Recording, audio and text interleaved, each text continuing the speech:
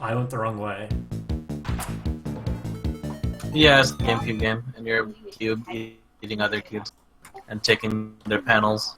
I had the map, Not their and I went the panels. wrong way. Very brutal game.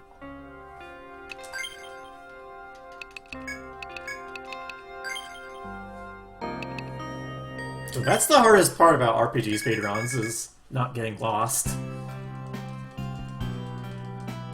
Going the correct way. It's only certain spots in EO2 for me. Where it's the end of the run and I can't remember where I'm going now.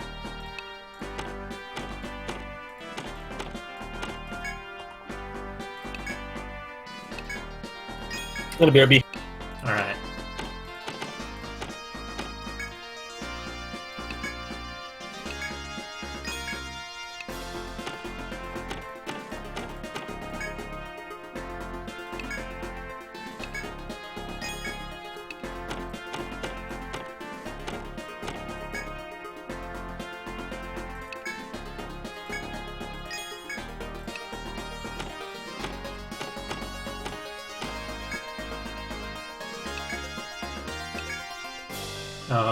Sure, I guess we'll go with that portrait today. Or what? Oh, the medic. Better medic girl?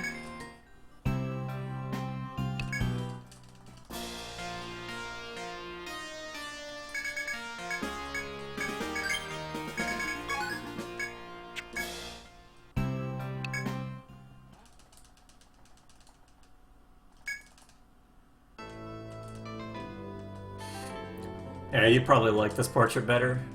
The fourth one. Yeah, man.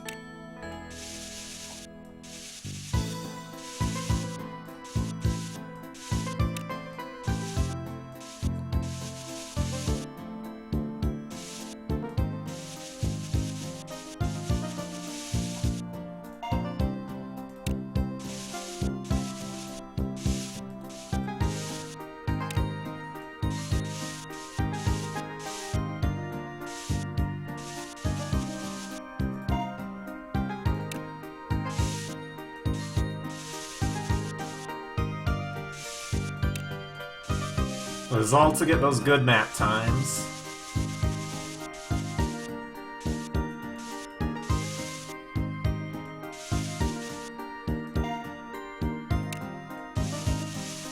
So everyone knows that's the best. The most exciting part of the run right here. Mapping. Mapping, yeah.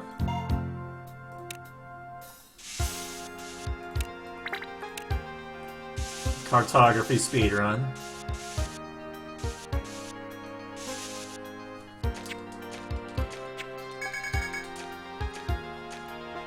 Where's my mouse?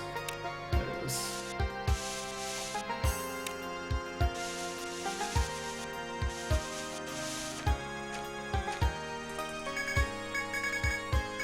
Cherry Point Max. I don't even know what that means. I forgot this one part. This you have to specifically menu. I usually do it well, but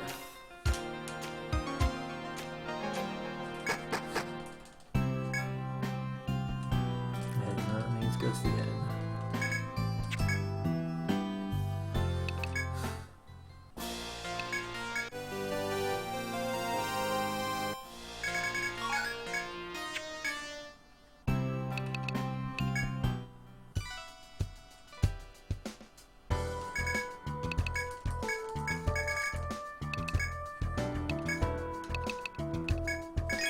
What makes that soldier there so weird to deal with is, for most things you can hit the cancel button to just leave, but not there.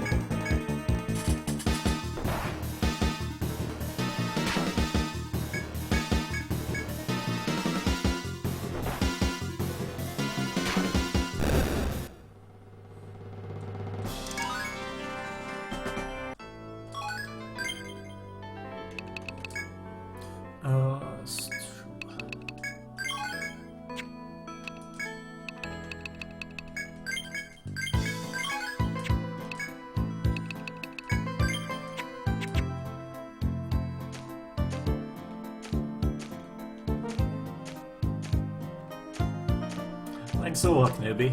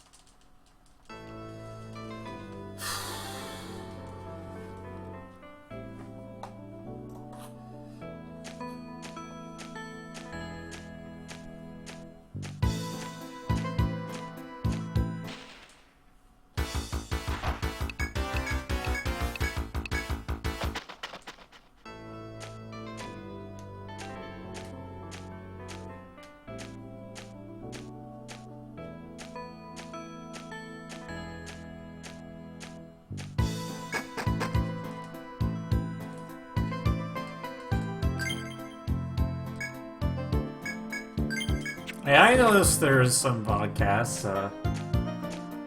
I guess it's nice for some people, but it really doesn't work for, like, a lot of what Twitch is there for.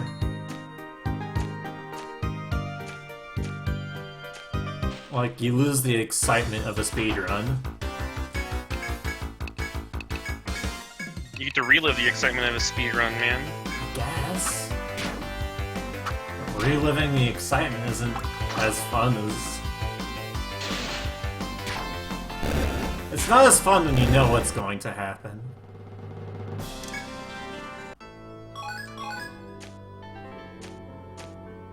I mean, having VODs is good and dandy, but...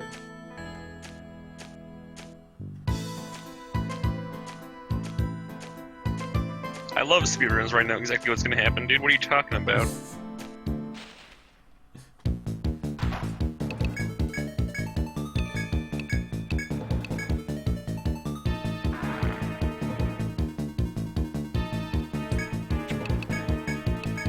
I mean, if some people can use it, you might as well have it, so...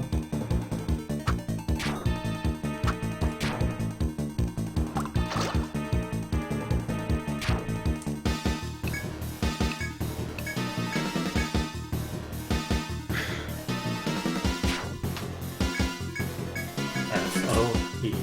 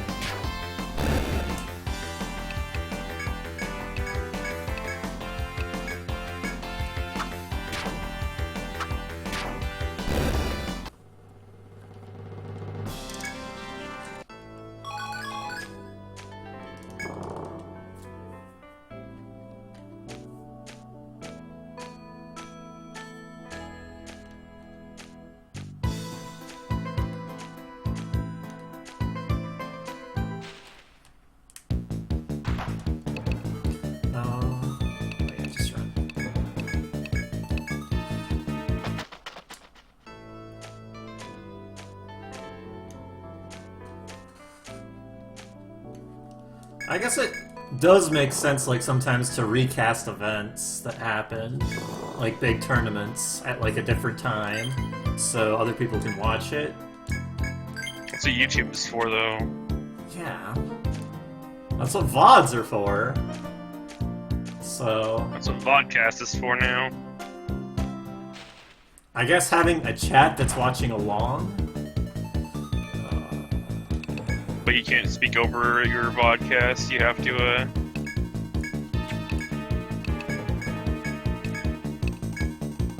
you just have to restream your VOD.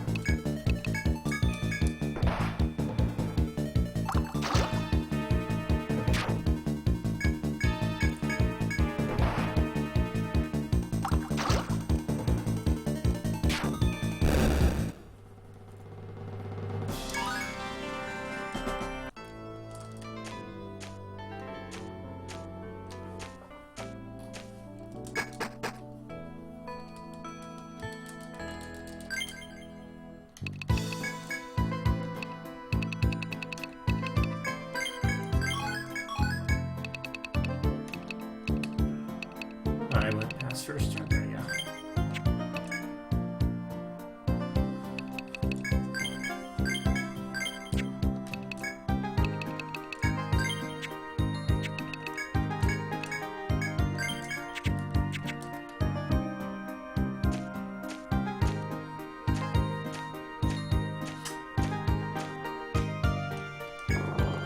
I think the OST is just fine, but...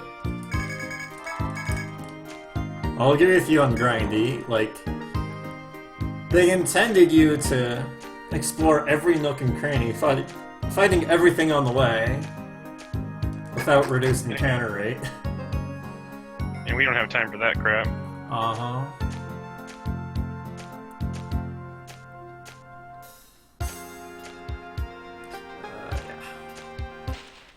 Well, this is where I messed up last time. Hey, there we go. That's enough choo-hoo for today, I think.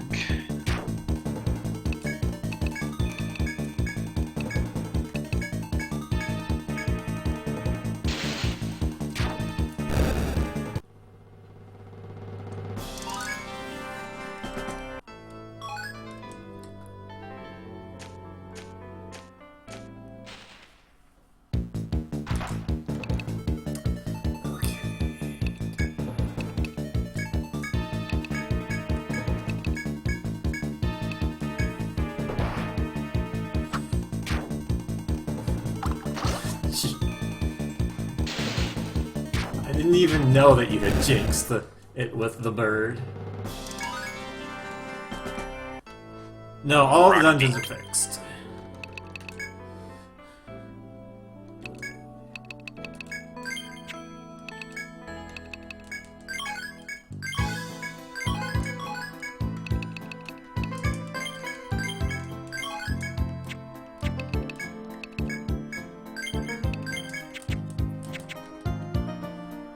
Oh, stalker.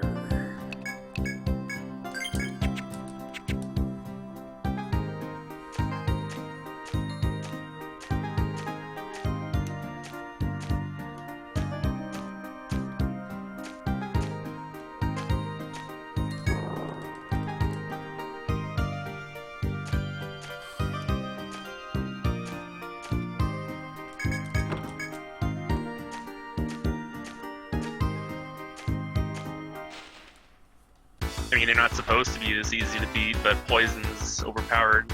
Yeah. Also, RNG manipulation is overpowered. Yeah, man.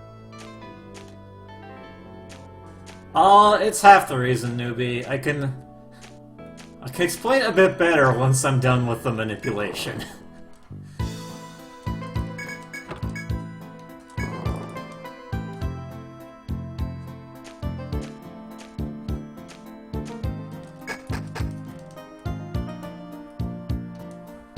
I don't know what you're talking about, dude. Poison isn't that great in this game compared to EO2. In this game, the damage caps out at 255. In EO2, it goes beyond. EO3, enemies, like, no one has a poison, though. EO4 poison's OP again. But you have to be like level 40 to get to it.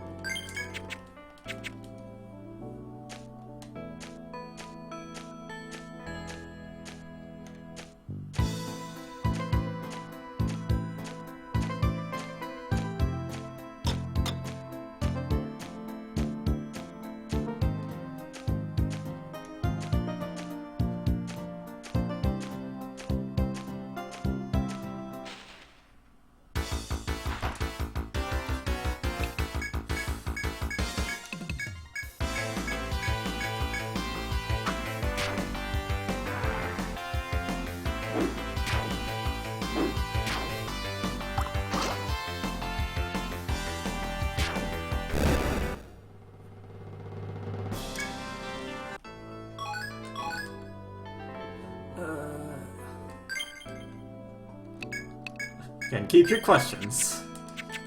The manipulation's almost done. So I can explain in detail. But I'd rather not try to explain in detail. I need to hit every single command correctly. And I'm almost done.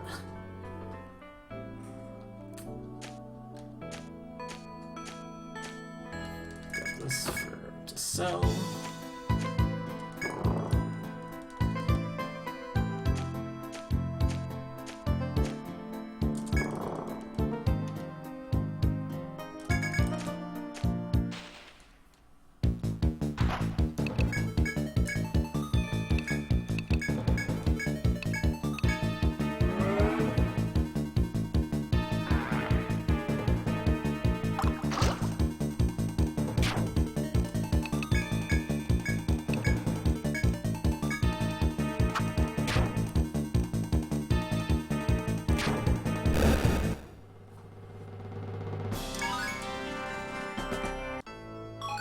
Here we'll do Fender skip. And not mess it up. So going through the door, Fender is disinterested. And then goes in front of the door. 2. Gets disinterested before it's able to completely turn around. We go here, but we still need to beat Fenrir. We're just doing this so we can get a save and heal. To reset the RNG and such. Congrats on beating Fenrir!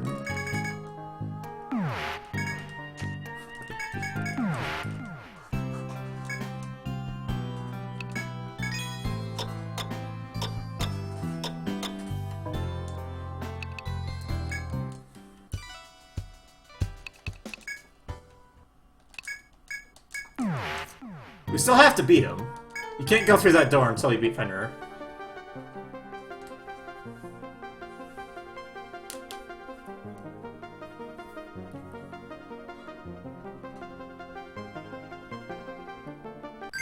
So we reset RNG.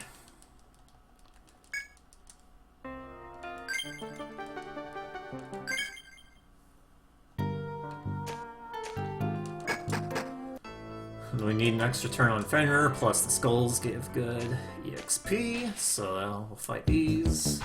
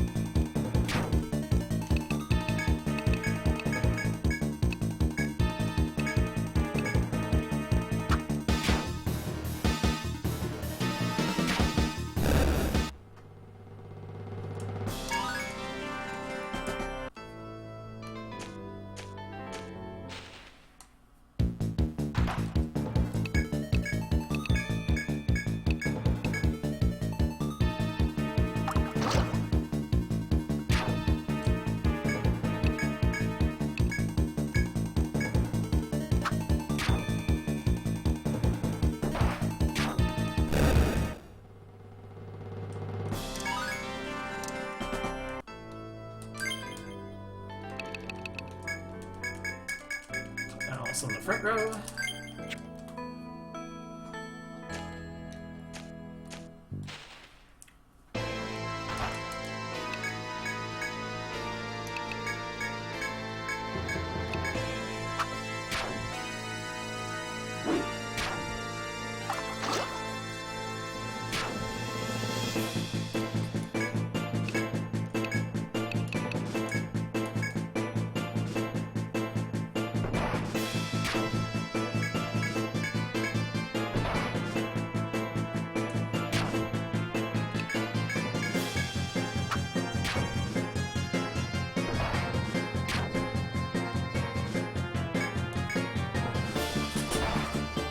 And all the EXP goes to Etrian, just as planned.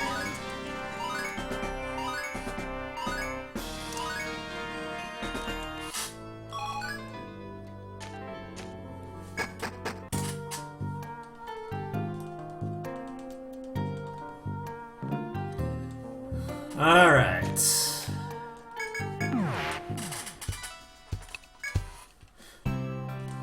Manipulation is done. Oh, I need to turn the quest so I have money.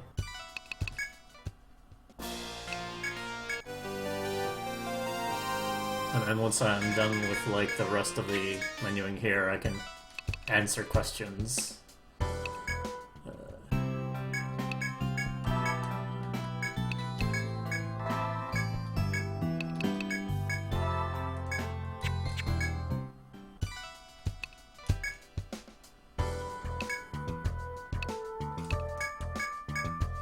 Oh, that's not the only manipulation, but it's the one where I need to keep it, like, consistently manipulated through the whole point. There are some other points where I just, like, save reset, and then immediately the next thing I do is, like, fight something that gives me what I need.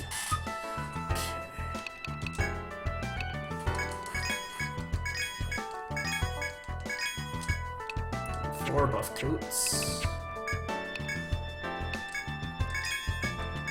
Should be 4 warp wires.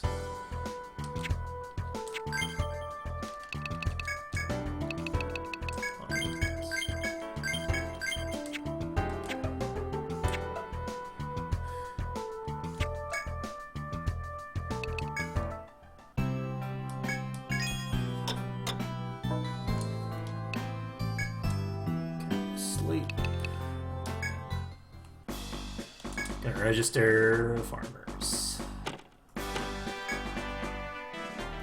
Oh, that's fast. Because I'm gonna need some money to fund a good portion of the run. Plus, I do need some items for like equipment and such.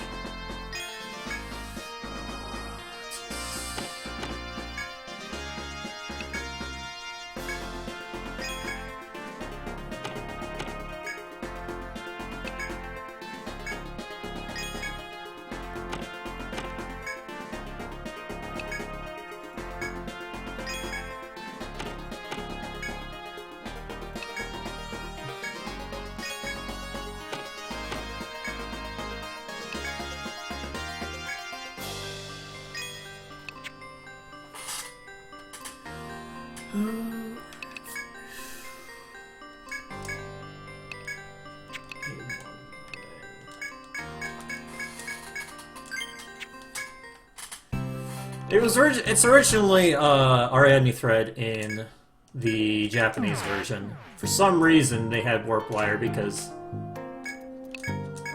people, I guess, wouldn't understand the reference. And I'm gonna save reset here because if I don't, I usually get like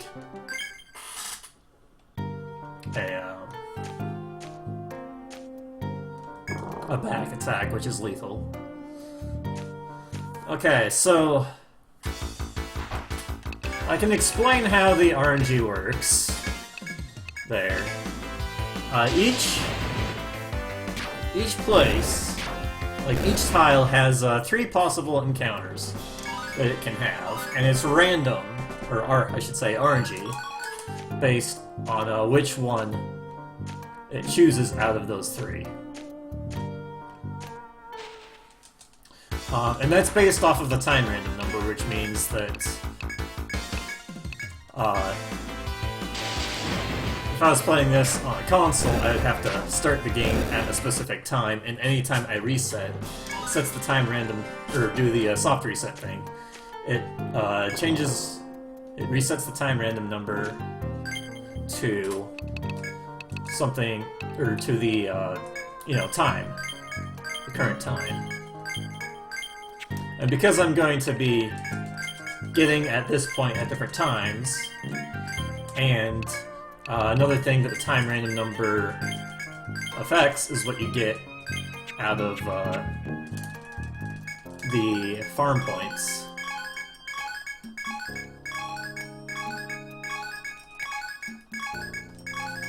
I just decided that I would end manipulation here, because I didn't want to do time random number, plus there's tons of grind, and I don't want to try and manipulate through a lot of grind. So, hey Tallow, thanks for the luck.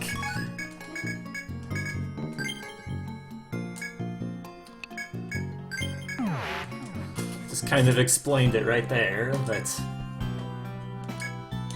it's not fully manipulated to hell and back. But it was for the last half hour. I need to sell the things I got.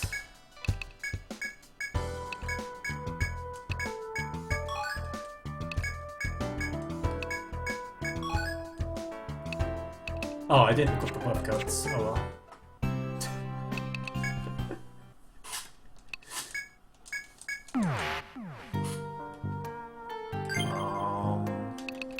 I might as well put buff coats on. Or put one of them on.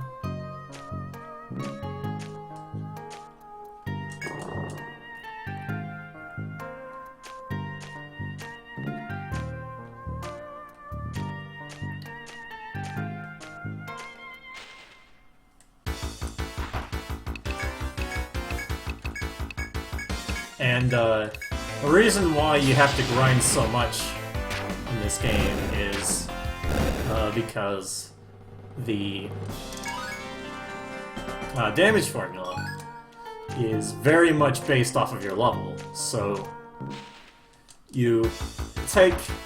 It's not exactly this, but you take approximately 4% more damage by being for each level that you're under, and you deal 4% less for each level that you're under.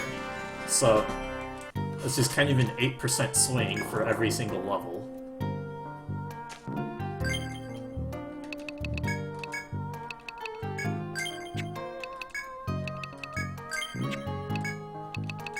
I mean, it's not true, it varies for every single level, but that's kind of the concept.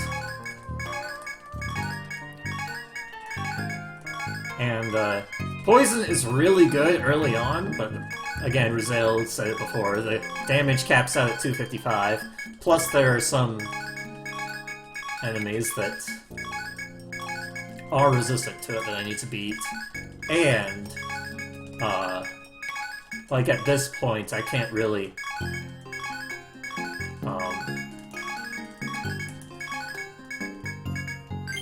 at this point, I can't really keep manipulation, and that's what I would have to do to have poison work.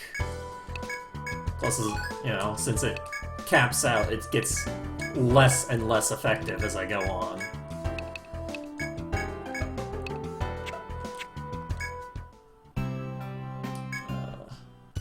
I think now I can afford the star charms.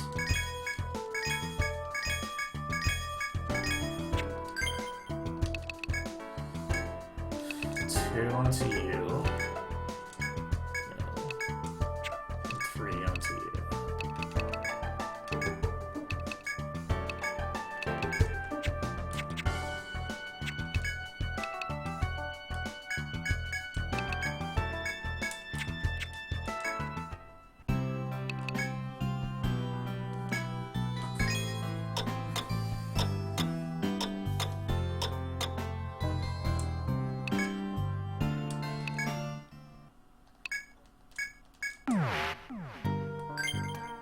Let's see. 2 more.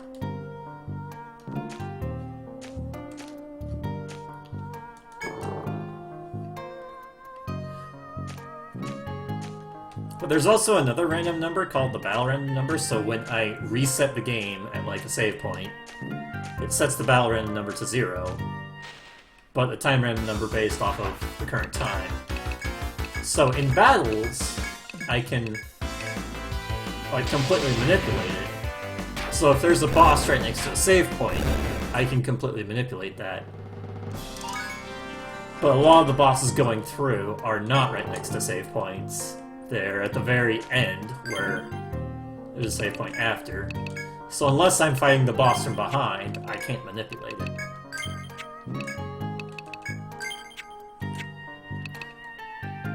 One sort of exception to that is Royal Ant. But I'm not really gonna fight Royal Ant the first time. I'm gonna fight it unmanipulated for reasons. But Royal Ant is sort of in the middle of the stratum 3. And I can get to her without an encounter, which is important! But I'm not gonna fully manipulate fighting her.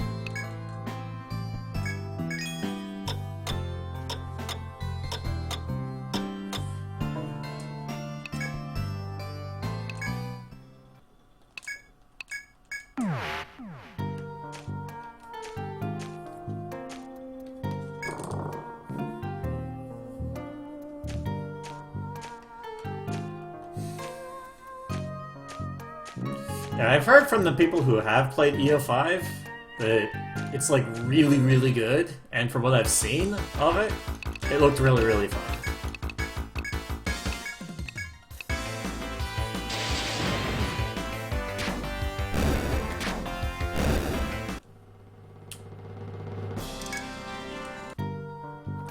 Let's go for one more.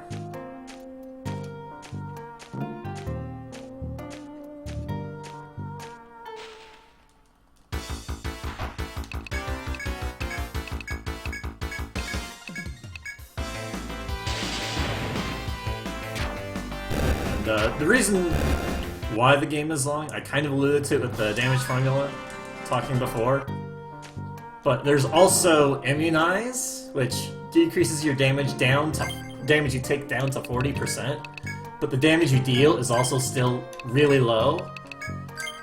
So, and on top of that, while I do need to grind a lot, I do get to the point where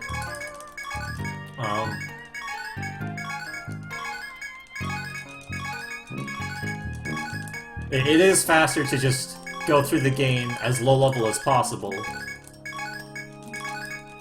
instead of grinding to have fights go faster. So,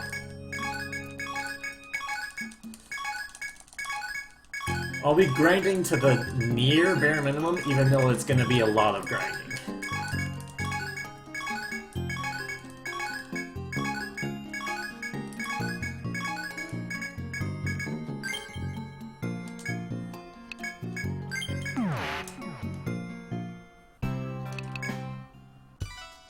Because the game just straight up expects you to grind a lot.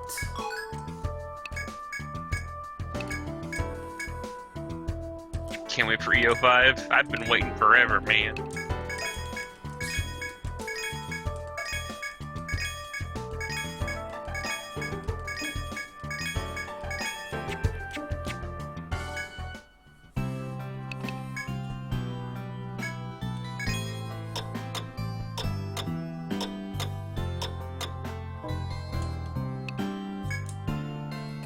Now we did all the farming we need.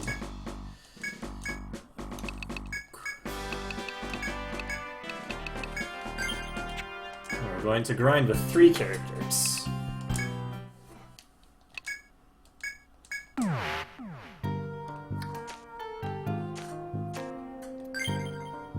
will equip the buff coats onto you. You have the star charms. Yeah. The other 2 buff coats go to characters I don't have in that party right now. I just forgot to equip them. So EXP is distributed among characters that you have in your party and alive characters. So of the characters I have now, these 3 are the only ones that are going to make it to late game. Which kind of means that they're the only ones that the levels really matter. The other 2 characters are I had in my party for like my main team are the Poison Alchemist and the Stalker Survivalist. And because of a weird quirk in how the game calculates encounter reduction, I only need to get Stalker to level 6 instead of level 10 for not quite maximum efficiency, but for like 99% efficiency on encounter reduction. So I'm not going to grind Stalker anymore. Hey, Parallax. And Poison is capped out. It caps out at 255. It's already capped out. There's no point in me increasing Poison anymore. And the next character that's going to get a lot of EXP, I'm going to bring in during the next big grind session. Because her first skill that I need her to use is not stamina, relaxing. Which is really pointless at lower levels. Like,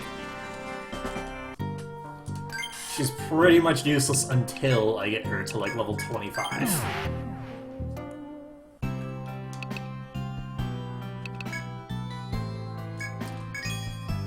So it's just not worth bringing her along until I can get to a better grind spot.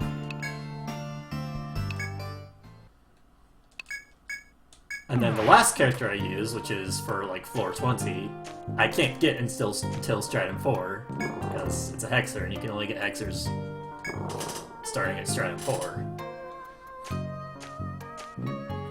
And I only need the Hexer for like a single floor of the game anyway.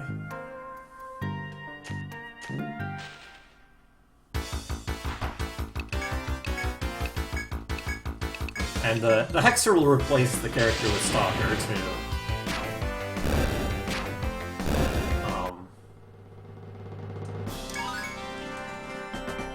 Because after the next big grind, I'll have gold chimes I can buy for 1,000, whatever the currency is in this game, Entol, to basically be Stalker 10. So I can have, I can use gold chimes and use another character instead of just having a character with a bunch of points put into Stalker. Because Stalker is a total waste for floor 20, and floor 20 is the major points of where your route needs to come together.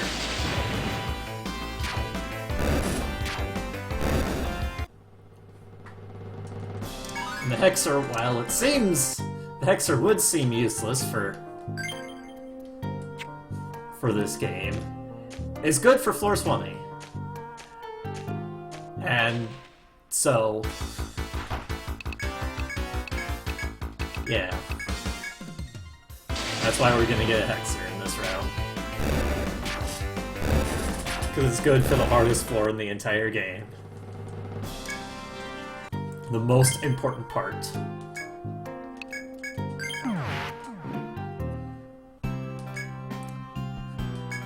So I need to do this grind thing right here for 10 trips. It's pretty simple, like, I have the Survivalist there, making my Alchemist go first, and the Alchemist just one-shots everything. So even though they can get pretty close to one-shotting me, like, even earlier on in the grind, because I'm a lower level,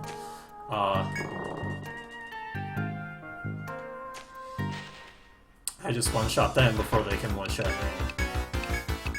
At this point, I'm not gonna get one-shot, because I'm at a higher level.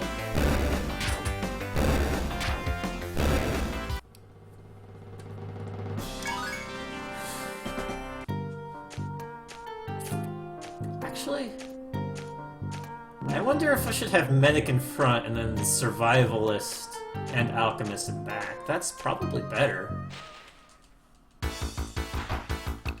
Because the one danger you have during all of this is if you get ambushed or blindsided, or they'll go first.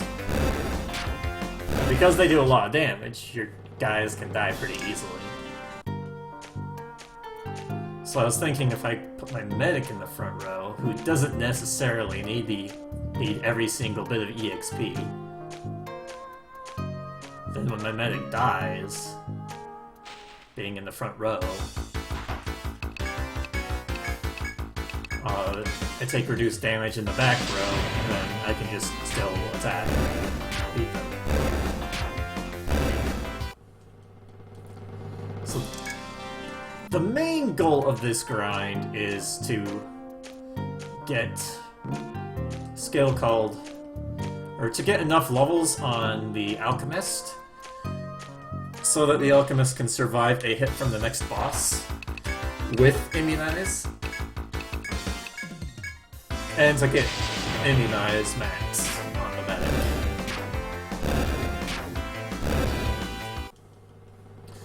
Immunize, when maxed out, decreases damage down to 40%. And there'll be a lot of fights where it'll just be first turn Immunize. Because while Immunize sounds broken, it makes the game playable. Because we're still gonna take a lot of damage while we're we're immunized. So it's not a free ride having damage reduction to 40%.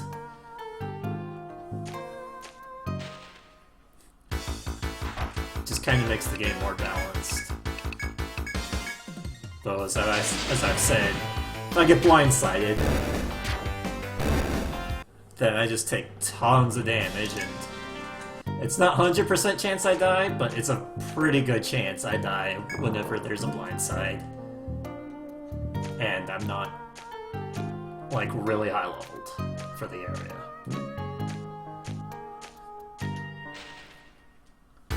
Like, at this point, if I get blindsided, it's still fine.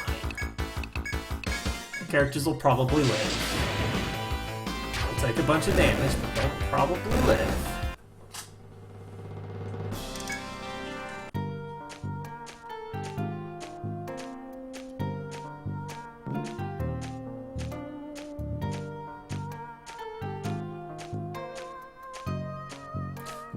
And I guess I haven't really talked about why I'm choosing this spot to grind. This is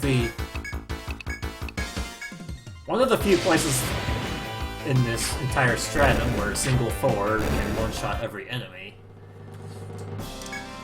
And this corridor here has the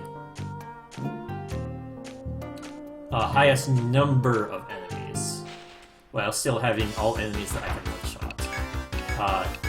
There are 3 encounter groups, and 2 of them have 3 enemies in them, and the third has 2. Plus, it's also nice to get to fight a lot of bees, because bees will drop the item that you need to get nectars, which is the revival item in this game.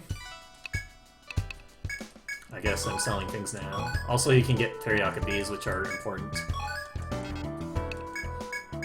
Yeah, the stingers is what I'm talking about. You need enough stingers to buy nectars.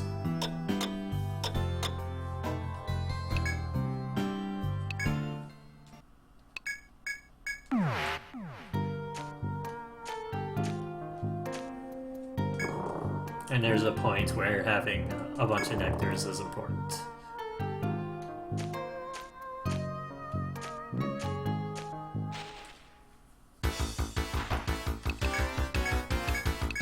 Money is never really a sort of limitation for this run. Because I can always just go and farm for items, and just sell those items for profit. So the thing is it always takes time to get money, but it's always the same amount of time for the same amount of money for the part that you're at. So I do get money on the way when I can, but I never need, like, a real amount. I never need to, like, penny pinch for everything. So it's important, but it's not a huge deal.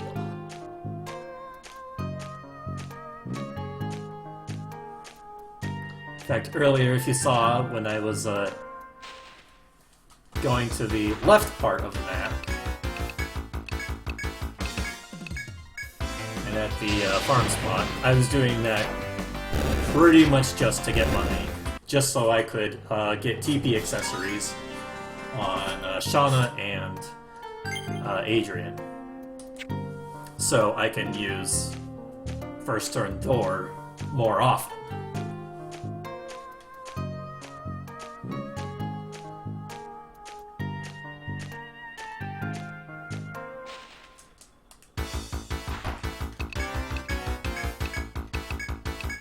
And one last thing about this grind is this one tile that I'm going back and forth on has a slightly higher encounter rate than all of the other tiles that have this encounter group. So that's why you see me going back and forth. over that one tile, trying to hit that one over and over.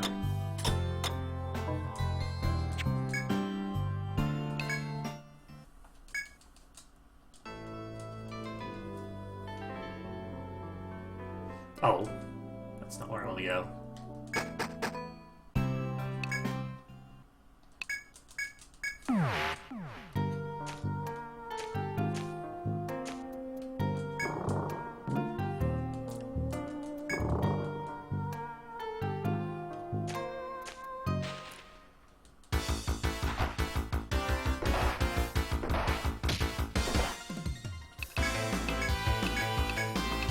Yeah, see, that's the kind of thing that happens in a single turn of combat.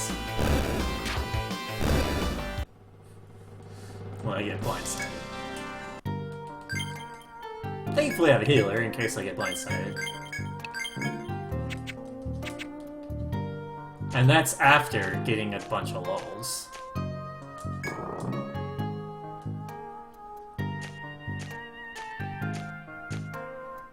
See, they survive. But it's never pretty.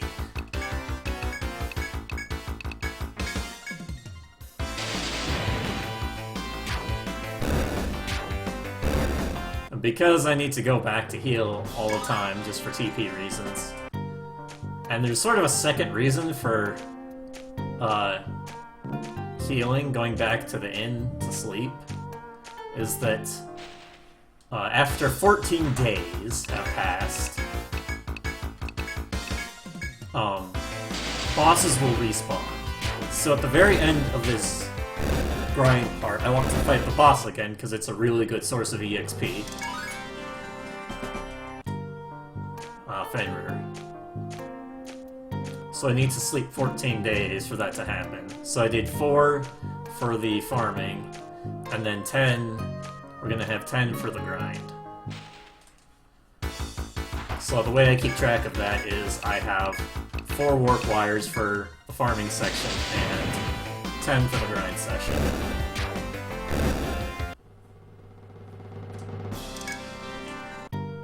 Is that it? Yeah. So we're about halfway through. This little grind part here.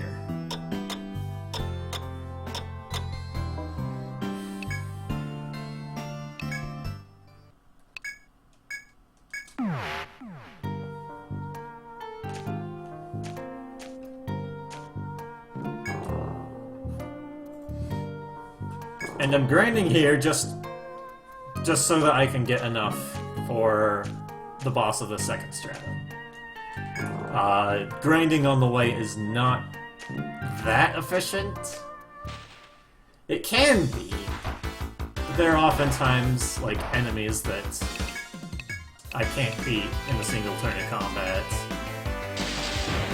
And if there aren't enemies that I can beat in a single turn of combat, then I have to first turn immunize, and that's what this grind is for, is first turn immunize.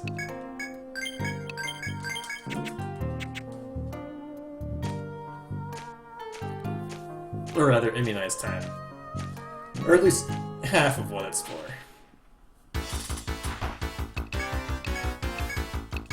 Again, the other half is so that Aiden can survive the hits, and so that he can one-shot the Q rollers of the second boss, the ads, to AI lock the boss, so I'm not constantly getting hit. Because the skill I'm using here, Thor, all the time, is actually really good for the second boss.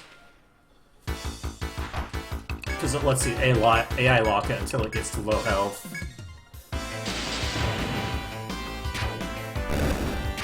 So I'll just take 0 damage until the very end of it.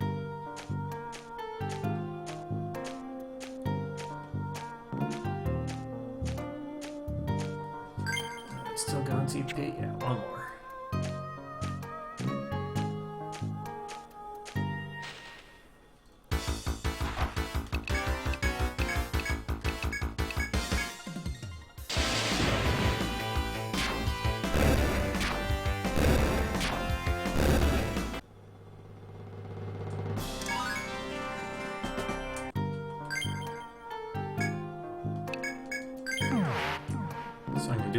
one more session with Makoto, and then I'm going to take her out. And then there's going to be one or two where it's just Shauna and Adrian.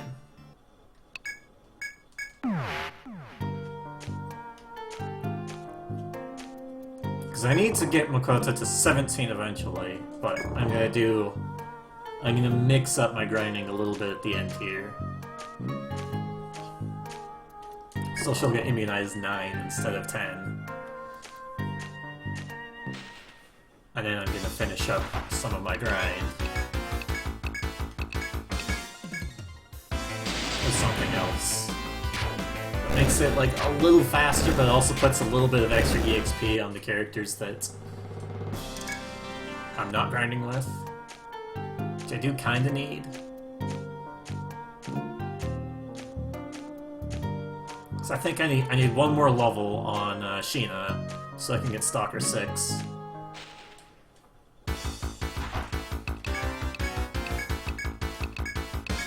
And I guess I haven't explained that. So Stalker, well, I should preface it like this. The math in this game, when it does like division and multiplication, it does so only with integers. So the way Stalker works is that it divides, or it like multiplies by a number and then it ends up with an integer instead of a floating point number. So the remaining decimal points just get truncated. So even though Stalker 6 is less powerful than Stalker 10, for the most part, for most tiles in this game, it's powerful enough because of the truncation of the decimals. I have returned. You've returned. And we're past the manipulation land. Yep, past manipulation. Hooray, we're grinding. We have a run, boy. One. Rosa, have you already played EO5? No, Durger Oh wow, has. you haven't? I mean, it's Japanese. it's not in English yet.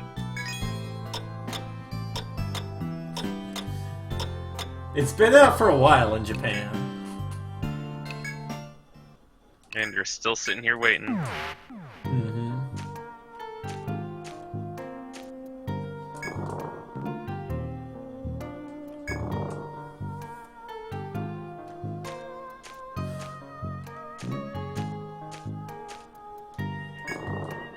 Okay, Makoto has the EXP she needs.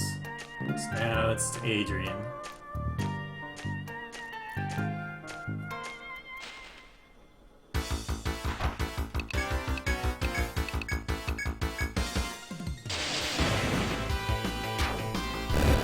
Needs to get to 19 and a half.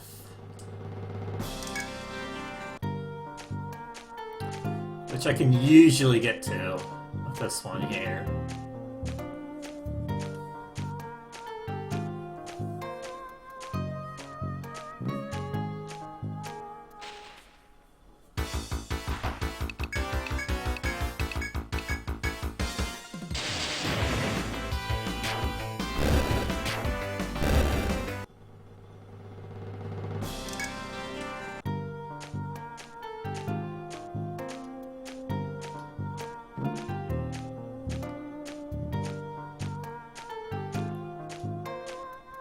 So this sort of EXP distribution I'm doing is actually new in the route. I haven't PB'd when I've rerouted this, but it means that there's a little bit more time spent here, but a lot less time spent in, we'll say, Stratum 3.0, the first half of Stratum 3. Yeah, we got 2 more. So, there's gonna be time loss on this split. But it's all planned out.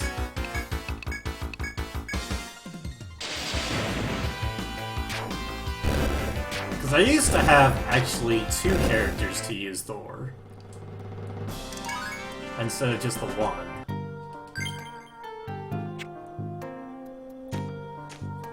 But that means that the 2 characters that use Thor were both at lower levels, so they would individually do less damage, meaning that at Stratum 3 I couldn't one-shot anything.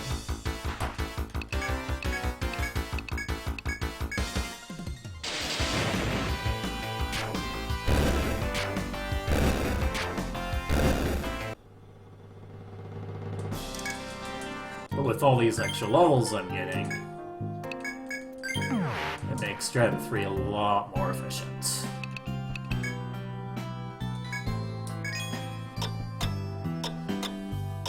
Okay, so for the last little bit here, we got the main grind done. We're going to finish it up with the Horticulture quest, which is 4 encounters in a row. And I'm going to bring everyone back.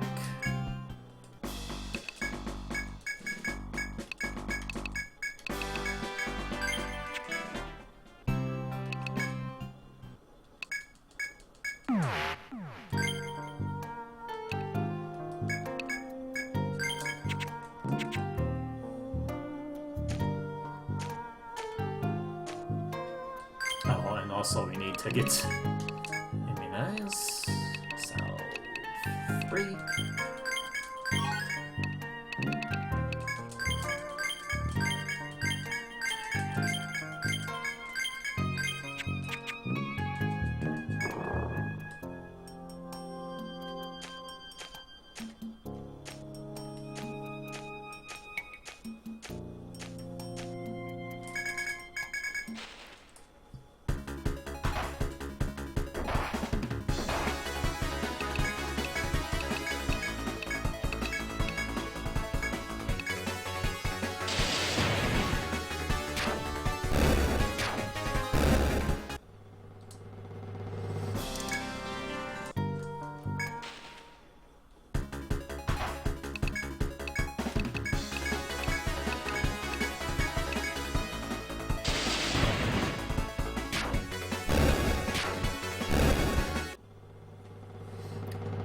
And another plus side of doing this is, not only do I get 4 encounters just right in a row, is that I also get money for this. And extra money is nice. Trials to money.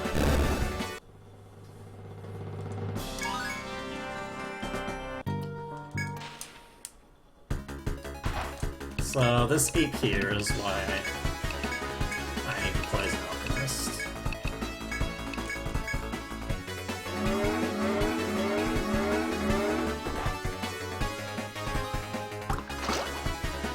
Or sloth.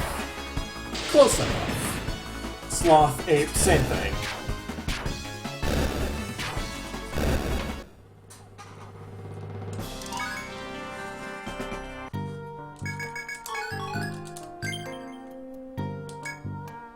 That's my last one there. So this sleep will make it 14 days since I fought Fenrir.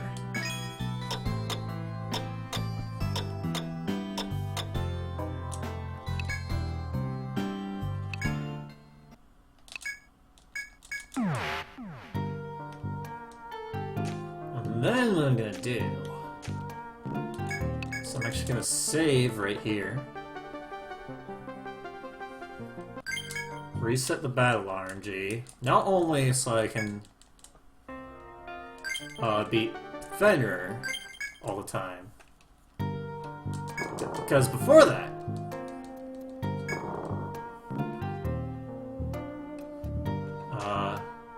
where's the FOA? Here's an FOA. I want to fight one of these and get the drop.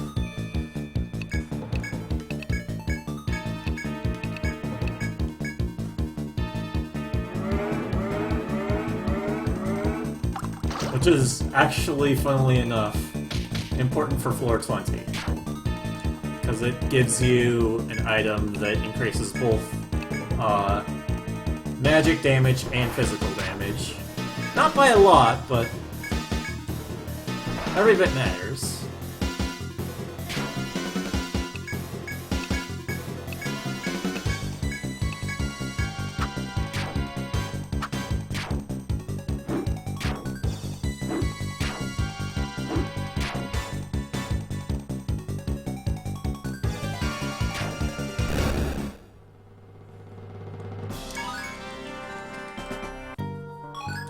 Prepare for is what we need.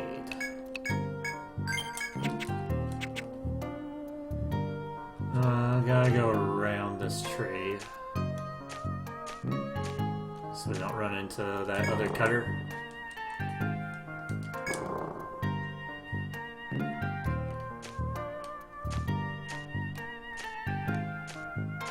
Okay, good. Didn't get an encounter.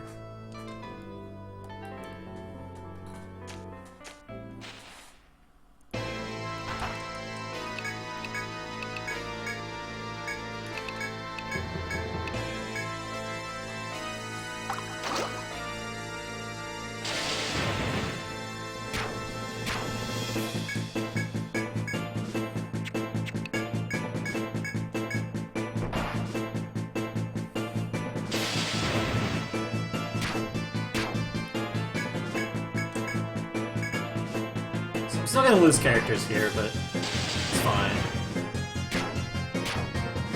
I think it's gonna be Etrian and Makoto that survive. Oh, no. I guess Alice lives too. Oh. And that gets Etrian to level 20.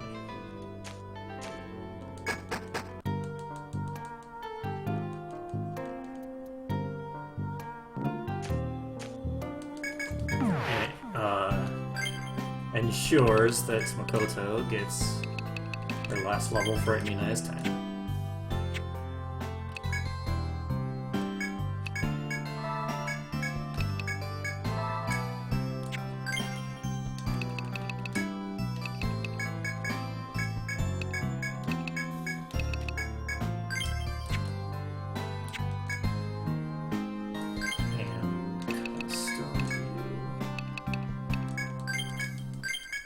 Stalker 6, so she's level 10, exactly what I need.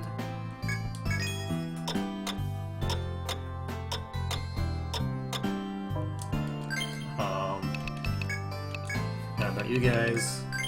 Get here. Scavenge for later. I need to max out Thor. Hat's slightly cheaper. Now we don't really need that, and we already did you. And we need more pliers. Oh, and we also need buff coats. Equip.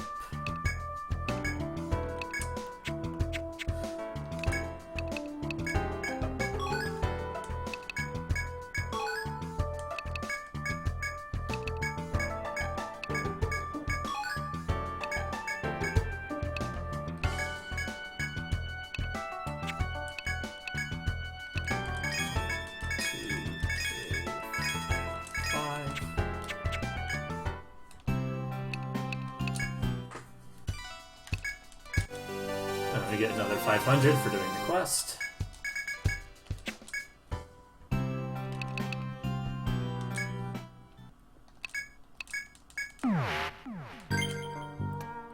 And now we're equipped. We're all ready for the second stratum.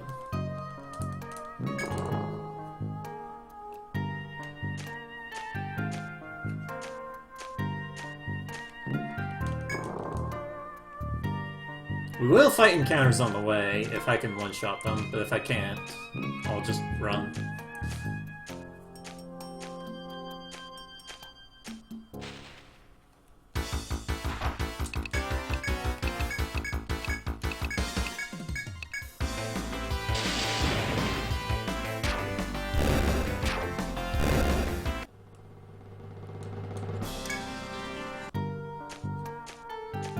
Because levels are still helpful.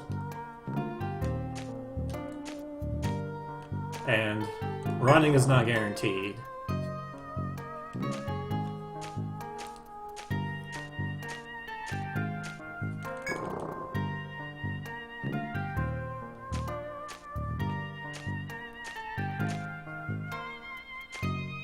Oh, that's incorrect.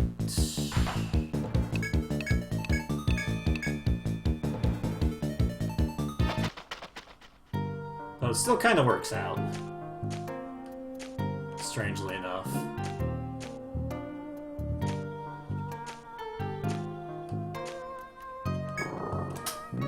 You have to juke that guy right there.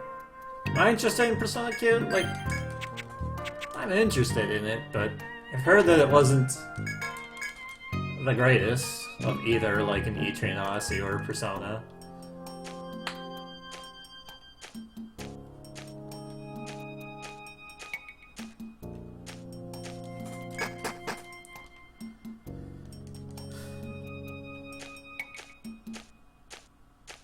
I've got plenty of dungeon crawlers to play, though. I haven't played very many EO games either. This goes on to you. So we need to survive a little bit. For Stratum too, having extra HP on her, or defense on her.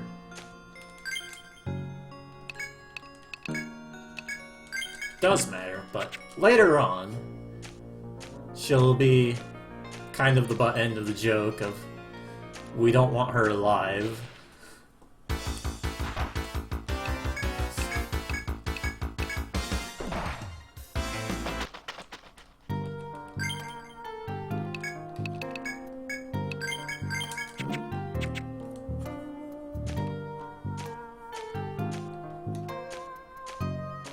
In fact, there will be many points during the run. We'll root for Sheena to not live, so she doesn't take EXP.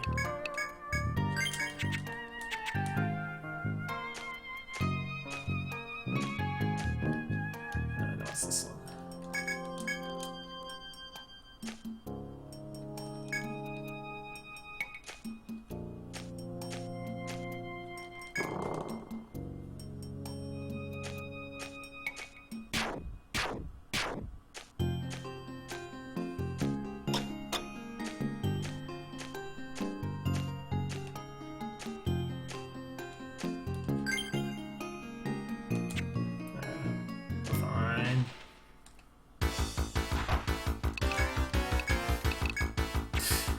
What was that?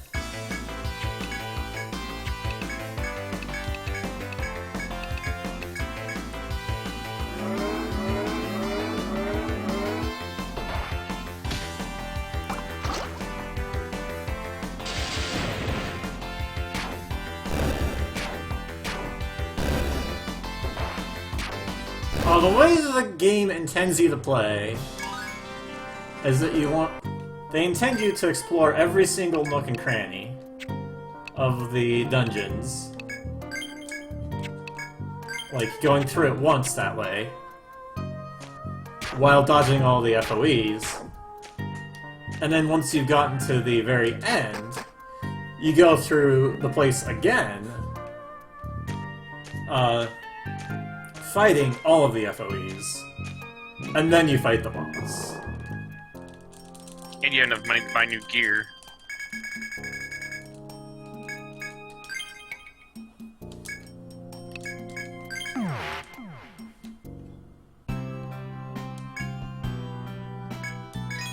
So, and then, even then, it's just still like, you might have enough.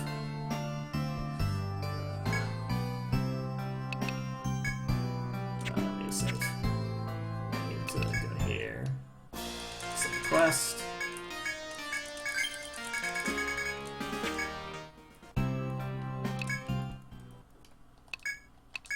Thank you.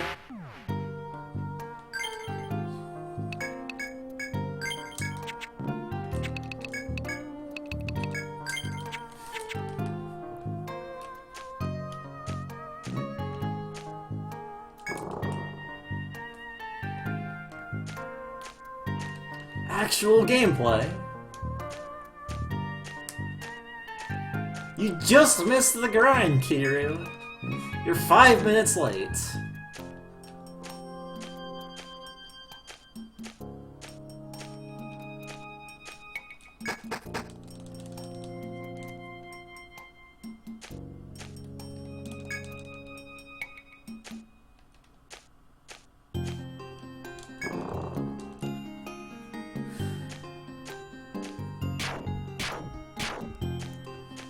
So now we're on the dungeon exploring section right here. And after we beat the boss of Stratum 2, we're gonna be on some cartography, some extreme cartography. And,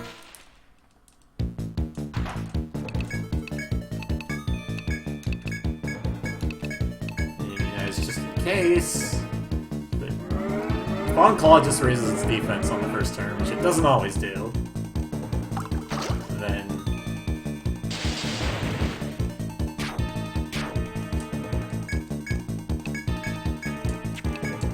like, I'm thinking of just not using Amy Nice for this.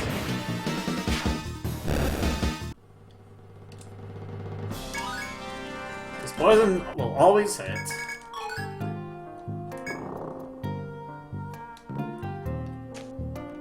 And the only thing I would need to defend against is any attack on the first turn, which can happen, but every single time I just see defend.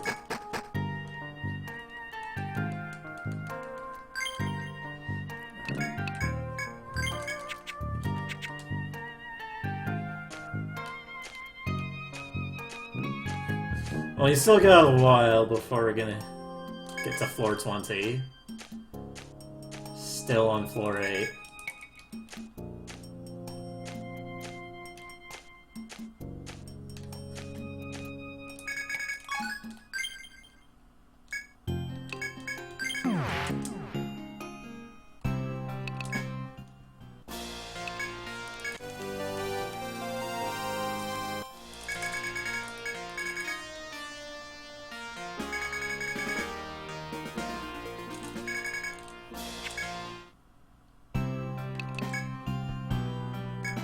Well, we need to do a bunch of sleeps anyway, so sleep here.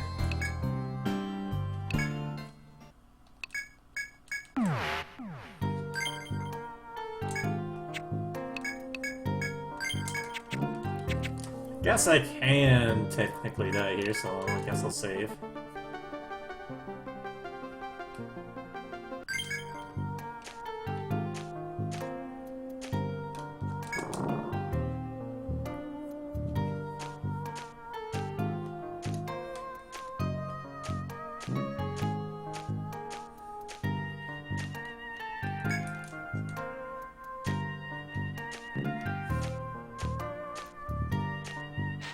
Dang.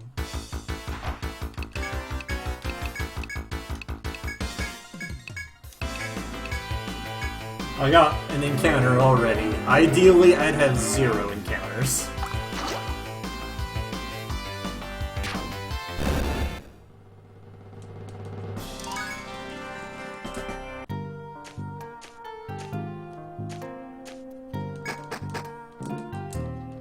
Put Stalker on, right? Yeah.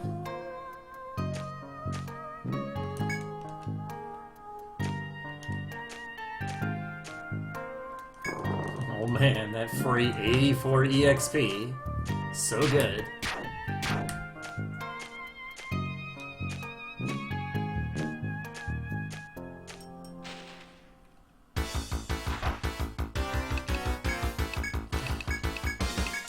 I'm not even gonna immunize.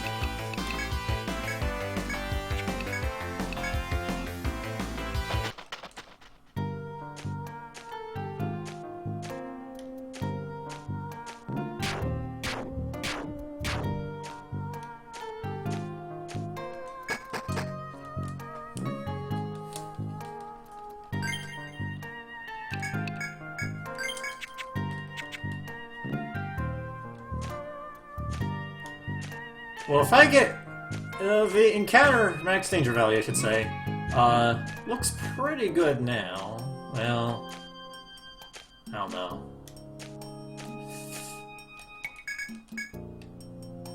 If I don't get an encounter on the way here, which it looks like I am gonna get, yeah. Ugh. Because if I get a high enough max danger value, or a good enough encounter rate, okay, that's good. We got really close, so that means that we'll get one on the floor on a later part. I forget exactly where. Maybe we will get one here.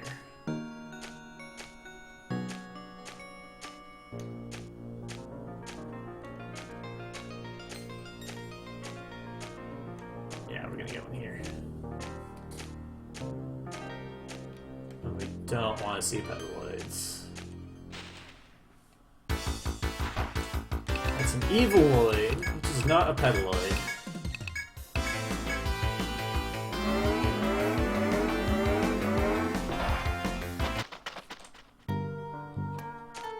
Okay, they're still fine.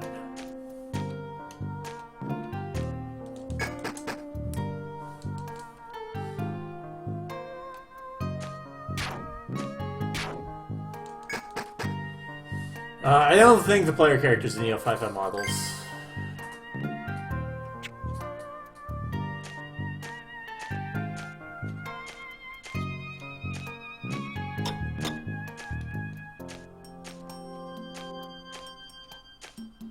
Pretty sure it's all first person and 2D portraits like this one. There are enemy models, not any character models. Player character models. Can you make it? Okay.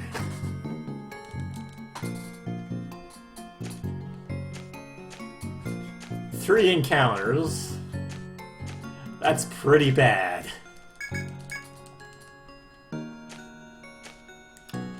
Usually it's 1 or 2, and sometimes it's 0.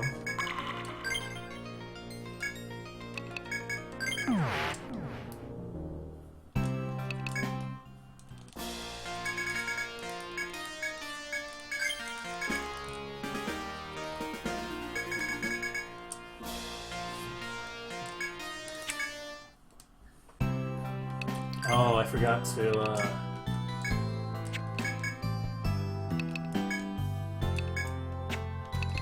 do this. I always forget to do that. I'm gonna need...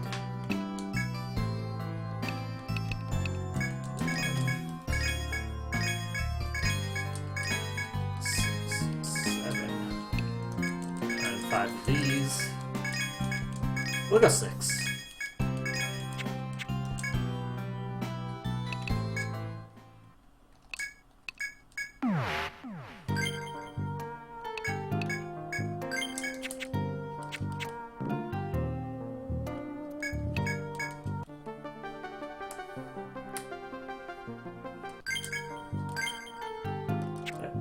So I got some Medica here, because this is a long trip, and Makoto's TP is gonna be pretty tight, even with the plus 10 I just gave her.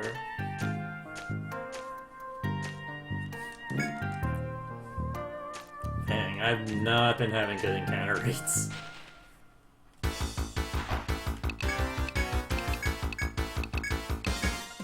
I get a free heal pretty soon, like on the way to Serenos, so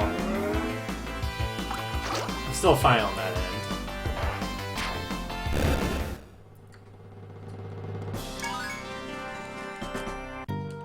Oh man. Get that extra point and scavenge.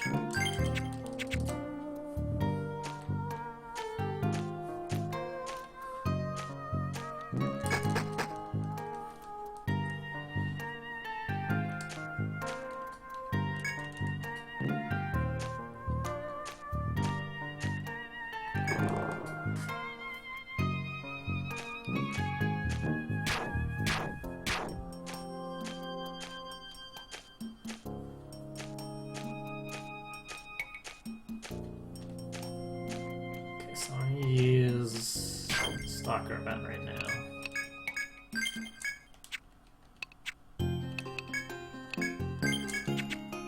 So that by the time I get to a certain point, I can get an encounter.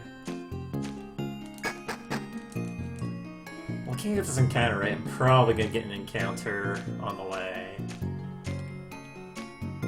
to floor 10, which is not good. Or 9, kind of 10. I'll get an encounter here, probably.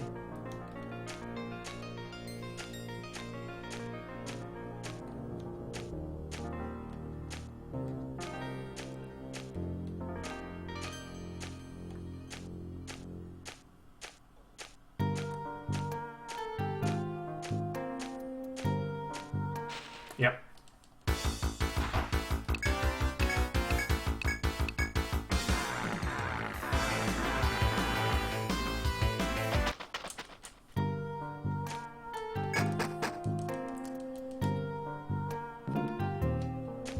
And that sucks, because I have no idea when the next encounter is, and if I get one before the next... before the point at which I want one, it's gonna suck.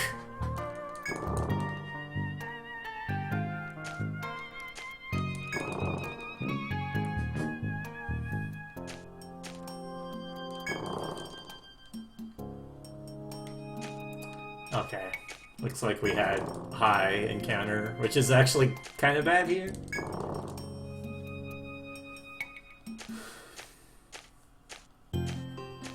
Actually, that's not too bad.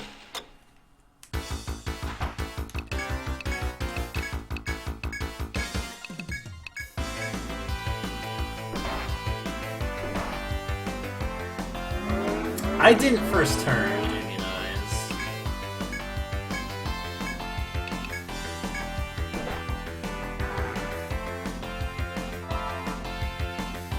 Alright, we're gonna have to run. I have to reset. So I didn't first turn immunize. I have one nectar I can use. I just got really bad encounter right there. And I also screwed up.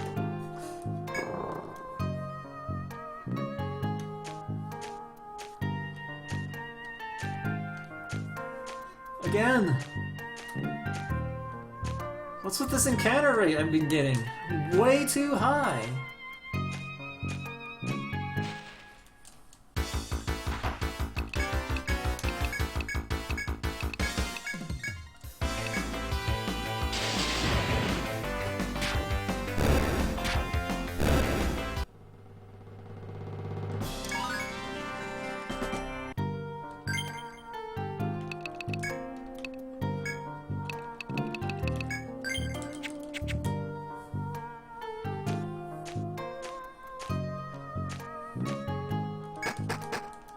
It's still high.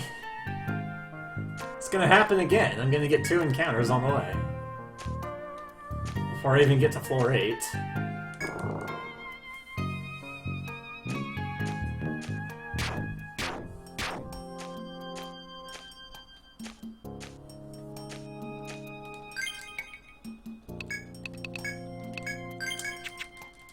And it matters.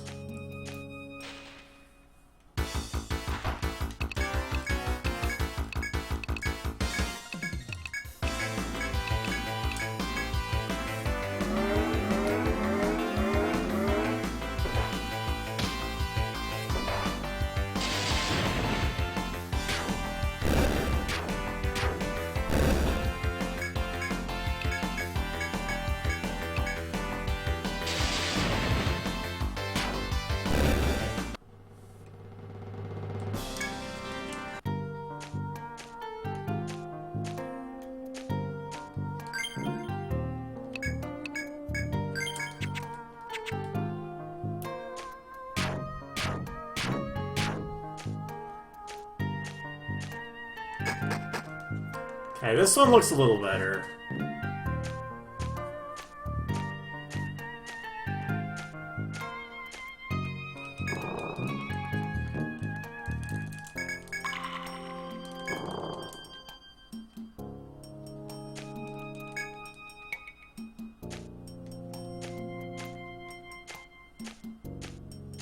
Yeah, it's still kind of blue. Yeah, this is really good. We'll get to floor 10 before we get an encounter.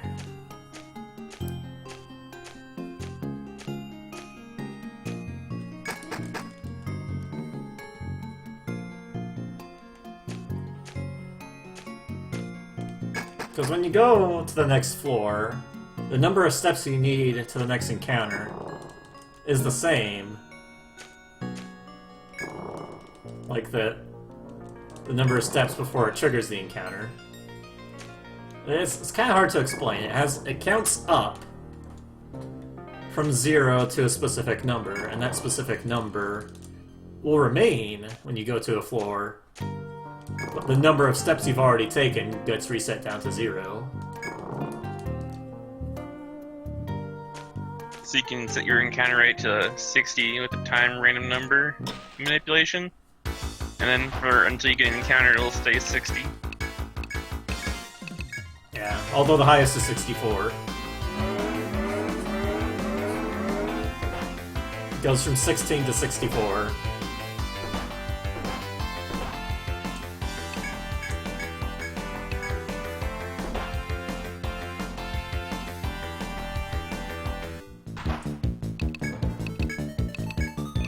Can't really beat this FOE, so we do this trick here, so we can get past it without fighting it. And we'll use some Medica to heal, to conserve the medic's TP, or Makoto's.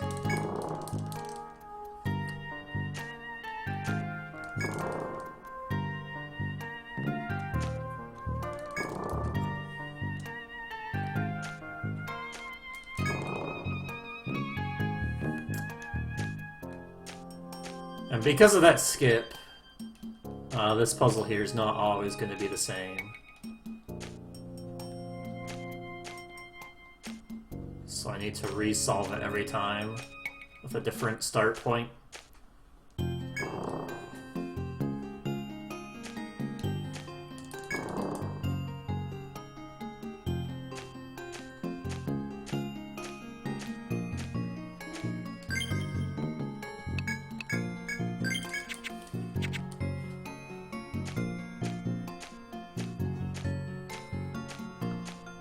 And the real dangerous encounter to see, or enemy, is pedaloids, because they can put your entire party to sleep. This, though. This is what you want to see.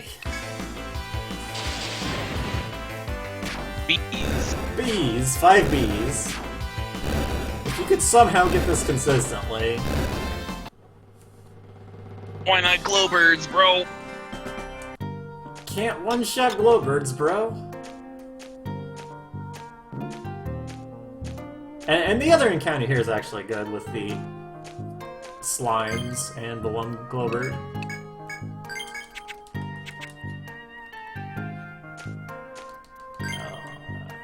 Do I heal? I'm still good.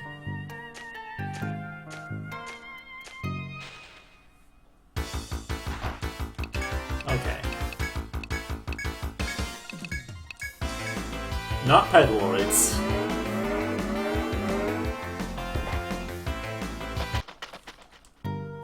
But the tigers are basically immune to lightning. So I'm not gonna fight them.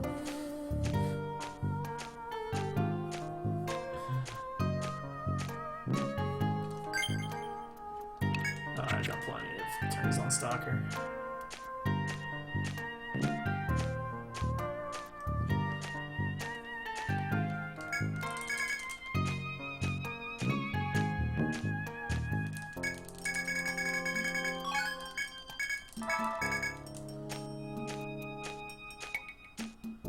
That was actually pretty tame, but there's still gonna be one more encounter.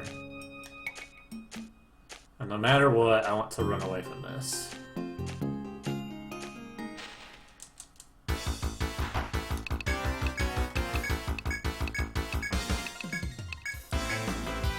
So I need to conserve Adrian's TP.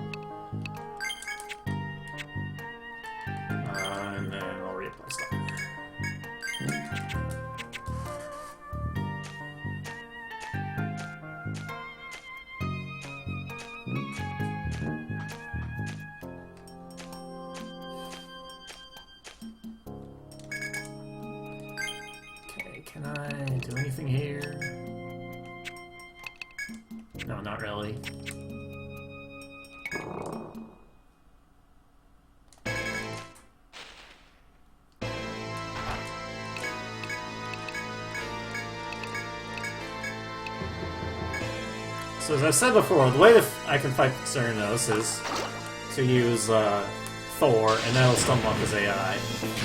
There's a 1 in 8 chance the poison procs, and I have 9 turns to try and do that. I can beat it without the poison proc, but getting the poison proc just guarantees that I will win.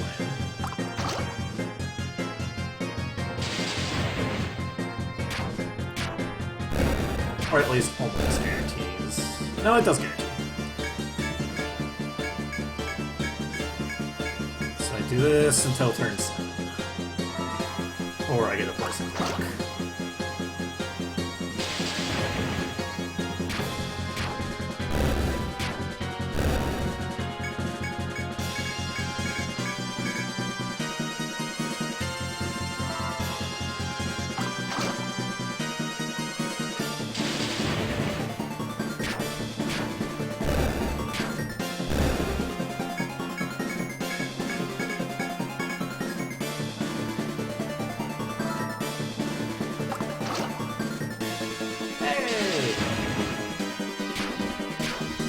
I love when the strat is just hold A, dude.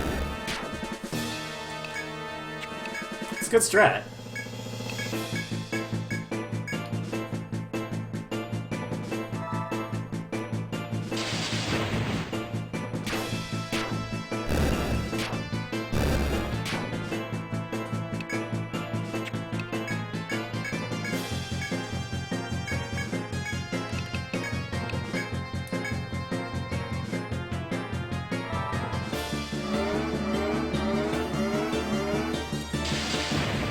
So the AI will change once we get down to low HP.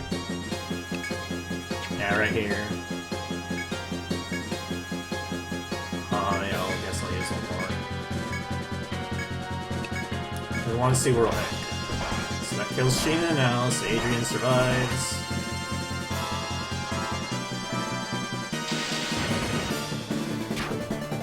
And because I have poison, a first turn Thor will come.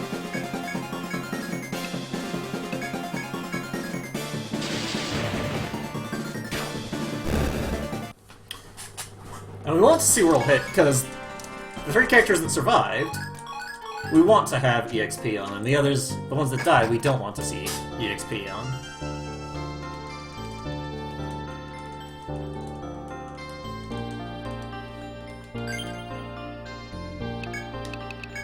And just in case I get... Oh, okay, I have Stalker on, so there's no chance of an encounter. Never mind.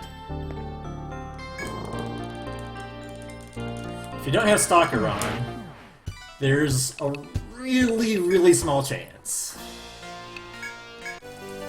Underwater? This isn't underwater, this is a rainforest.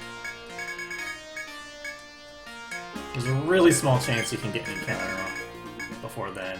It has to be literally the worst possible luck for encounter. The lowest number of steps.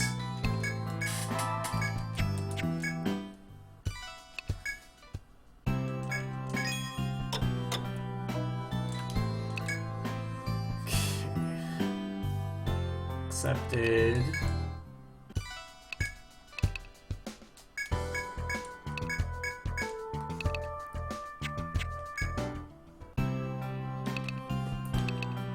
Because I got the poison proc, I have some extra M-rated 2s. Oh, I knew there was something I needed. Quest, remembering fall.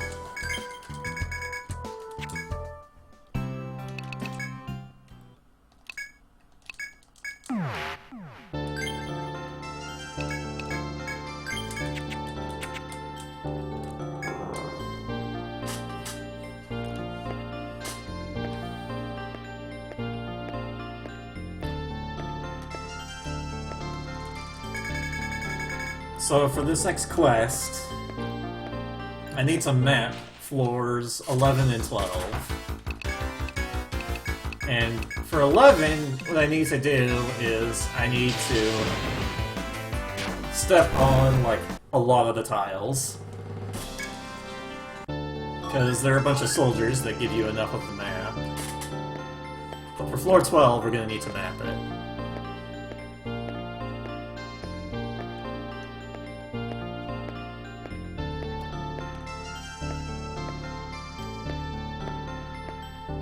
So that's why you see me, like, going on dead ends and tiles that are already mapped, because those count.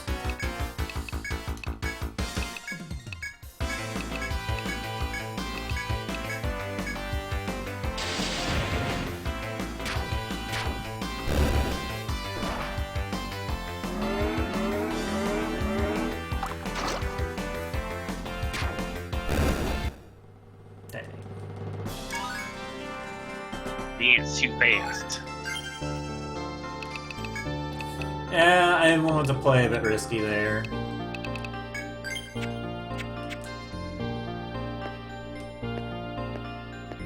Because the problem with the tree frogs is that they can headbind you. So that's why I went with first turn Thor and hoped that the ant hit Shauna instead of Sheena, but whatever. Sheena doesn't need to be alive.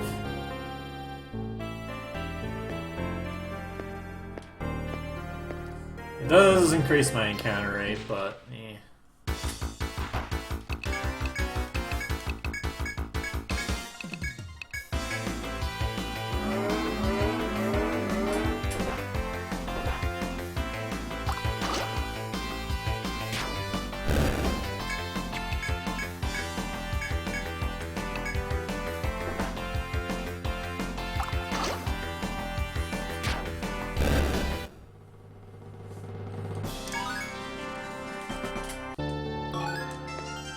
It just means I'm getting a head start on the big grind coming up.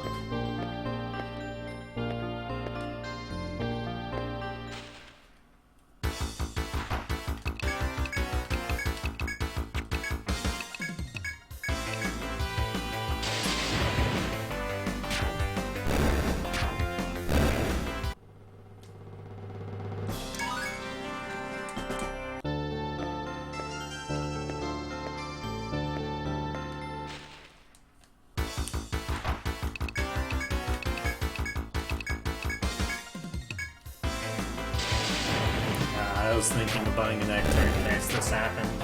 Oh well. That's fine. We can take a bunch of trips through here. We need to do a bunch of sleeping anyway. 6 times, actually.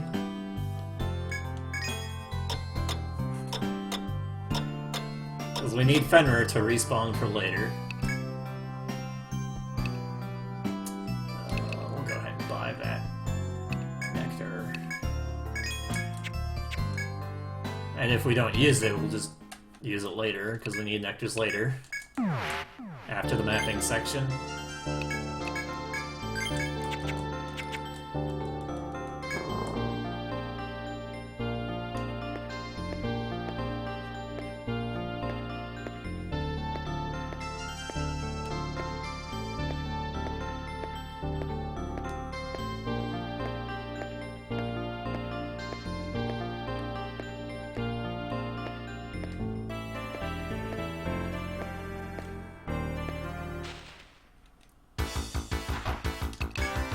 So this trip here I need to do in time.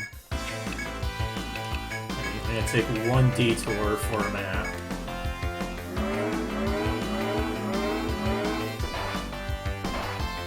But if I'm fast enough,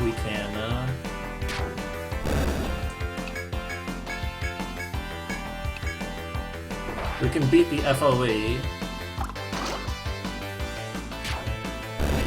and not have to wait forever for it. And I'm increasing points on Scavenge with Alice, because,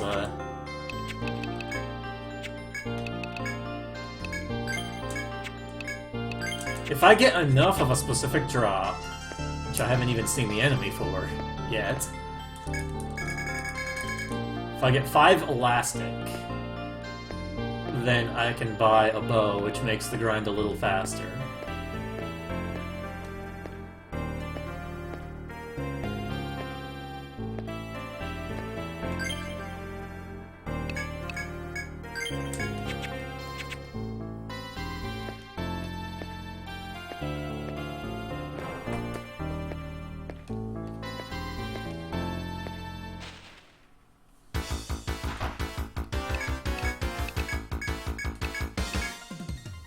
this guy.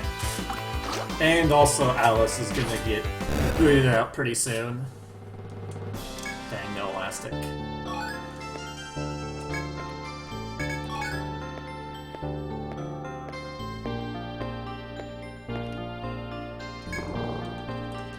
And the Remembering the Fallen quest I took. I need to scroll down here.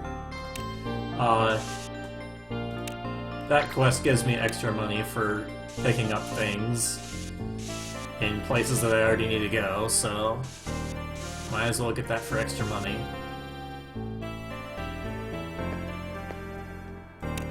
And then for floor 12, I need to map. And the more I map, the less I need to walk.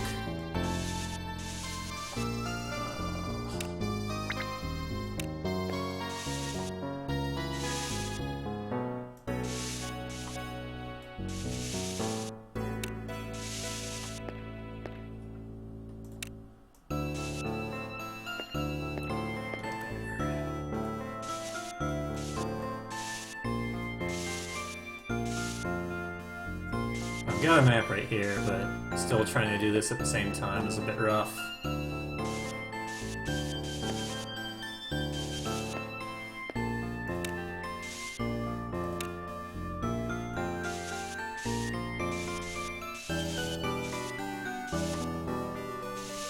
So this is the cartography speedrun right here. Right there is the... It's the only EO game that makes you map after floor 1. Uh-huh. Right there. No, I messed that up. There's a spot right here.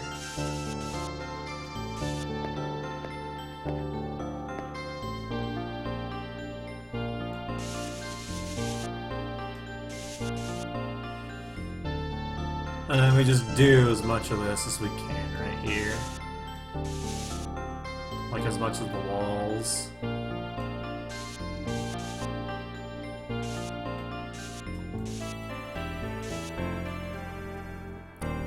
It's really hard to follow. But it's a little more efficient to do it when it's just the walls. Because you'll be going through some of these areas. Or I'll be going through the areas. Okay. So let's go over there. Get these 4 here.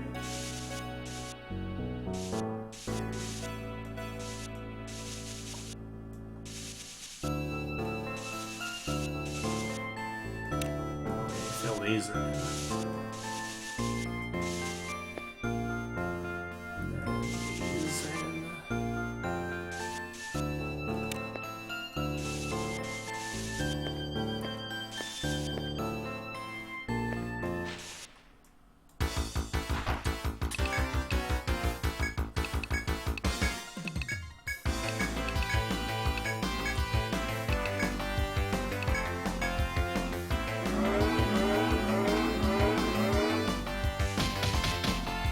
Nice.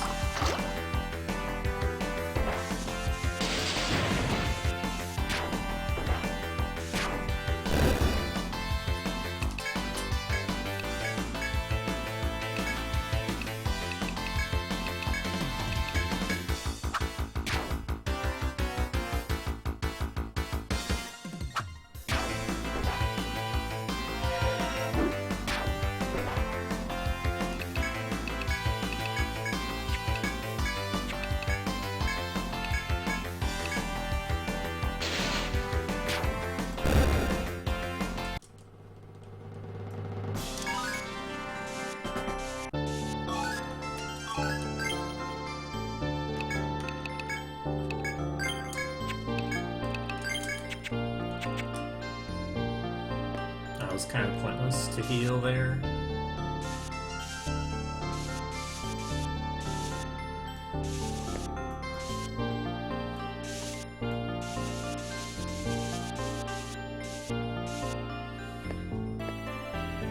And then there's still some off. Walls here. Okay. That's enough for now.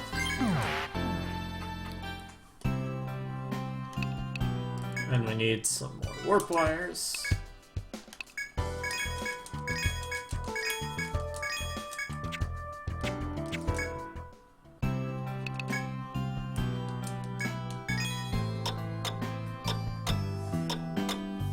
So that's 2 sleeps. I need to keep track of the number of sleeps I take here, because it's not always going to be the same.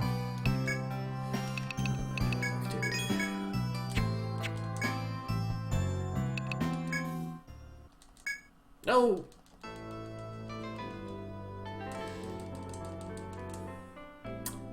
This is the second time I've done this run. Menu incorrectly, jeez. It's impossible.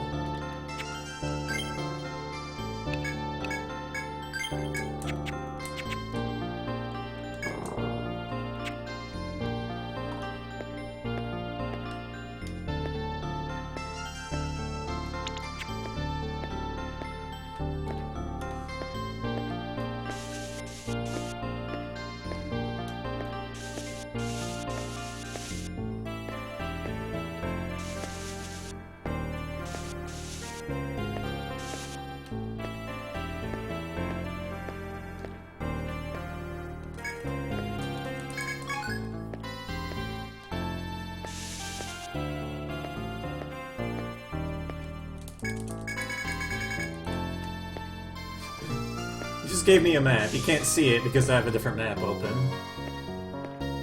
But you totally gave me a map there.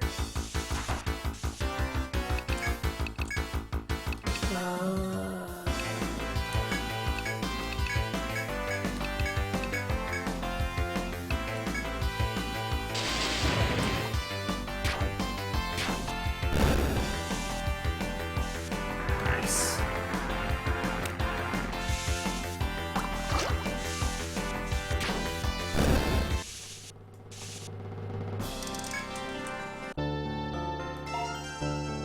Where am I? Shit. You are... No? I already opened that.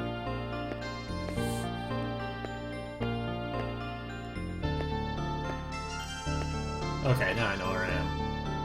I think.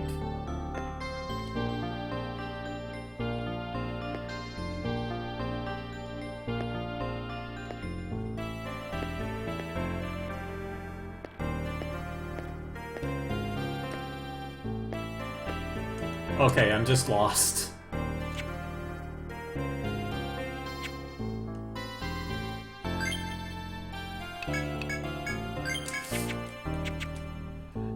I tried to do something fast, but then I got lost without a map.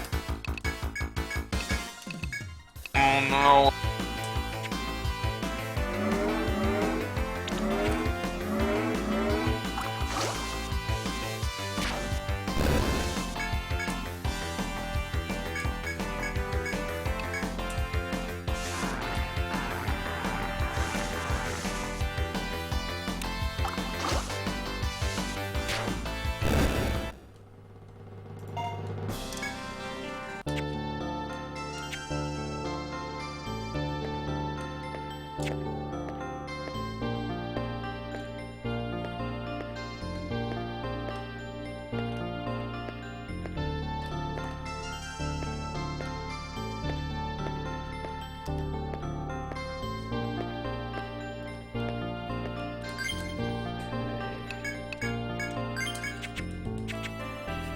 This is the hardest part. Right here, just... If you're skilled enough to navigate an area while drawing a map for another area, then you can go fast, but it's pretty hard.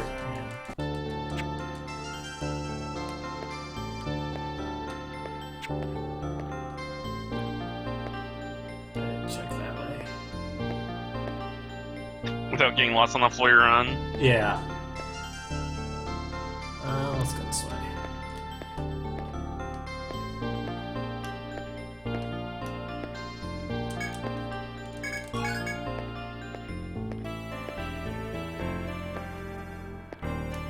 I'm gonna take the steps in here.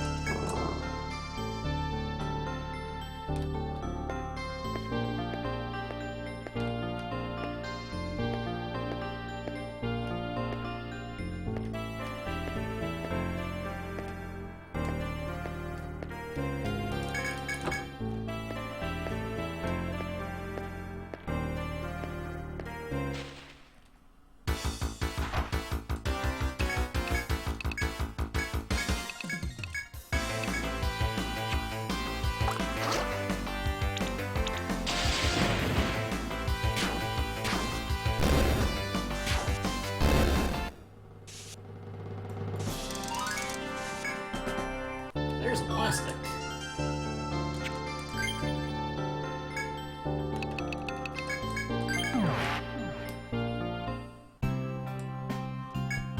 Okay, so there's 3 sleeps.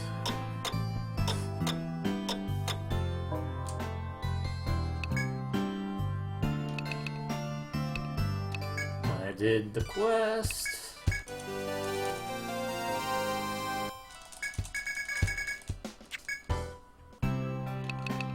So that's free money.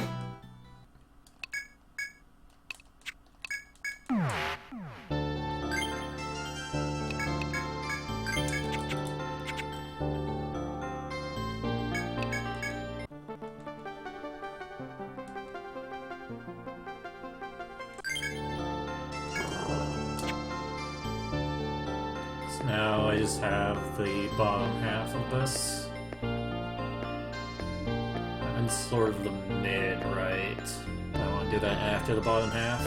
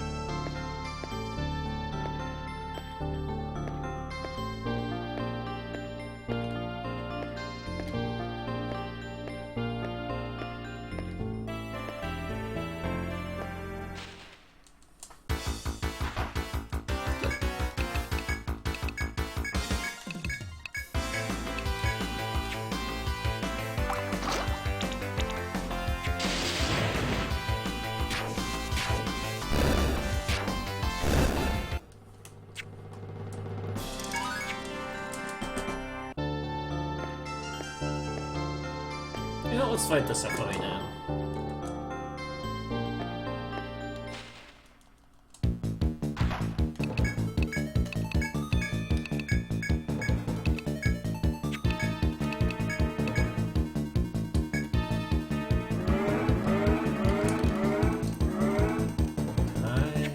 I need to do it this way.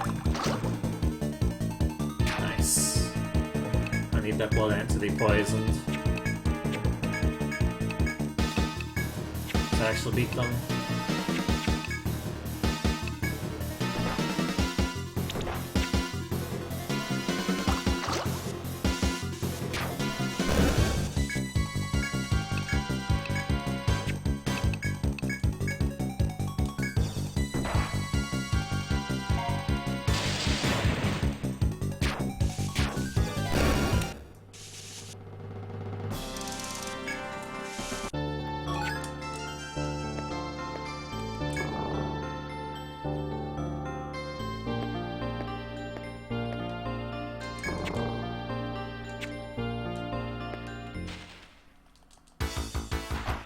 I didn't.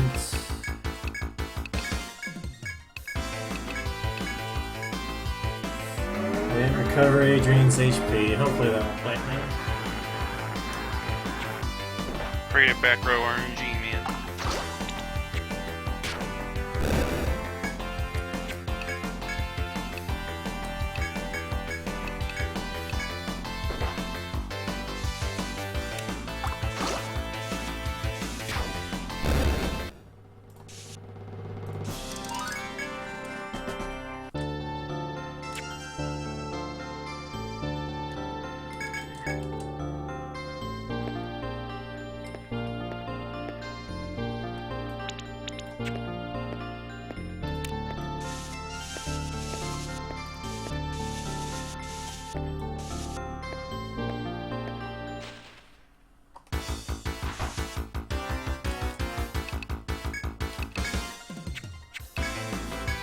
And again, I forgot to heal because I was preoccupied with cartography.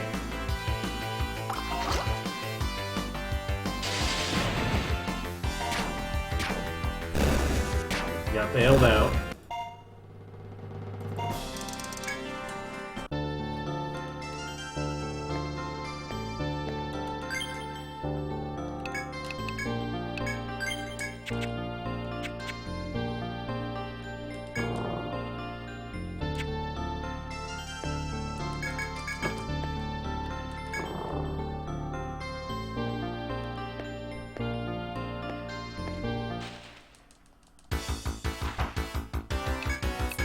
All these preemptives. Sheena doing work. Increasing my preemptive rate.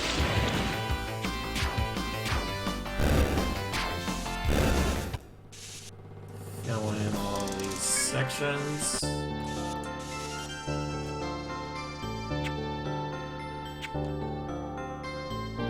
Yeah. Alright. So that's floor 11 down.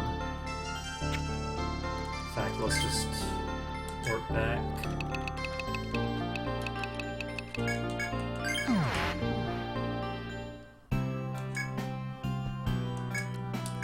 I believe that's 4 sleeps here, so I need 2 more.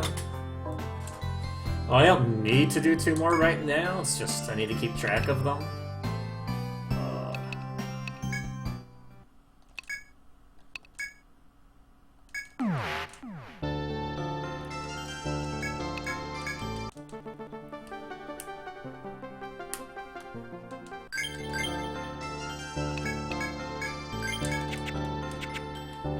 So now I need to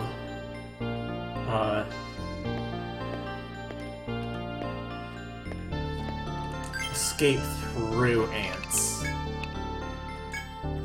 Let's get Stalker up to 10, and then bring that ambush up.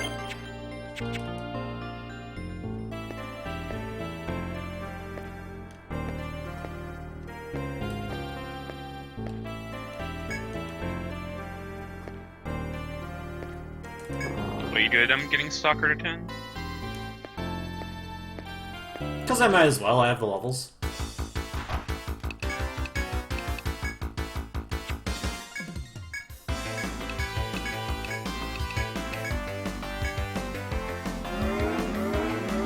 And it just increases the steps. And for floor 13 it matters. Or some of the late, like 13 and 14 it matters having a high Stalker value. But Stalker 6 is good enough for like all the spots in between.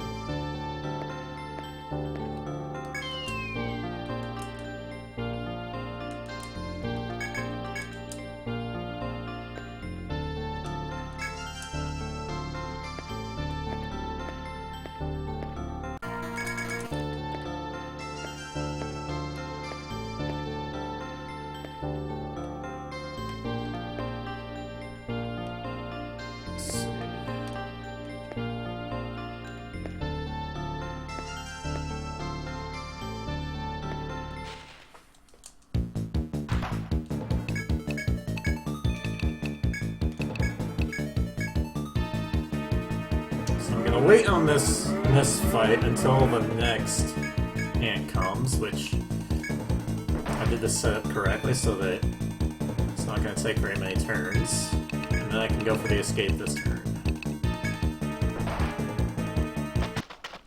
And then walk through the ant. Nope.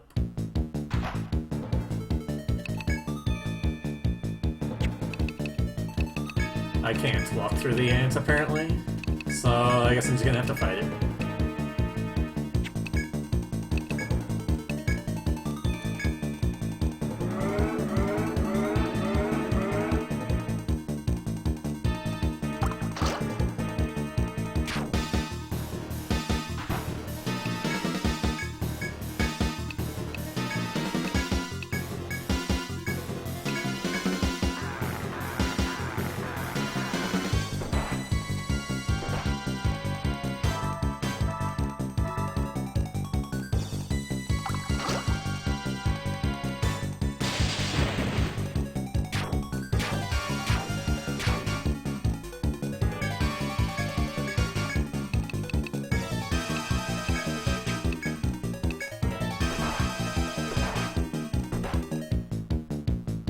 Should have done some again.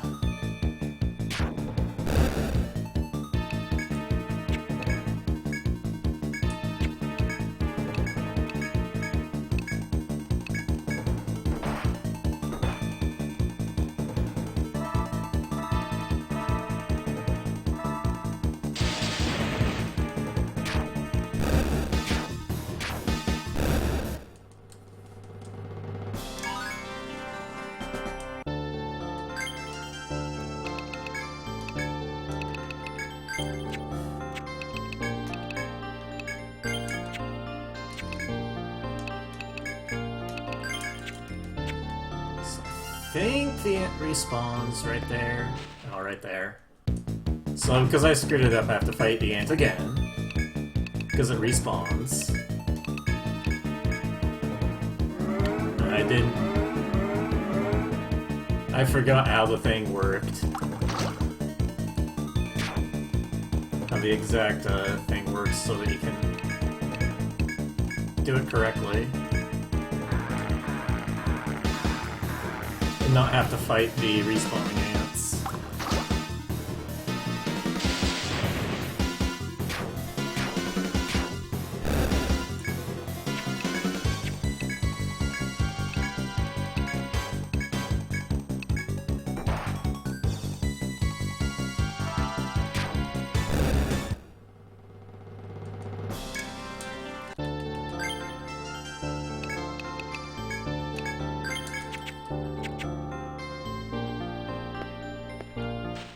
What?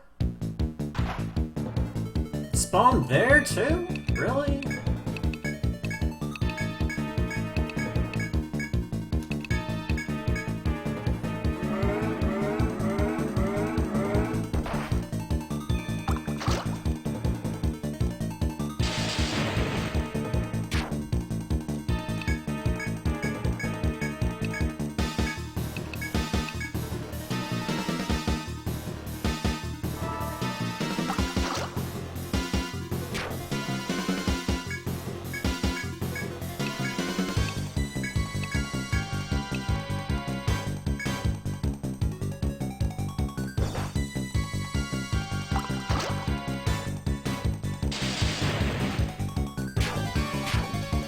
I have some extra TP items, so it's not the end of the world, but...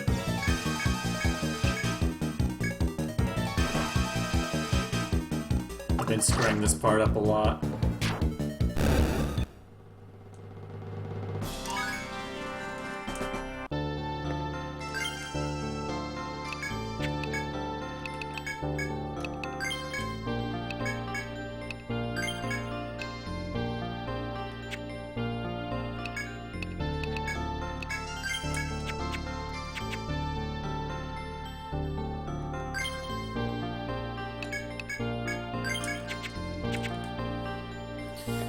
The very beginning?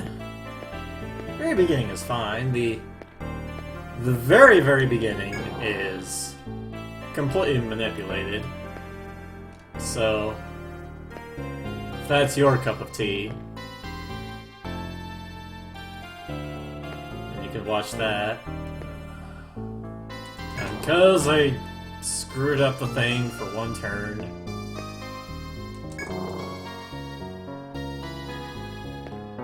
Okay, it's not there. Alright. It's gonna be a bunch of turns here.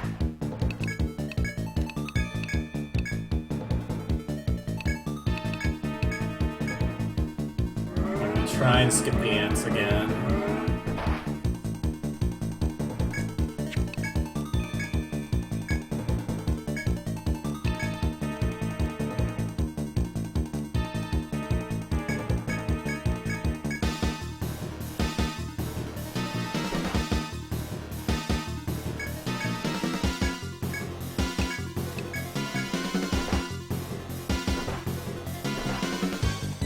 I think next turn I can try going for the run. Yeah, this turn. Yeah, this is the one that you can escape through. But the other one you can't. That's what I screwed up.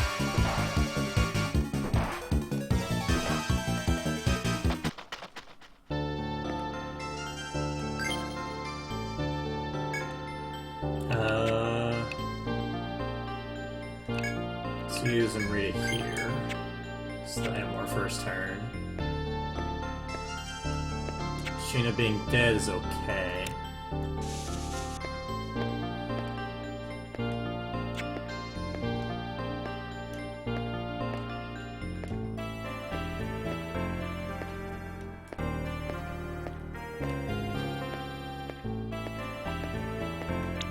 Let me just fill in this spot. That's one tile too much. No, it wasn't.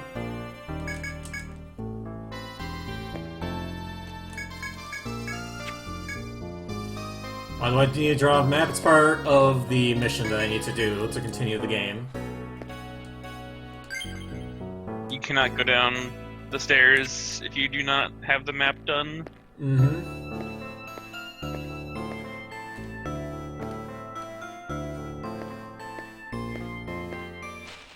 And soon enough, like any time now, I should get the message that I've completed it.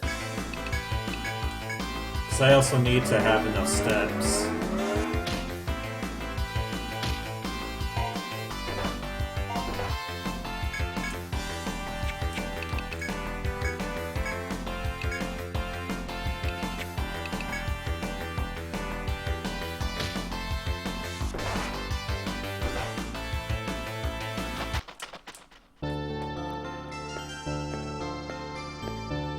There we go.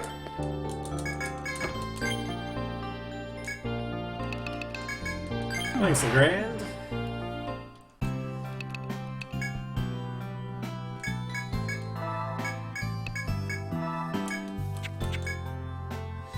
Alright, that's 5 sleeps, so I need to take an extra sleep.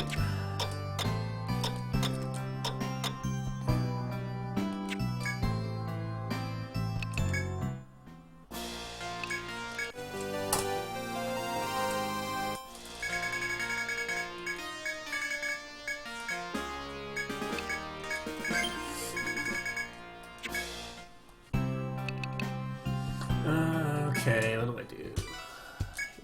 We buy... Well, we sell things.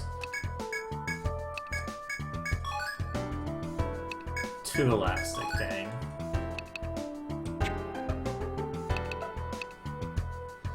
Okay.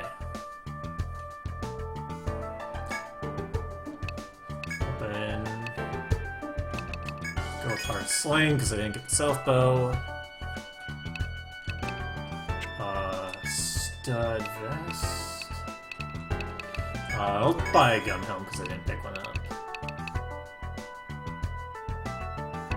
I can't buy a stud vest.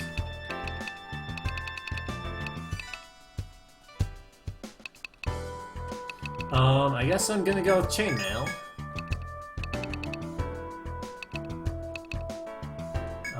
2 bear gloves.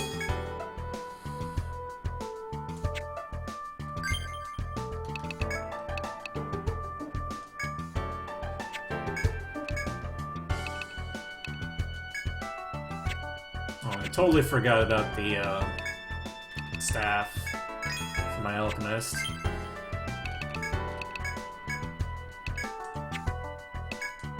And then we want a bear glove on him to increase his tech. Normally I want the stud vest on her, but couldn't do it. And then I want this off of you. We'll take that. Try to increase your defense as much as possible.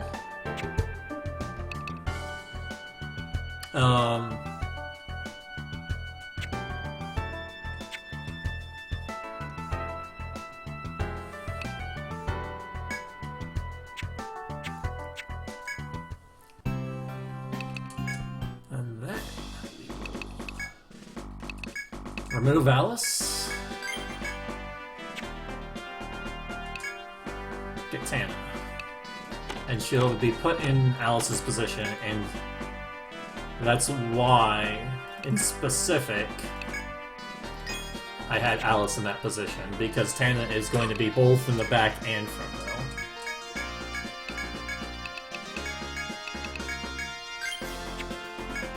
So that just makes menuing a lot easier. And then we can put some things on you to try and increase your defense. Let's sell off any extra things I have that isn't a warp wire and nectar. I didn't equip a hard sling.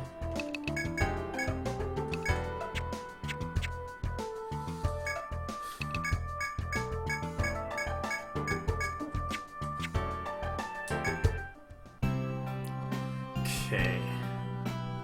Alright, good luck. I'm going to bed. Alright, good night.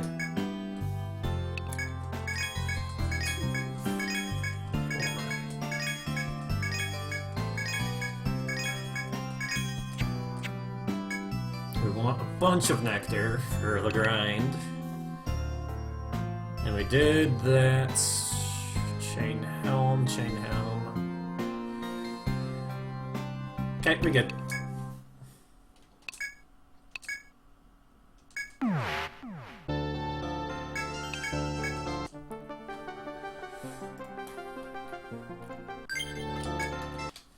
So we're going to do something known as Royal Landscape. We're gonna do it so we can grind. We're still gonna fight the boss later, but we need to grind a lot.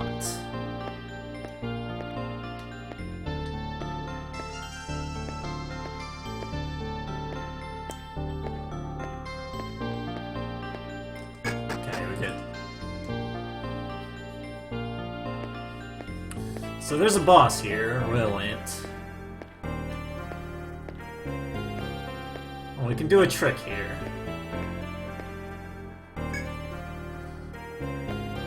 Because there are a bunch of FOE ads in this. And I want to do that manipulation.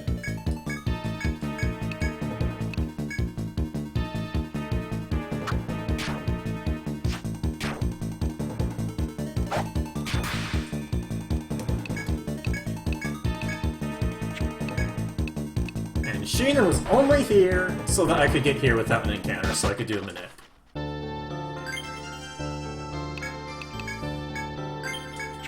During the entire grind section, she's going to be dead.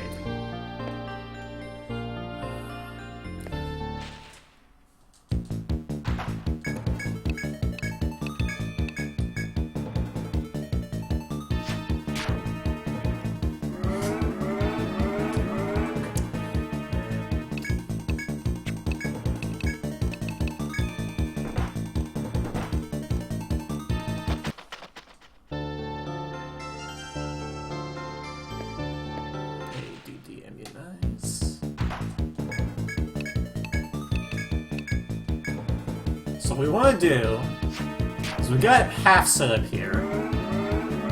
This is the encounter that we really set it up with. So the top right FOE is going to come right behind us on the next turn. And we need to encounter the FOE that's behind us while we're behind it. So the way this works is we're going to escape, go onto the FOE, and then we're going to turn having our backs against Royland as we encounter the FOE that we're on.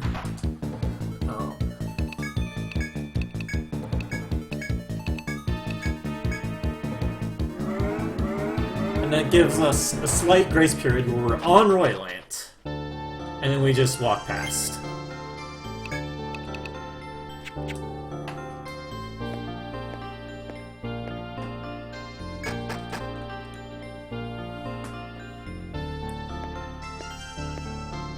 Saves a lot of time, not because I skipped the boss, but because I get here.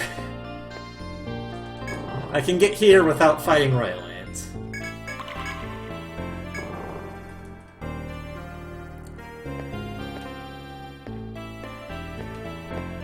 Because this is where we grind.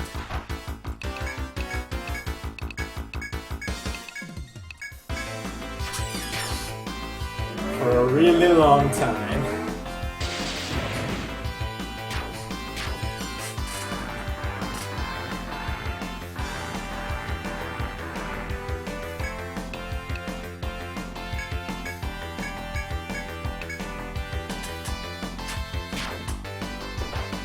It's like an hour long.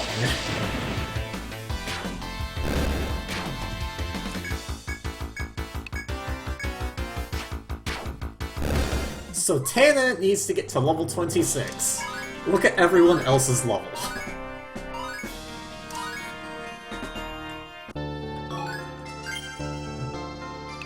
Everyone else is going to be about 30.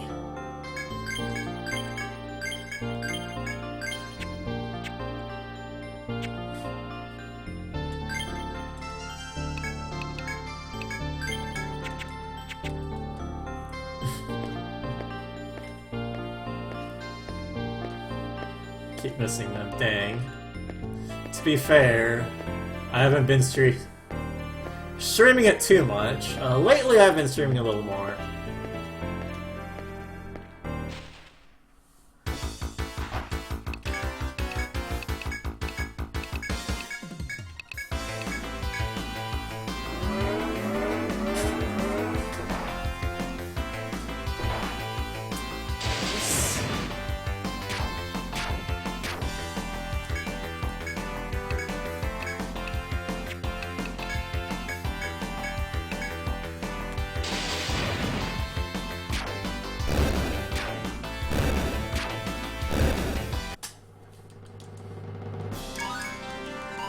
That's the best encounter to get there. Although we do need some of the other ones just for drops. Like, I have a specific number of drops I need. But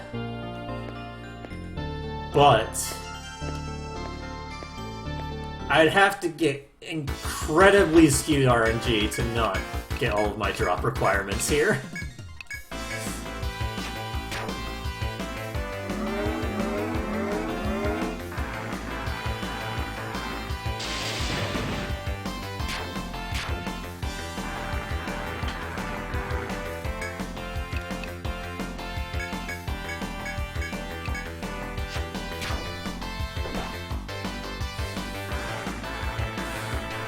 They really want my resistances lowered, even though it has nothing to do with immunize.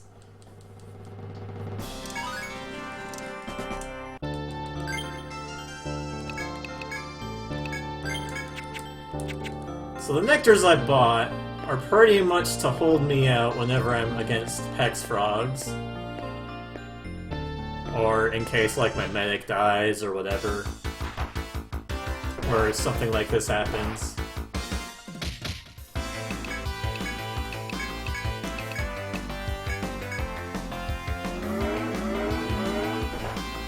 Adrian, you got this. Nice.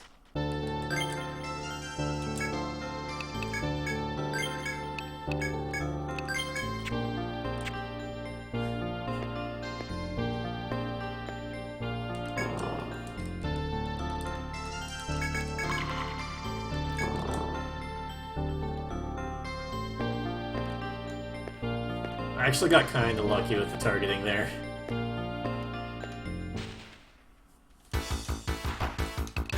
Well, the thing is, Kiru, the further we are in the grind, the less likely we are to die.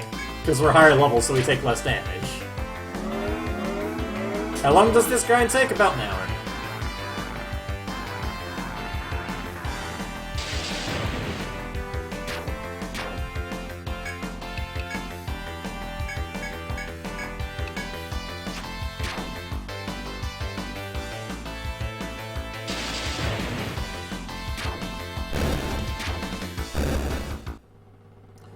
One hour. This is the longest grind in the game, right here.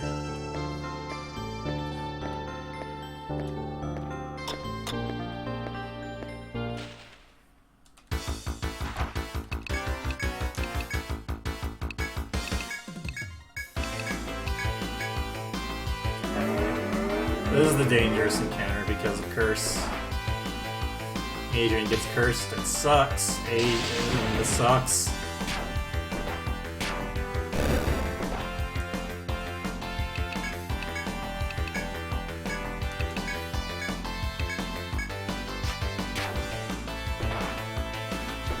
Oh, dang.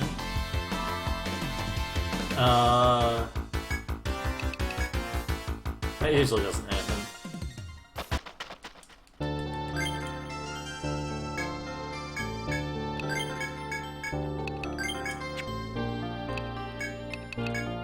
Once Makoto gets to level 25, she'll learn Revive.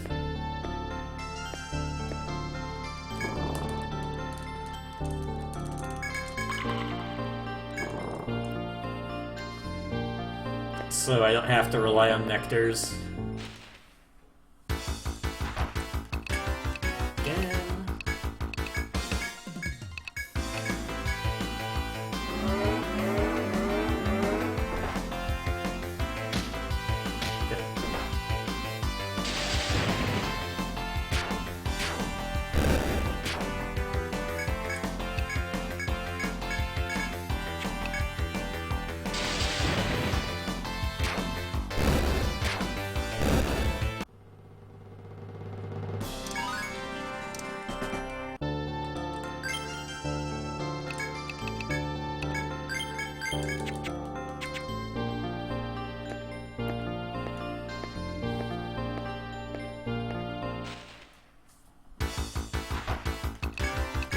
More of these.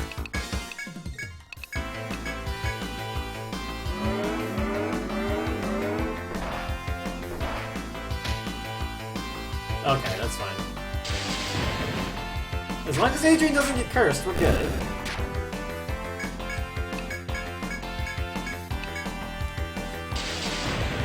So technically I could get a curse resist accessory, but it's terrible.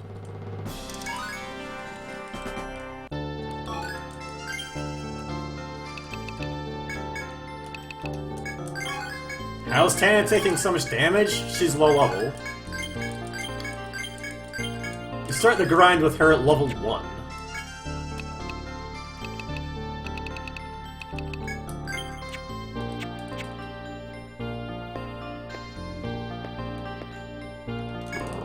And we even immediately give her HP up +5. After one set of levels.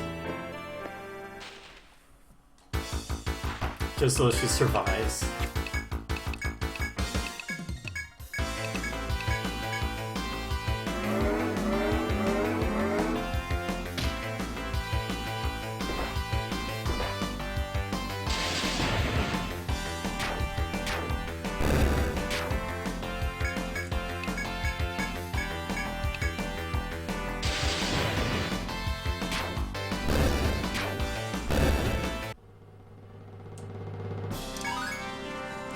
And if you couldn't figure out, the reason why Sheena is dead is because we don't want EXP on her. Well, we'd rather have EXP on our other characters than Sheena. And so it just makes the grinding more efficient.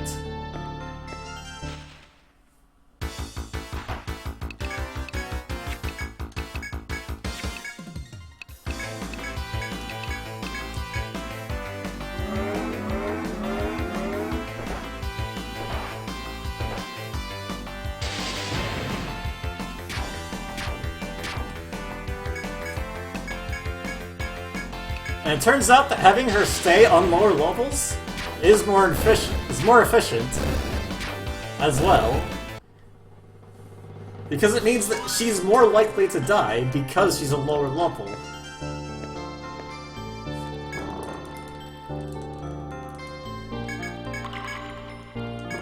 Which is what she's best at doing. That's what we want her to do, is to be dead. Except for the points that we're not going to fight anything.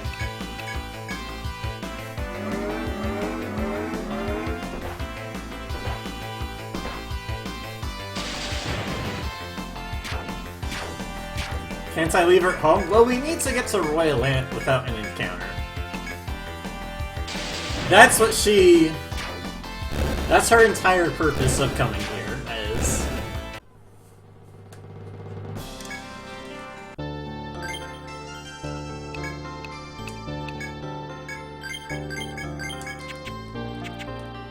so that we can manipulate the skip.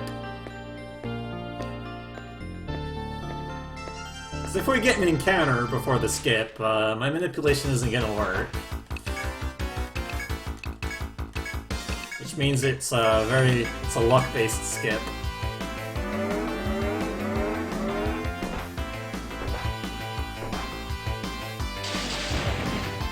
But I mean, there isn't a fifth character we could use, so...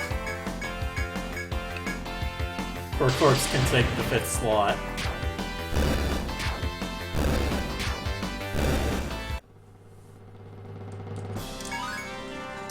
And that works out just fine. Alright, one more level on Makoto, and then we can get Revive. And not have to worry about relying on Nectars.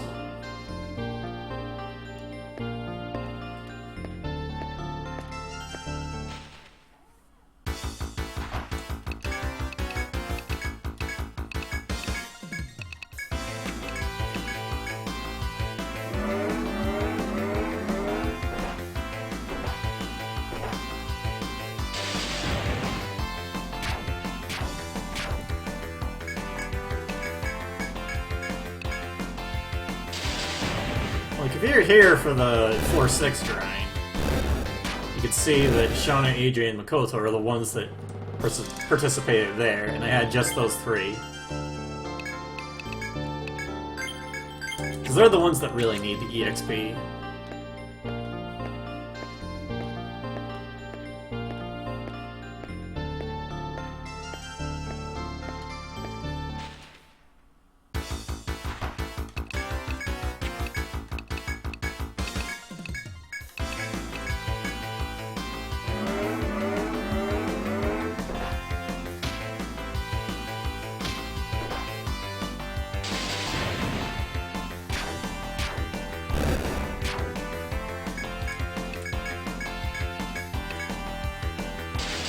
I've been getting lucky with Adrian so far. This is a good encounter if Adrian doesn't get cursed.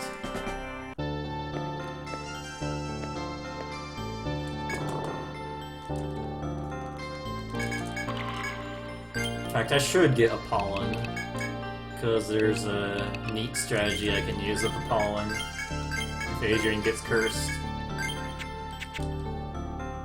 Or I can Apollon the bat that doesn't get hit at all.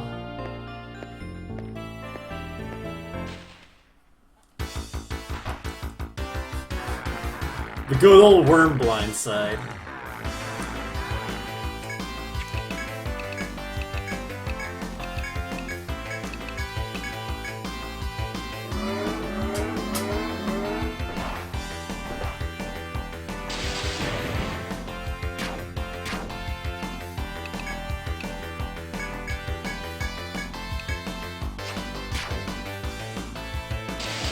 The worms are actually kind of resistant to magic, but it's still really powerful to use magic. And Sheen is dead. yeah.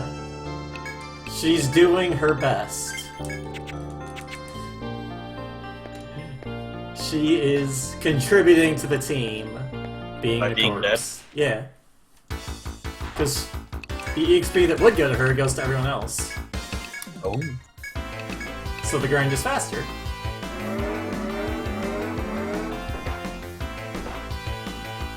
And I needed her to do the Royal Lance skip to get to the grind spot, so that I could manipulate it. And during the manipulation, by the way, I intentionally have her die. I could have had it where she would be alive. But then EXP. Yeah, I need the EXP. And I don't need it on Sheena.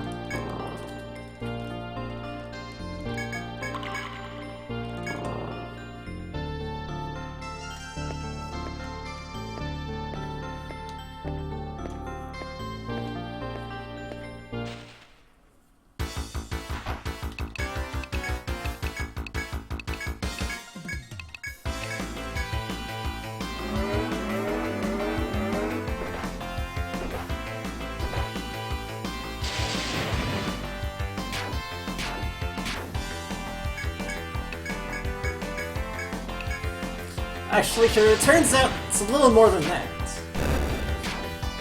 Because her, by being low level, means that she takes more damage, and she also has less HP. So she dies more often at later points than I would normally get EXP on other characters. Oh man, Kira with the strats there. Grind with Stalker on. Why did I never think of that?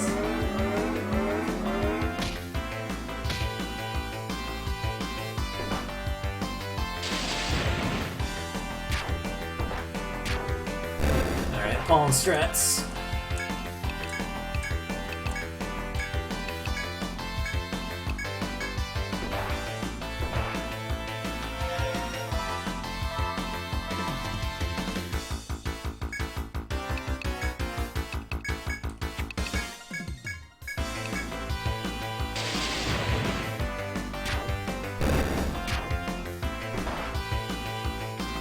I don't have first turn, so I guess Adrian's not getting EXP. Whatever.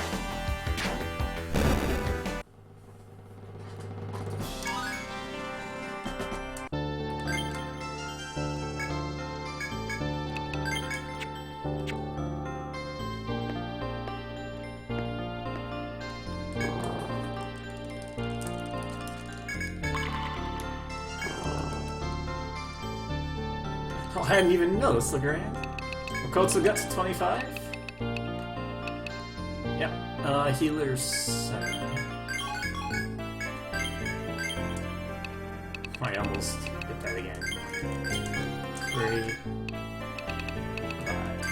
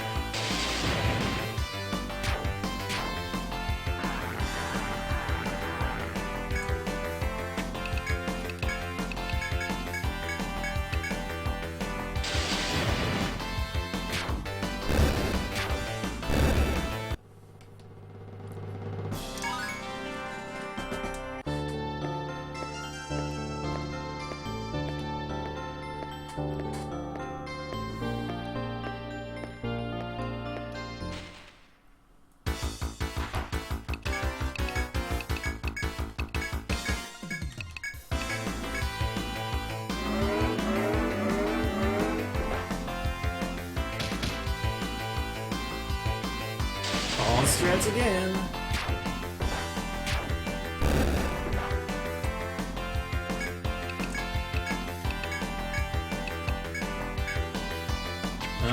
We can use Revive this.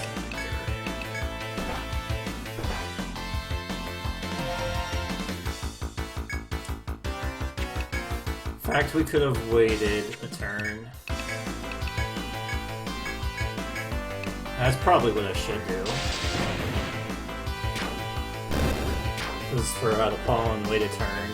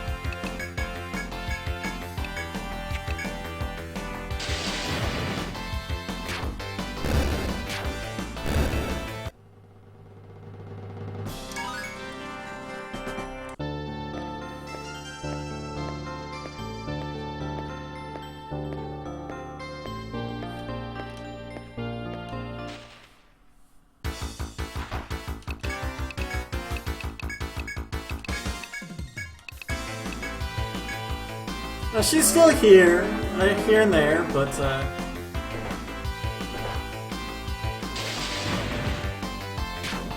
she misses out on a lot of activities. Because she's napping. She takes a really long nap. Like, this actually lasts more than a full day in-game. Poor girl's narcoleptic. She had a coma. A really Intense short... food coma. Yeah, I think she ate a little too much before she got to roiling it. That curry at the end is deadly.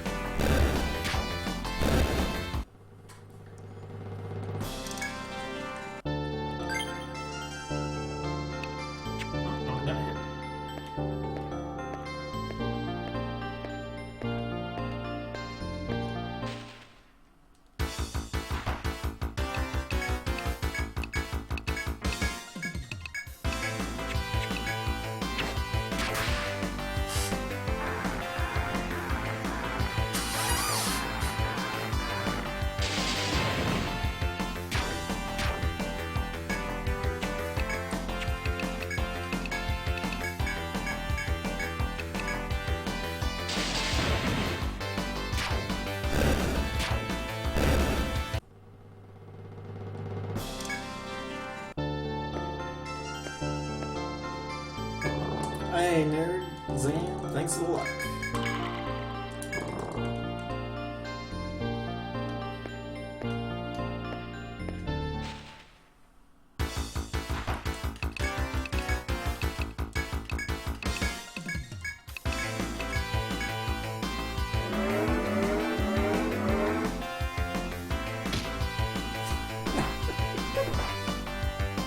I love when the game taunts me like this, with Adrian being the only one cursed.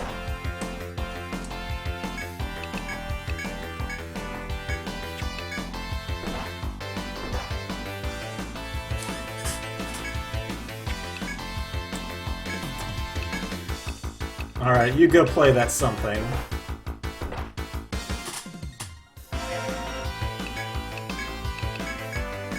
For those Geo. Yeah, where is Geo? I don't know.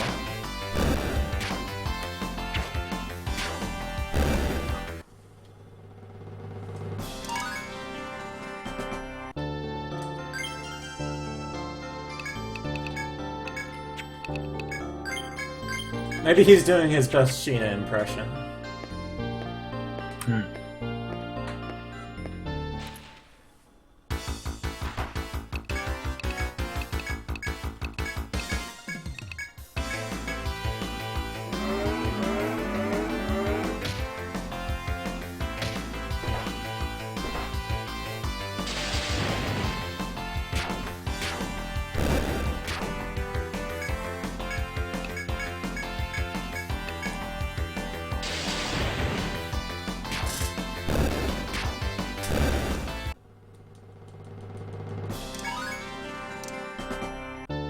The heck is that status? Poison?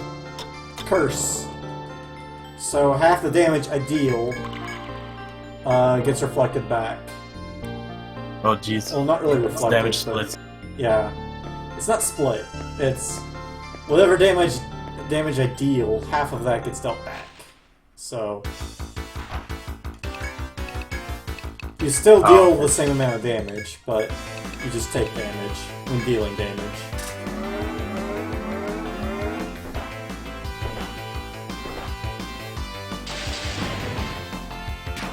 Sorta like confusion, but not quite.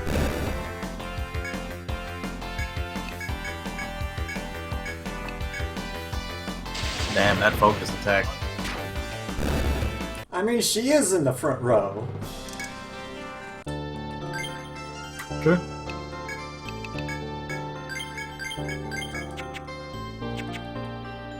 She is the sole character in the front row.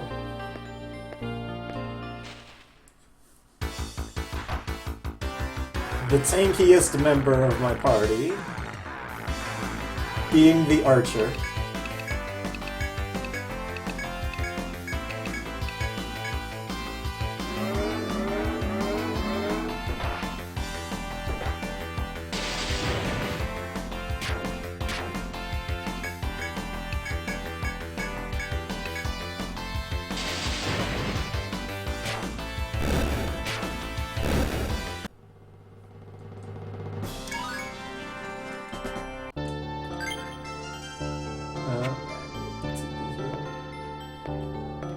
And she will continue to be the tankiest party member of the party.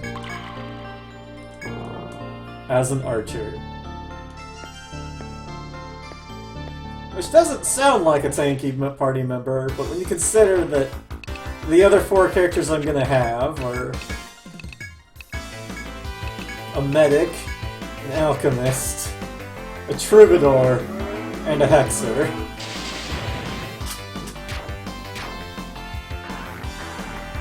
And yeah, she's the tankiest.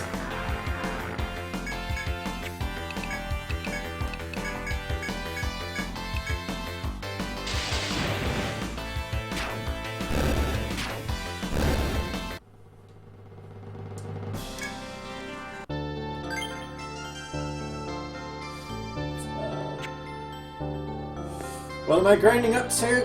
Tana needs to get to level 26 so that she can get level 10 relaxing and level 1 stamina. Which are buffs. Stamina is a buff that increases max HP in a fight, and relaxing is TP regeneration in a fight. Because of how the damage mechanics work in this game, I need to actually be able to beat some of the bosses from now on.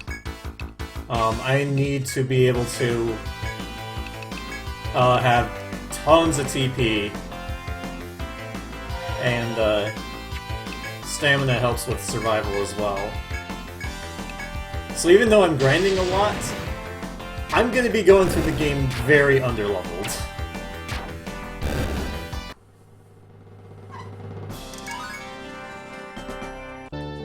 Mainly because I'm not exploring every single nook and cranny of every single part. So it's faster to just grind at the efficient spots in the game and just cut out a lot of the exploration.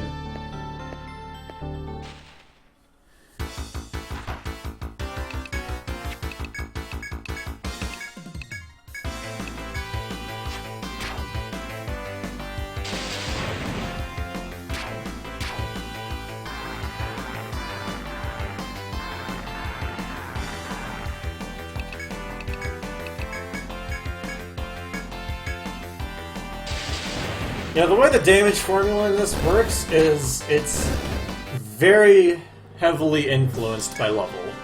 So, it's not exactly true, but about on average, each level difference you have from the enemy, you get a 4% decrease in damage and 4% increase in damage taken. That's every level. That is offset by the skill Immunize.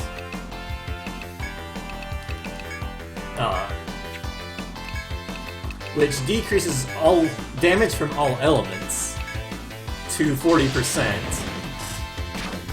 But the thing is you have 3 physical elements and 3 magic elements, and they all count as elements, so it's just all damage that isn't poison or curse. And yes, Sheena is dead to increase the experience of other party members. And I needed her along to be able to do a sort of glitch.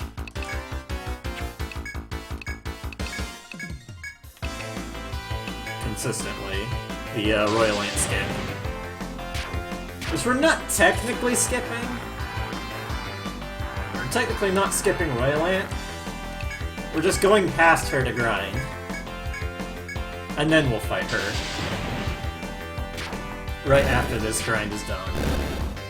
When Tana is level 26.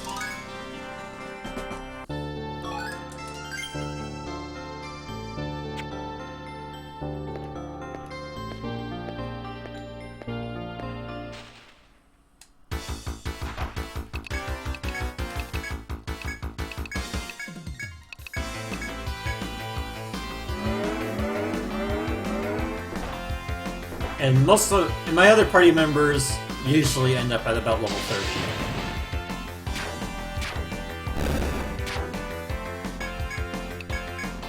And I need to do this grind not just to get past this stratum, the two bosses in here, both Royal and Catrangle,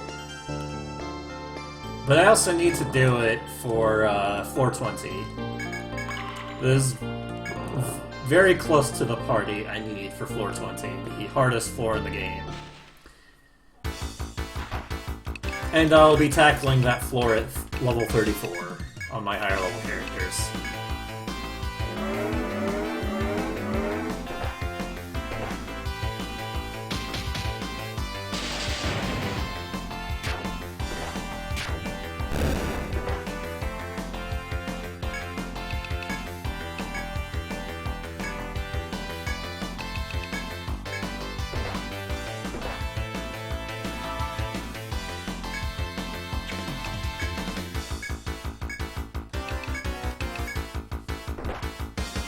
So right there, since Adrian died, I'm going to do a delayed attack on the bat on the right that didn't get hit. Revive Adrian this turn, make Adrian go first. That bat doesn't die, and then Apollon happens. It has a really high priority. First turn is basically the only thing that can go before Apollon. So it's a neat trick. Apollon was a very powerful attack that comes down like 2 turns later. 2 or 3 turns later, depending on how you consider it to be later.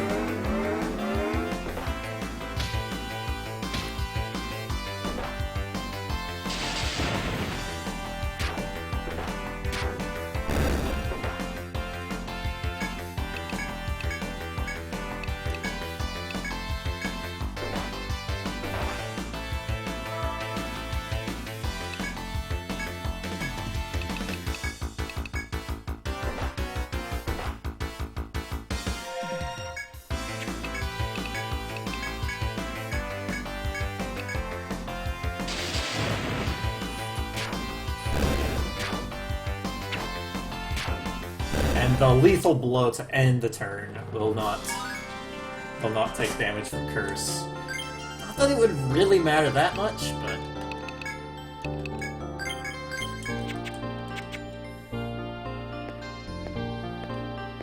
Yeah, one huge advantage of this grind is the heal spot I have to work with.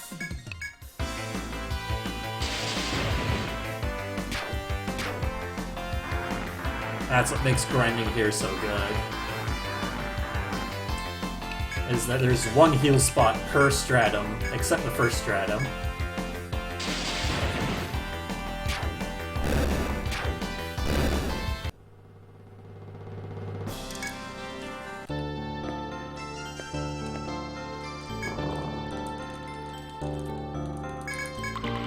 So to fight enemies efficiently, or quickly, you have to use a lot of TP. There is a heal spot in the first stratum? Dang.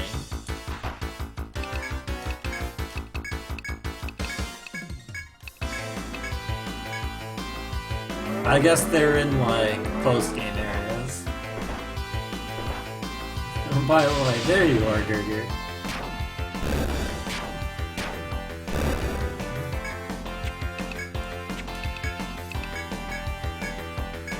We all know you can't resist. The Etrian 1 speedrun.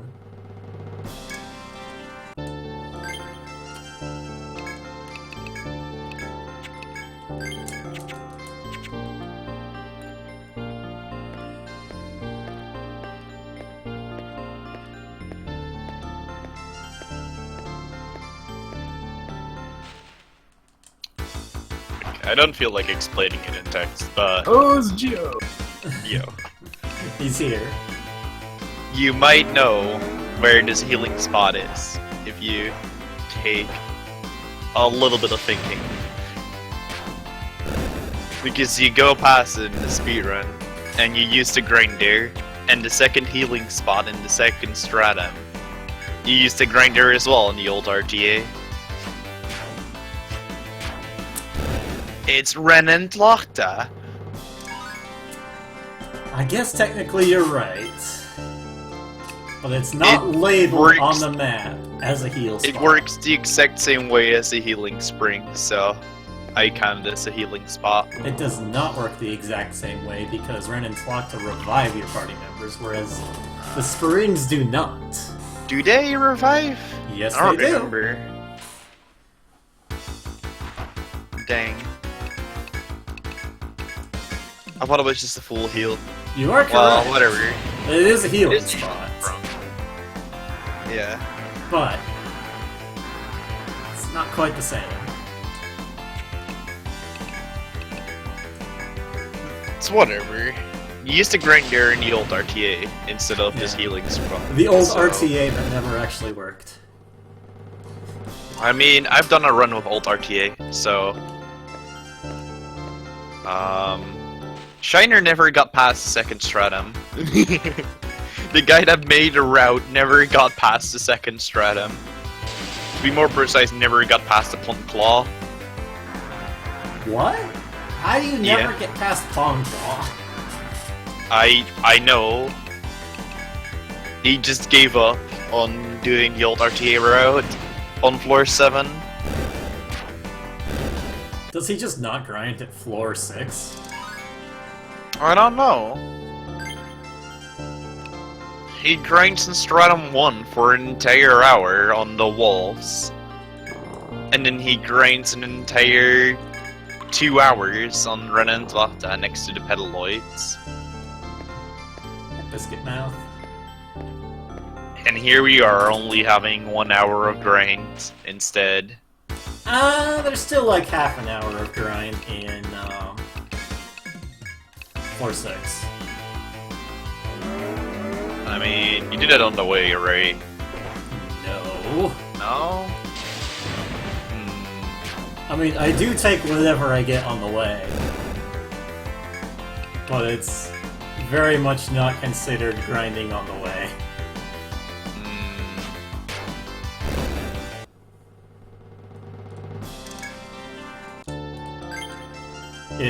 It takes 10 sleeps in one specific spot. In fact, I did it very specifically to where I farmed 4 times. And then I grind at the spot 10 times. I take 10 trips. 'Cause, you know, I'll just run out of TP. Yeah. Is there anything special with that number? I mean... I know. I'm not gonna tell it. Be spoiling game mechanics. Spoiling These a white run. people. Part of the run that already happened. Yeah. Hey, Solomon. Hi.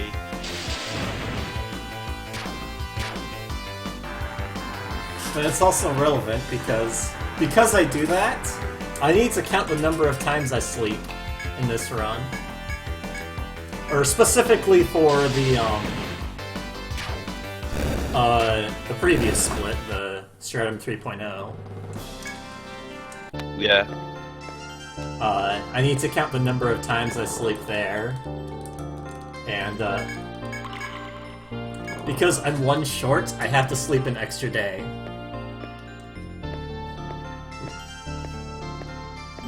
How do you count to 14? Was it 14? Yes. You can't even count to 4 in Nocturne. I may have counted incorrectly. We don't know. It's likely that I've counted incorrectly somewhere. Wow. Counting! Uh-oh. Counting to 14 is truly harder than counting to 4, confirmed. Well, yeah. Look at Chaos, he can only count to 5 in rapid succession.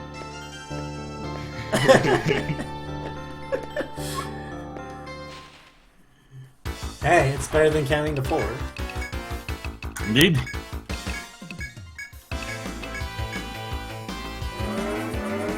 And I'm gonna hear it's 5 AM.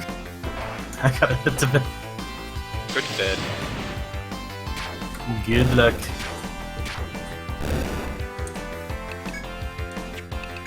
Get that ZZZ count on Live Split. Yeah.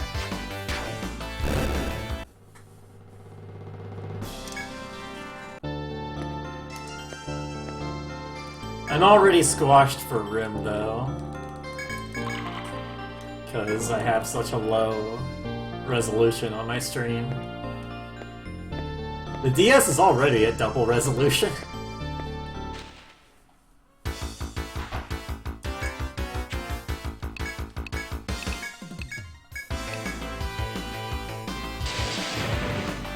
Like, you really don't need a high resolution for Etrian Odyssey anyway.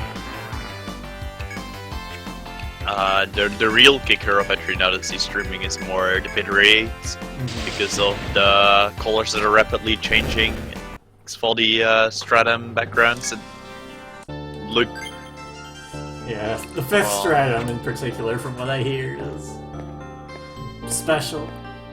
yeah, it's usually the 3rd and 5th stratum that are just complete pixels. If you have a low bitrate.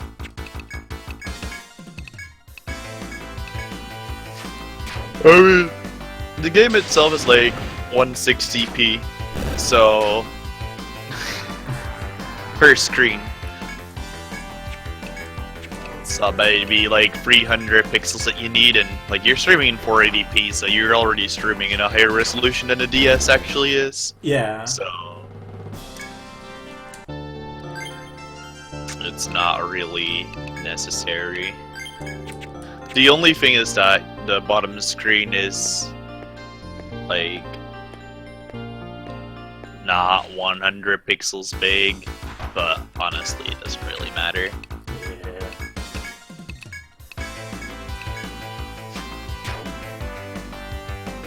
You can see the bottom screen well enough to see what is going on in 480p. Top screen that is more important anyway.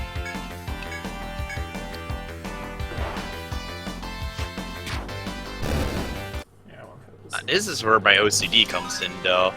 There's like 1 pixel line on the top screen on the top that isn't part of the screen but the emulator. Ah. It doesn't really matter either way, but I used to have it where like a pixel of the bottom screen was part of the top. yeah, that's also horrible. I hate it when there's like 1 pixel wrong and it's like, no! It's a pixel, it matters!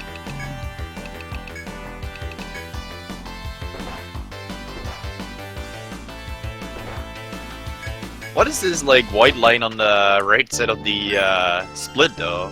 The timer. Oh. Oh? Apparently I need to get that refreshed then. I was just, Is it, like, slightly bluish? Blue? I'm not sure, it's more white. It's very light blue. Might be.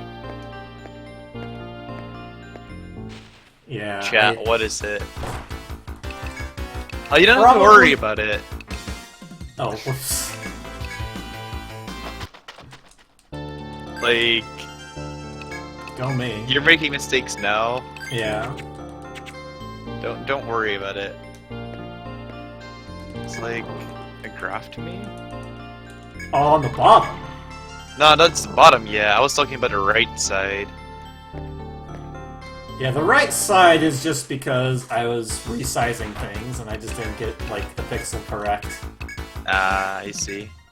So I just need to hit refresh because on the right of my timer is Notepad. Ah, I have something open in Notepad.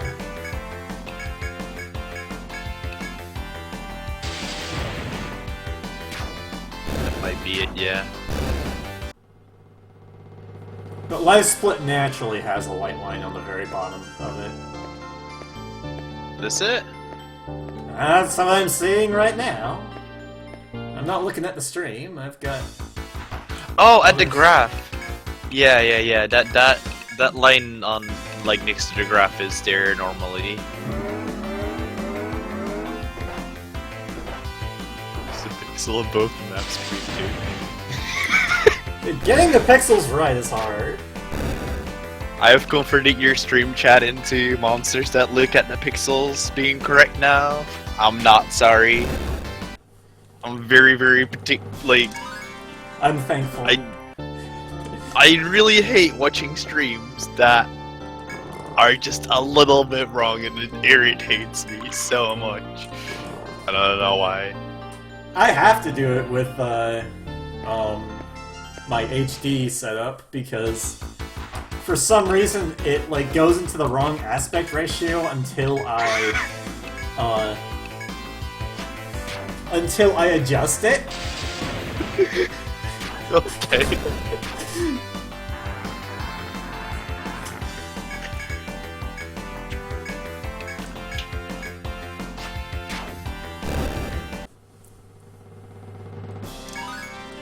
One more.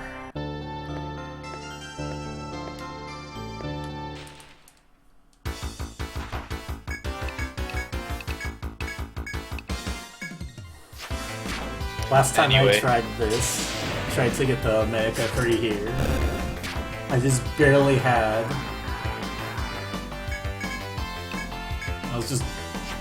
I barely filled up my items. Okay, we got it this time. I promised to do some Paper Mario Sticker Star with Raven today, which nerds I might remember those terrible days of Sticker Star. He was there in my chat. Why would you ever want to watch that, dude? You have bad taste in video games. I knew he was gonna say that. I knew it. There is a new world record in Sticker Star. However, that run was cheated. But he did have a few strategies. Using illegal hardware. Or was Not illegal software? hardware. Illegal settings or something. I forget the exact story. He was using this homebrew to stream the 3DS over Wi-Fi. But using that homebrew speeds up your 3DS because otherwise it doesn't have enough CPU power to, be able to stream. However, this also streams this also speeds up older games that weren't made for the new 3DS. Higher clock speed. So he saved an entire 10 minutes just by using this homebrew. Because he overclocked to be able to stream from 3DS. Yeah, which happens automatically. He didn't even know about it until we told him. It's a very undocumented thing, and nobody tells you about it. That is a thing. So he came into the Discord and he was like, "I'm so sorry that I cheated. I didn't mean to. I didn't even know I cheated." I figured as much. Everyone was calling out on him being a cheater, and I'm just like, yeah, why are you calling him out on being a cheater? He probably didn't even know about it. Almost there. 10 is almost 26. Imagine cheating without knowing about it. What a concept.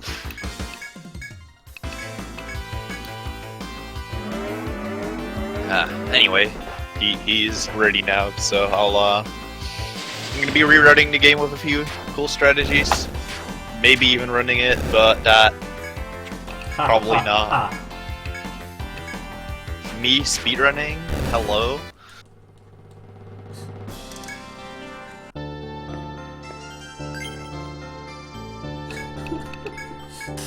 I thought the Donkey Kong 94 thing was just a meme.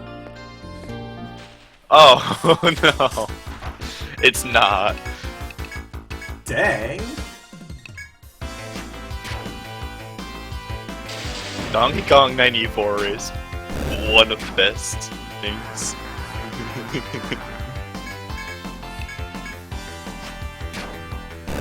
Yeah, we did add the rule to the leaderboards that NTR streaming isn't allowed because it overclocks your 3DS. That's what was with the cheat, like he overclocked the 3DS and went a little bit faster than you can. Because for old 3DS games, what the new 3DS does, it underclocks the CPU and goes into compatibility mode. Nice crit. So it really wasn't a cheat. Oh.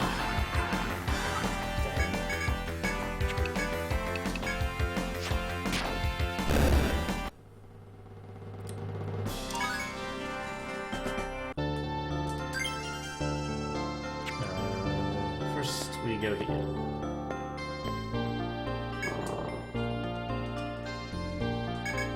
So stress, I heal, and then I revive Sheena.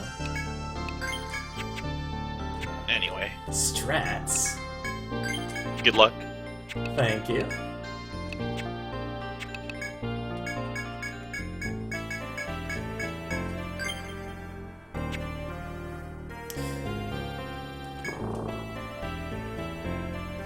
Oh, I need to, you know, get the skills that I grinded for.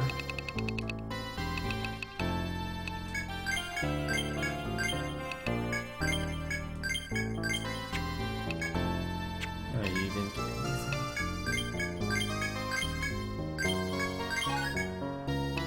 Song 7.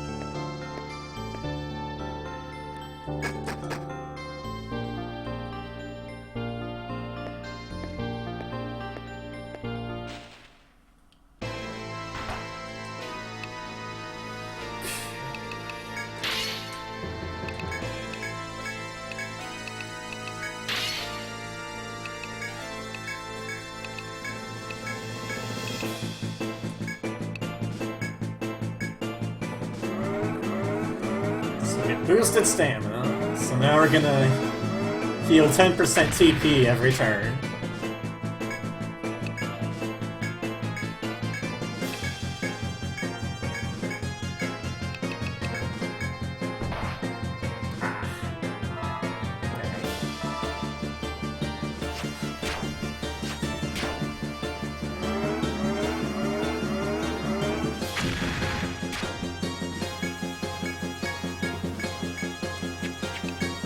Actual boss? Oh man. told you the grind goes all the way till Tana gets to level 26, and she got to level 26.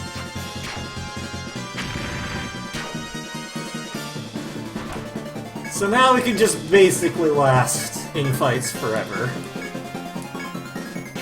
We don't have to worry about whether or not we have enough TP to last through a fight. And we're way higher level now.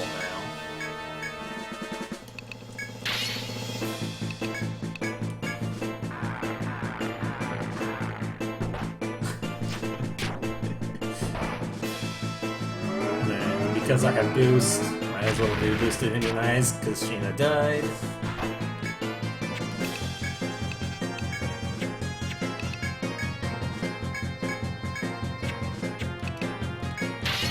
And Tana's buffs, they last forever.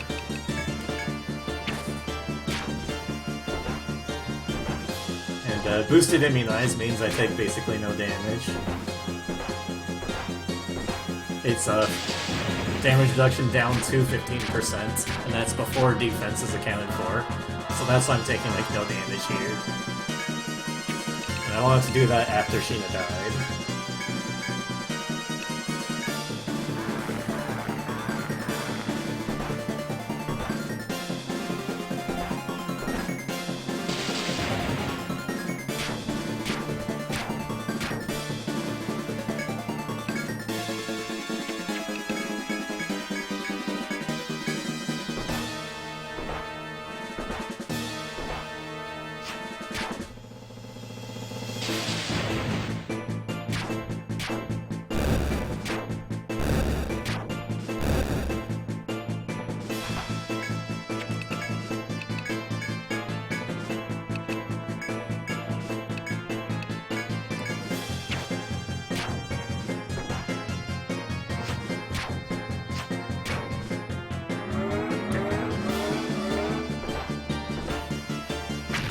Oh, that's fine. Immunize, though, doesn't last all the time.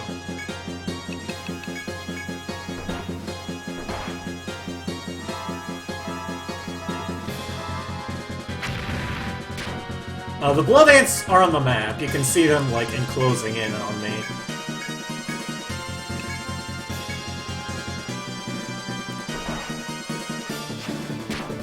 And they do keep respawning.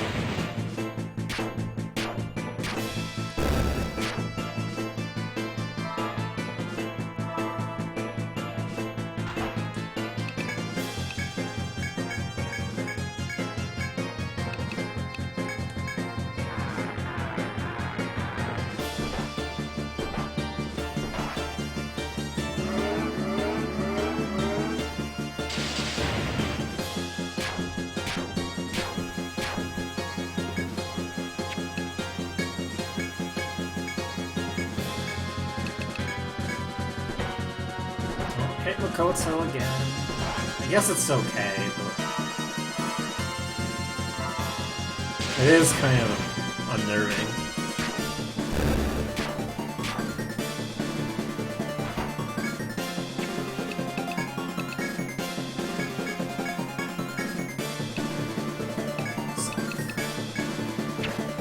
And there she goes.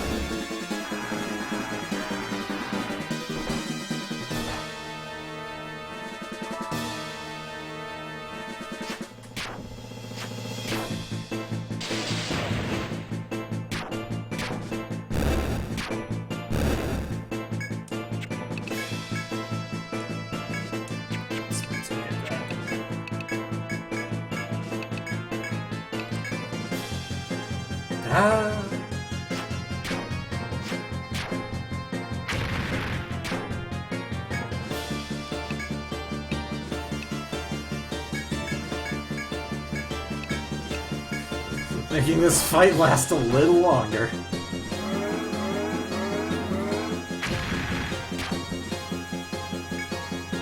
Reinforce right when Ryolant is dead.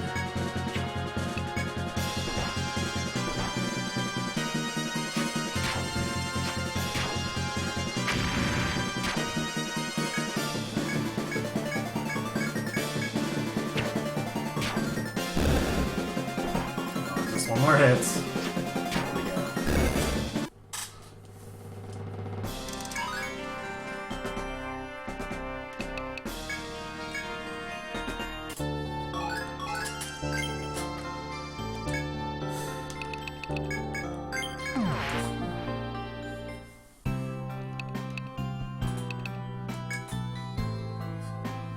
Good time save.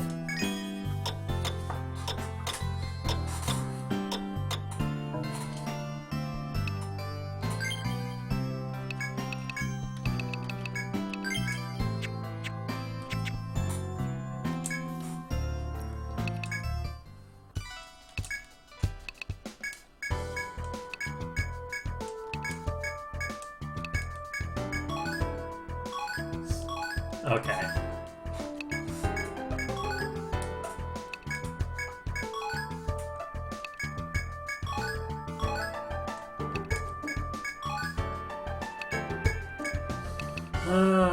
So this. What do I need to buy?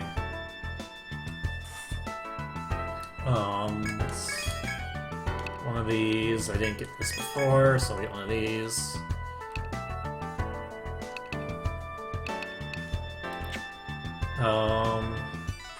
What else do I need? Notes, notes, help me! Gemstaff! Gemstaff and Self-Bow.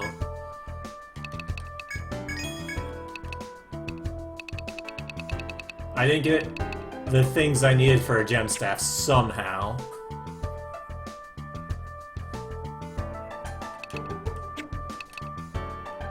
Alright.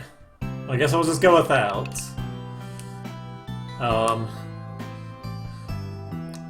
Anyone want to tell me what the things for a Gemstaff is?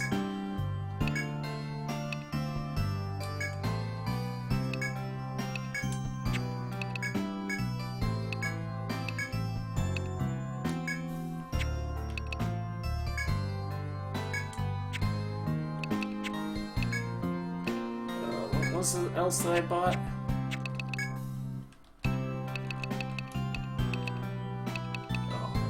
Glass eye times 2, okay.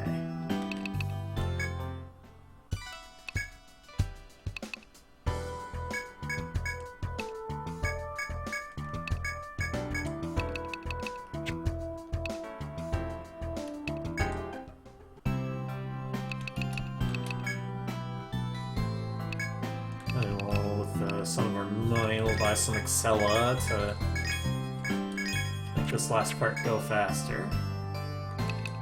That's fine. It's fine.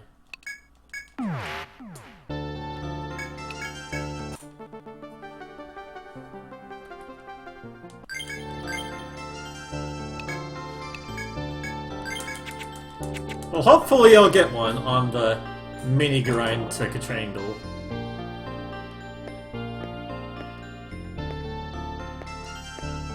I just never got 2 in the whole grind. I remember seeing 1.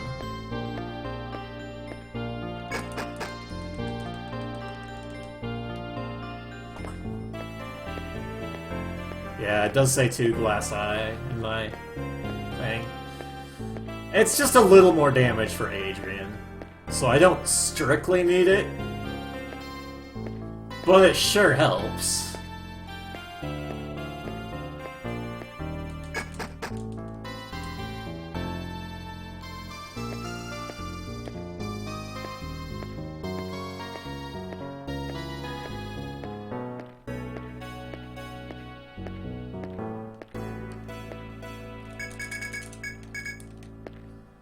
The thing is, it's plus 2 tech, compared to what he already has. What he already has is plus 1 tech, and Glass, or the Gemstaff gives plus 3. So it's an additional 2.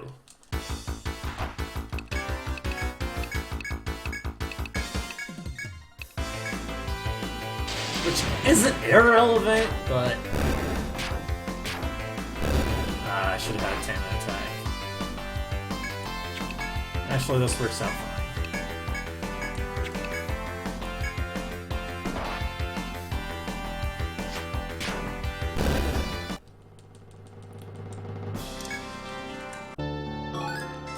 Rock coral.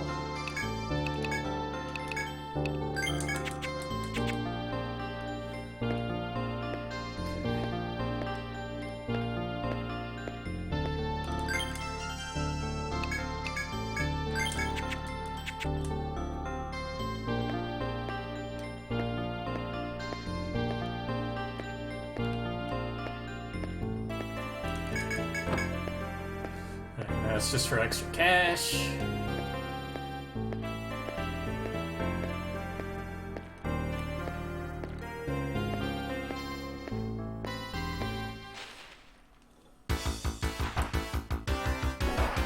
Oh, right.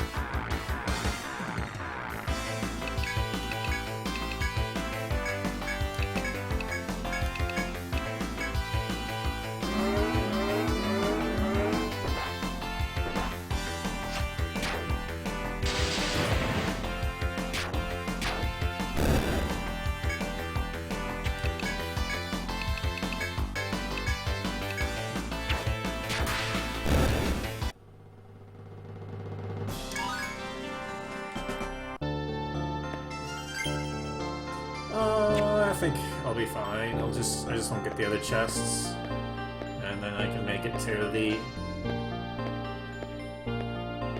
make it back, make it to the shortcut.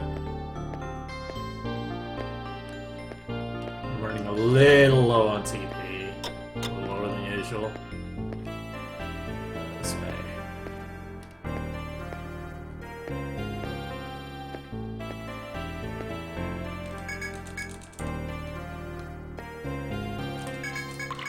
So I need to do a mini grind here again. My other characters need to get to 32, and Tannen. The most important part is that Tannen needs to get boost.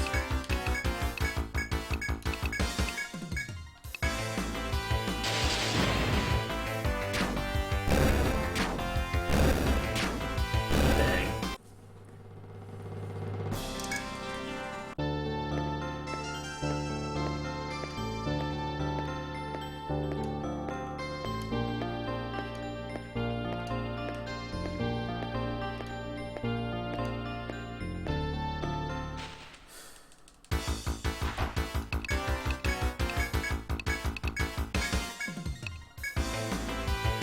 Maybe that won't die this time? Nice.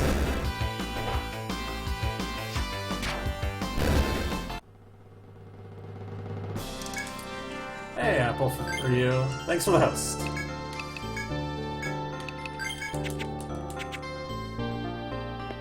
Assuming you went back, you're back into grinding Order of Ecclesia?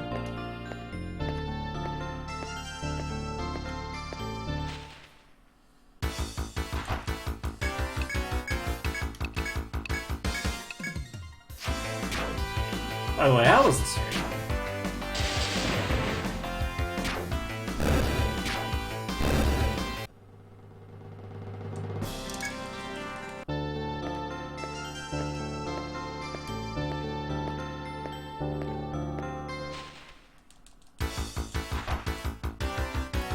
Good preemptive there. Yes.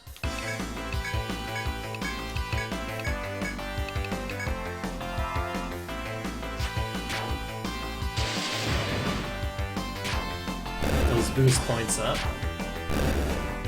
Alright, another turn to get her boost points up.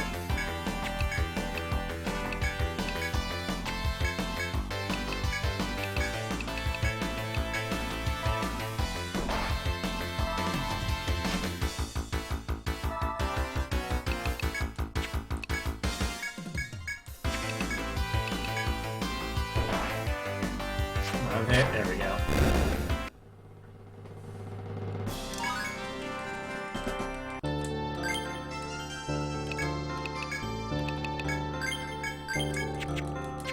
So those coming in from Apple's stream, this is Etrian Odyssey, a dungeon crawler RPG.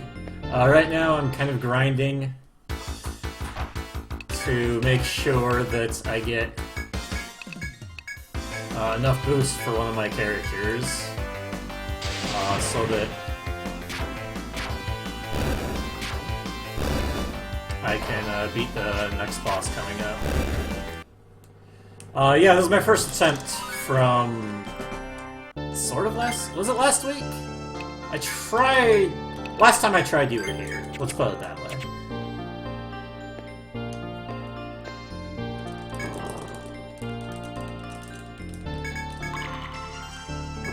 I think it was like 5 days ago. On Sunday, I think. So last week, depending on what you consider a week to be.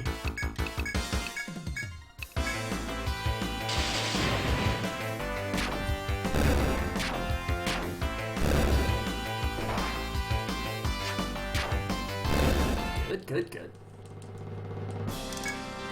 I'm almost there with Shauna. I don't know if I need Shauna to be at high levels.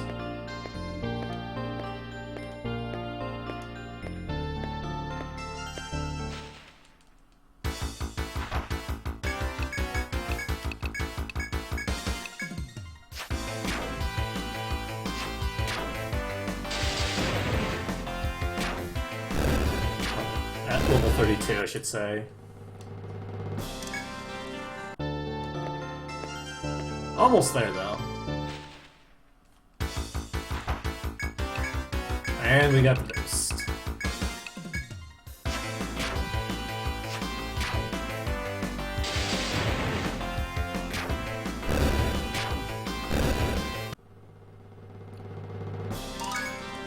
There we go.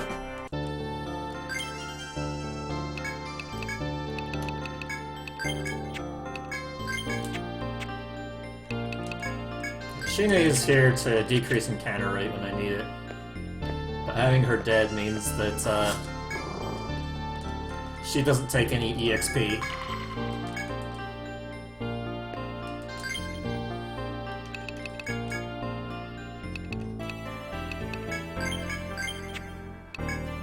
don't have any points.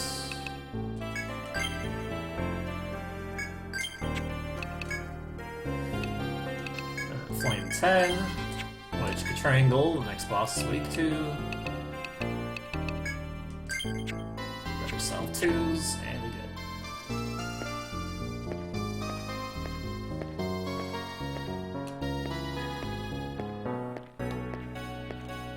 good. It's convenient because with her being at a lower level, it makes it so she's easier to get killed. So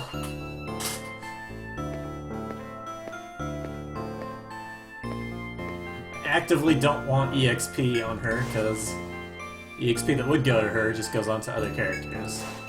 And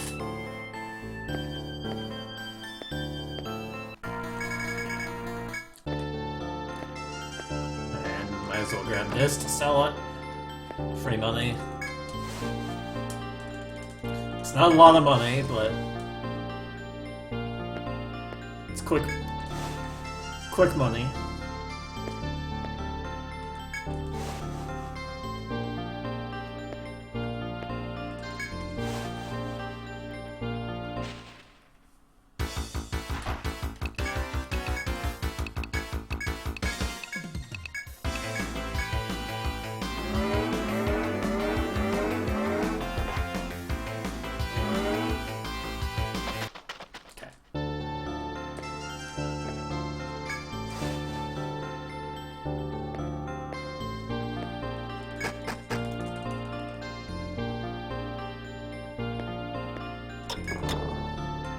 Need to reapply. Stalker.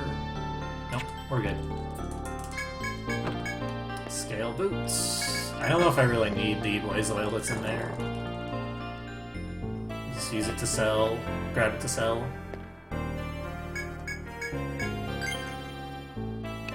Want to equip the boots onto you. Just increase your defense by a little. Let's top you off. we good. Okay, preemptive would be nice. Triangle goes really well if you get a preemptive.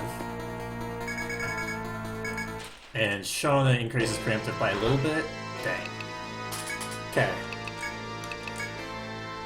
So in that case, I need to use stamina on the first turn in case Tana falls asleep.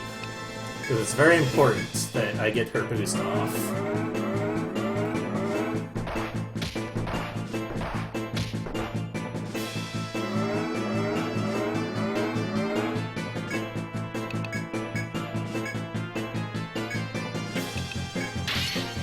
Next attack, will do just the same amount of damage.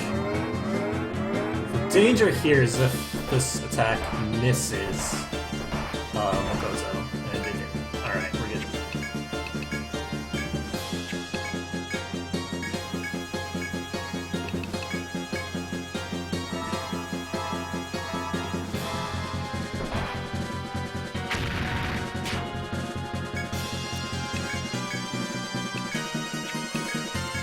Very important that I get boosted relaxing on.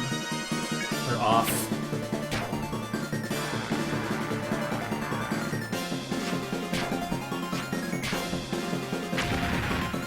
Because that gives me TP regen.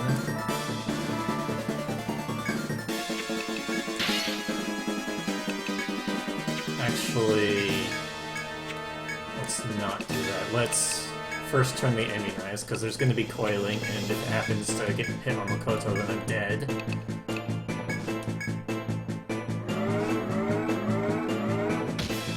Okay, it happened on Adrian, so I'm just not going to get damage from him.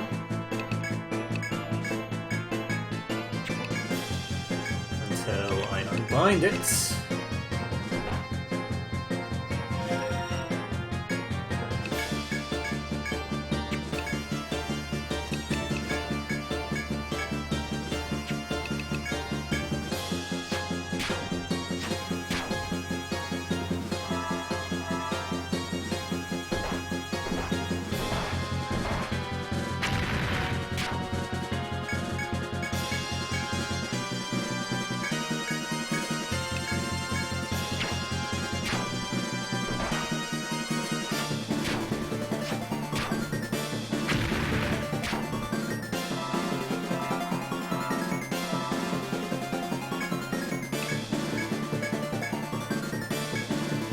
Why no zeal?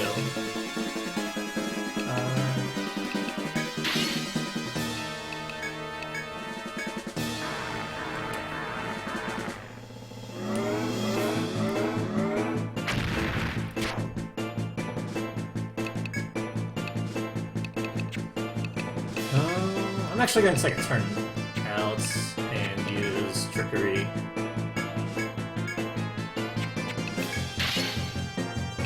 I mean, Katrangle is weak to fire, if that's your ass, if you're trying to not be a silly person.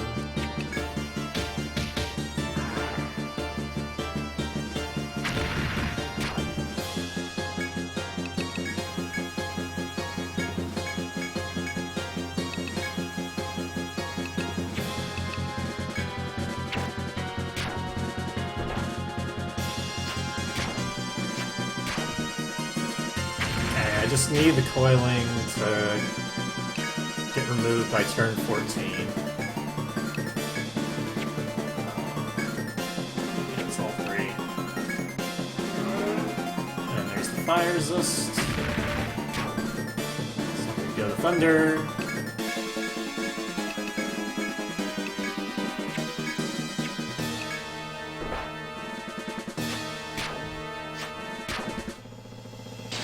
It needs to be this turn.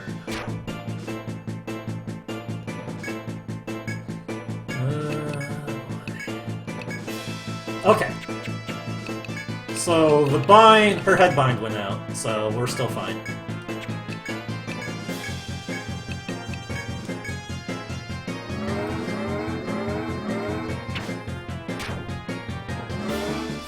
He didn't even attack me.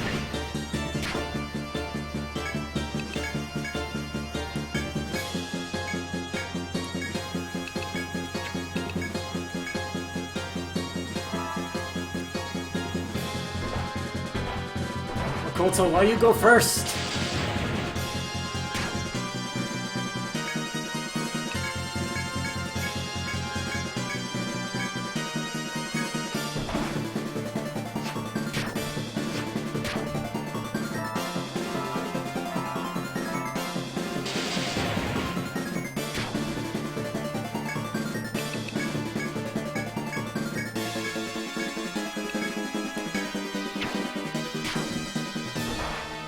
Good.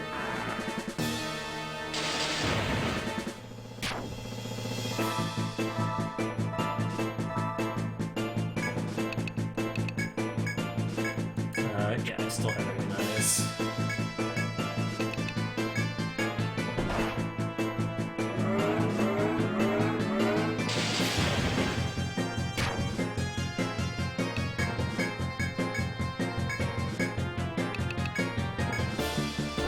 It's a bit uncommon for Shauna to be low on TP, but it's fine. She's just there for damage anyway.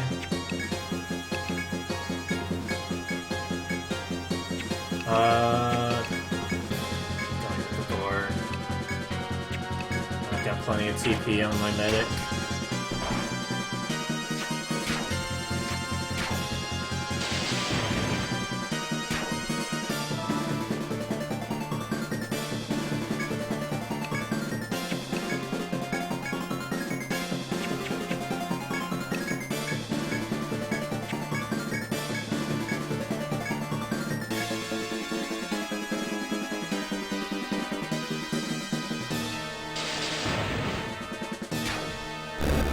There we go.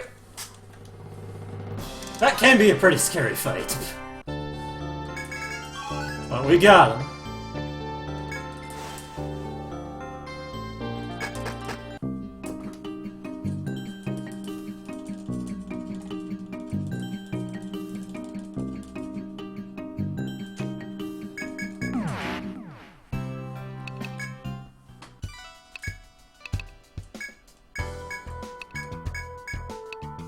Okay, I'm glad I got rock coral. That's nice. So, and some of these nectar. Extra nectar. Let's keep 2. Okay.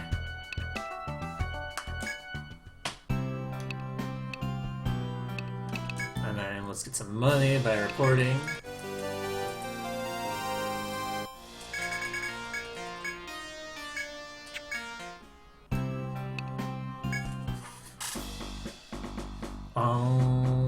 Wait, why am I here? No, I want to be here. This. So those bug nests turn into a Mal Prime. Good deal. A Mal Prime is full HP and MP or TP heal. Okay. So sleep here, and one more time. I think. If I counted correctly. Which is pushing it. But if I counted correctly, I only need to sleep 1 extra time there. And even if I count incorrectly, it's still fine. If I'm like 1 off, it's fine. Grab some warp wires.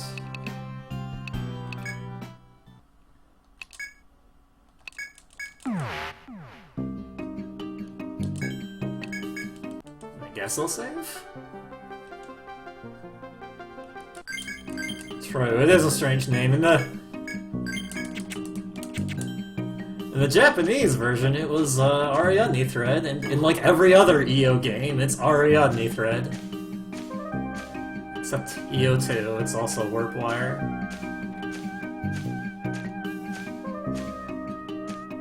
Alright.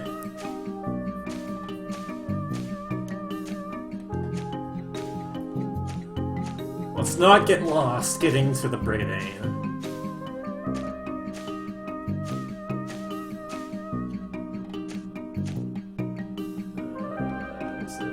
Which way is it? I think it's this way works.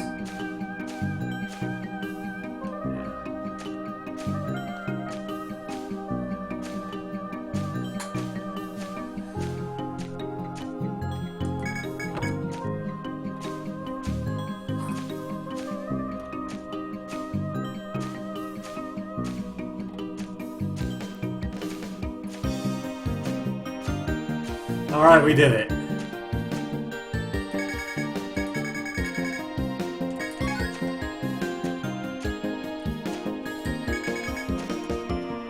And then we get rudder blocked on the same, on just a single floor.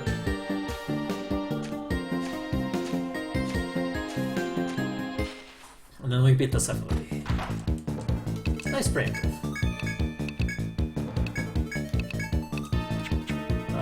In fact, let's just not do anything there, and nothing there. Just damage.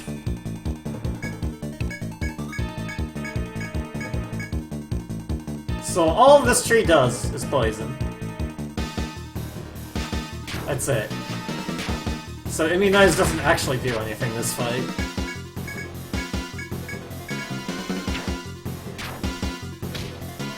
Or Venom. So it's 99 damage every turn? Yeah.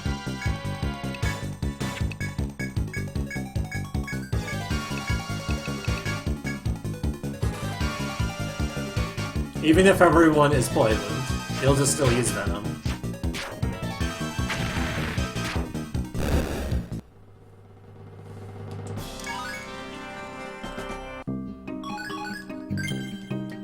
Oh man, Sheena got a level.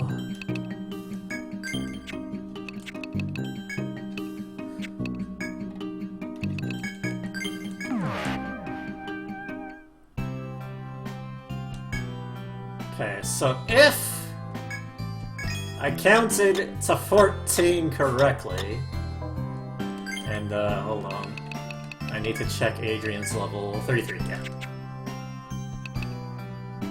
And I need to put 1 point into TP. So that's fine. If I counted correctly,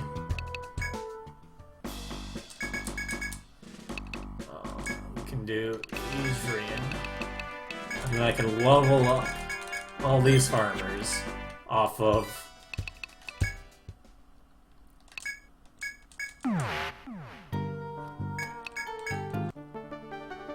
Fenrir.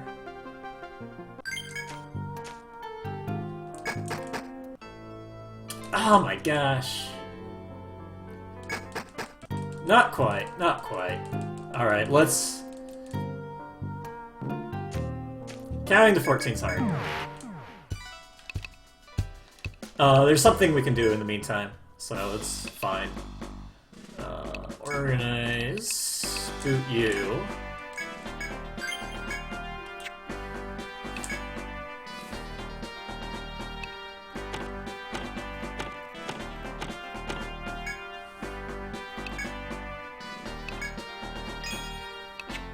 That character I just talked to let me get the Hexer, so... I need a Hexer. And I need to do the sleep.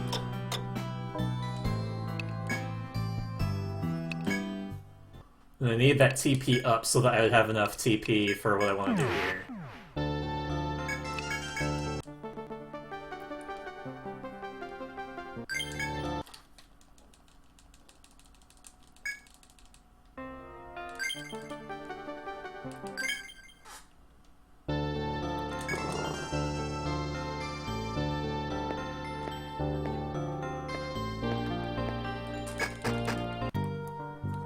I don't have the gem staff, but I think it's still fine.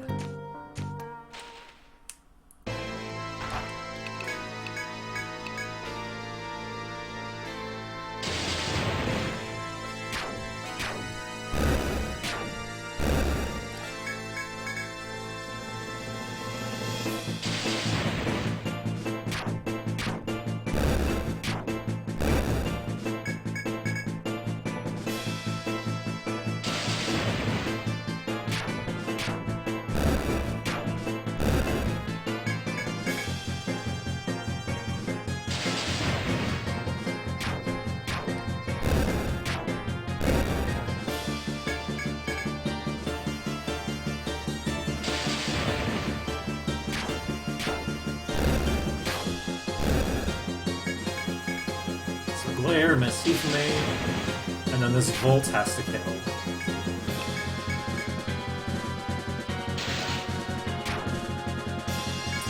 I'm dead. Or not. Okay, never mind. It worked! Worked out! It worked out! So, it's 3 glares in a row that whiff. Because if he uses a Whirl Hit, I'm dead. All calculated. So it just works without the Gem Staff anyway.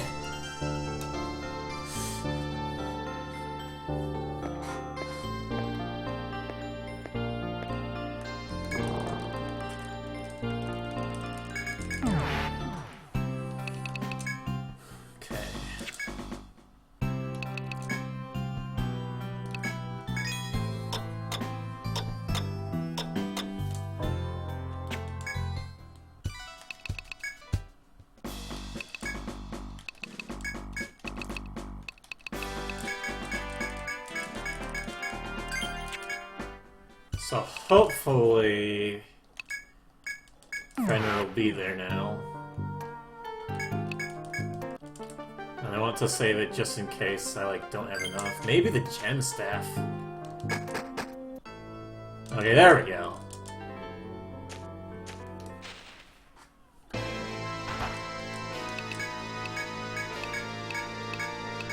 I'll do at least 600. You have 1200? Oh boy. Yeah. It's okay. Dang. At least it was that survivalist. I have a kind of backup that I can do.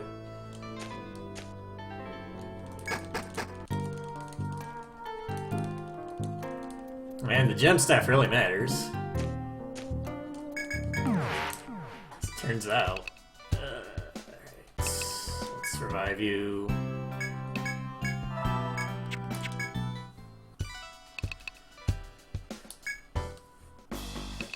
Then Sheena and the M's. Okay, let's not be stringent,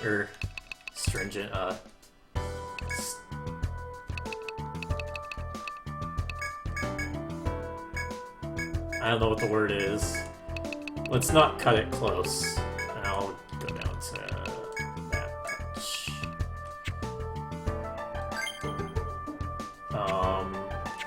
Forgot to equip the Brigadane, so we'll go do that right now. Oh, shoot. No.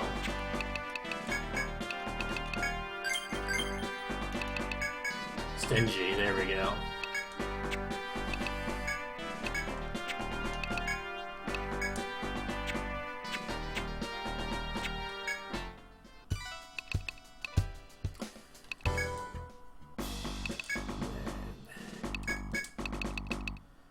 So we'll get a lot more money than I've done in previous runs, because I've kind of ran out of items and had to play slower because of that on 420. Like the past few times.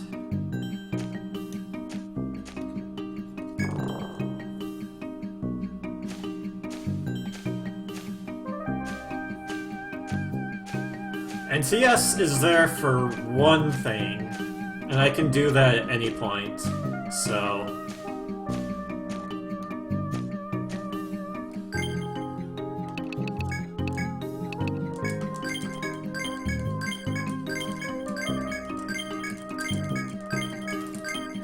TS dying. I just basically need one person to take. And need a few things from one spot that's like a long ways away.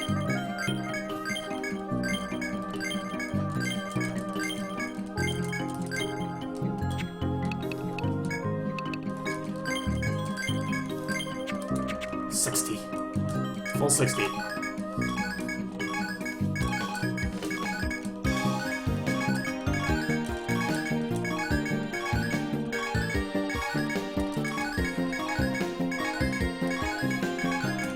Okay, take, yeah, I need 1 stab shell and 1 money from the take.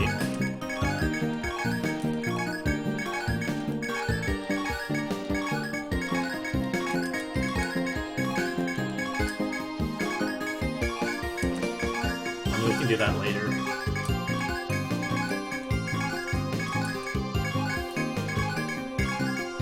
So I'm just farming for money here. Normally... Okay, what do my notes say as to how much I need for this? Because I want to do 1 more trip than what my notes say.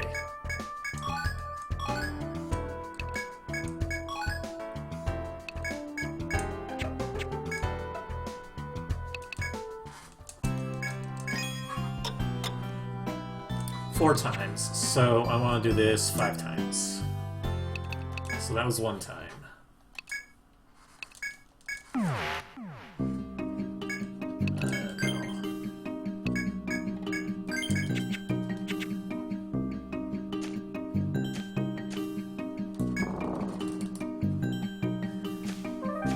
That's why the counting thing was important.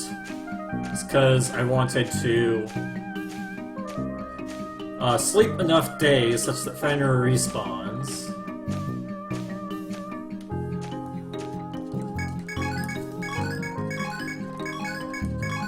But I want to not sleep enough that the FOE I fought here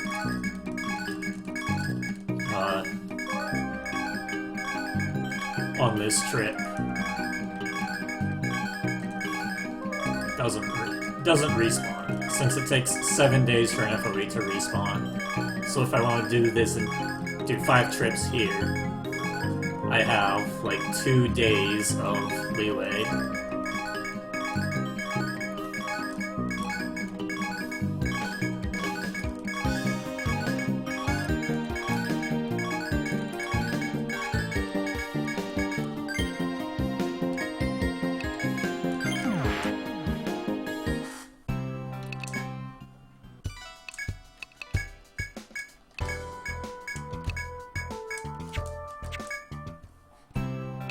And this is all just for, pretty much all just for recovery items. TP recovery items. Because relaxing doesn't always cut it. Do I still have... I still have 1 wire.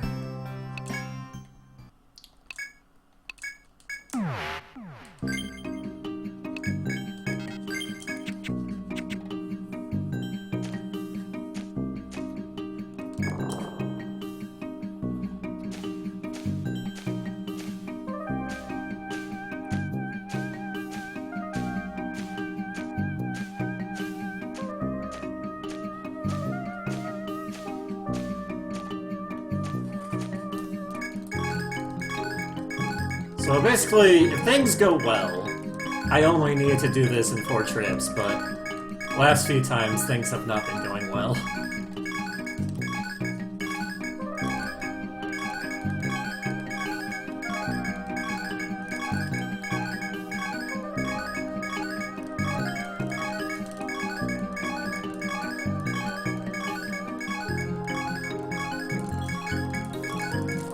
Yeah, that mashing.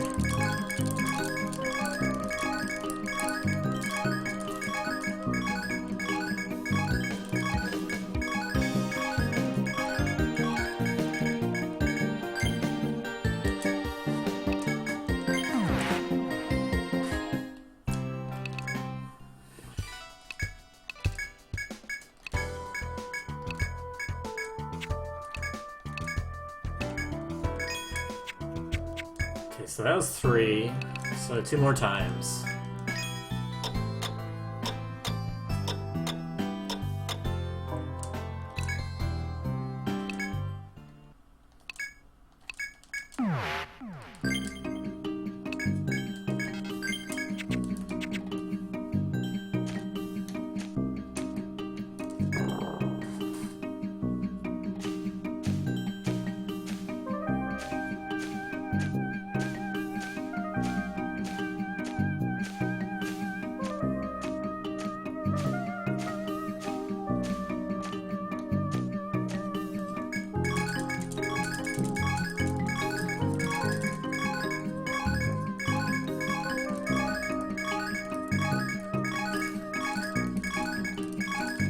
All that step media mashing has prepared me for Etrian Odyssey speedruns.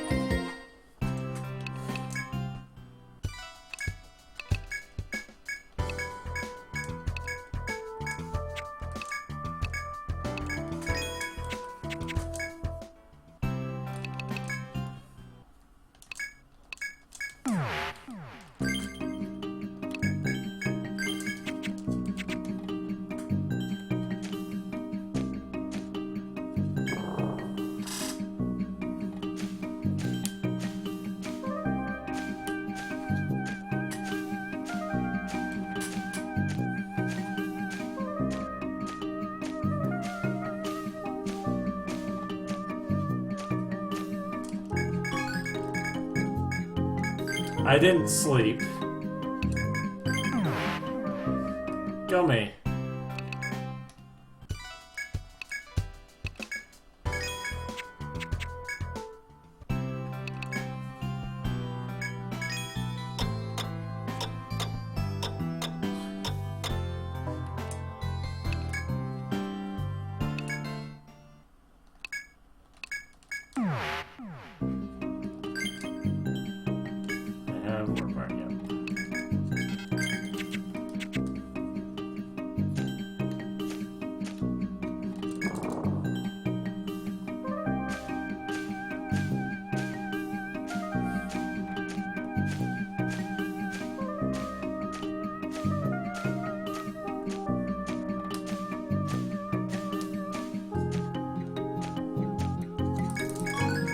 Alright, at least we got the five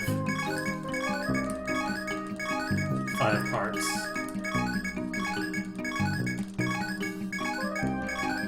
So this should be enough money to fund our adventures.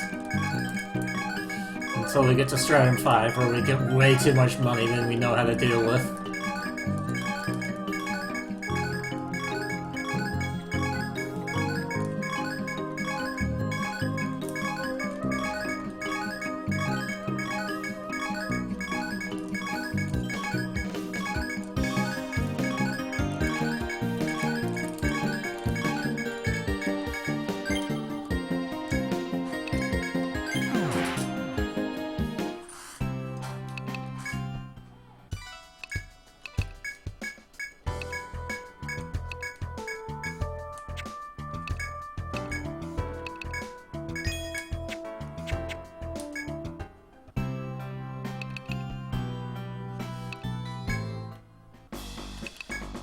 Let's...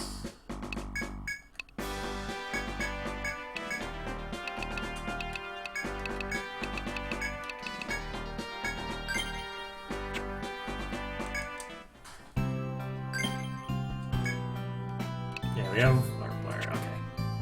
So because I screwed up, I'm gonna grind a bit.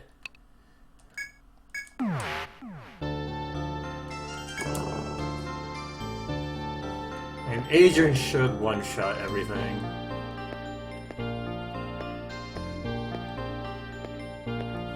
So instead of having the medic, I'm gonna have...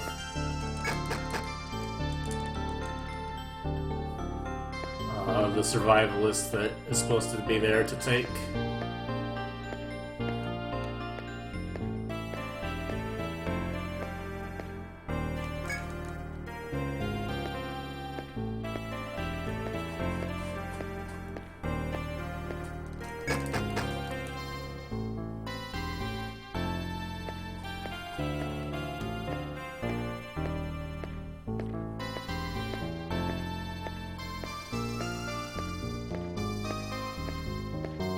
And this also gets me some extra EXP on E4.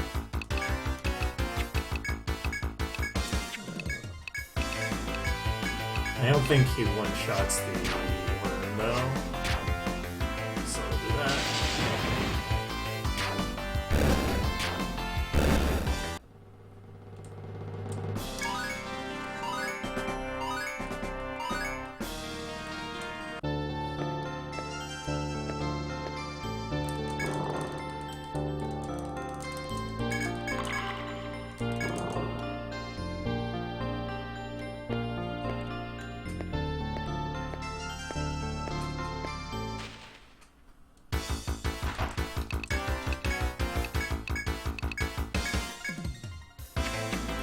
Just in case.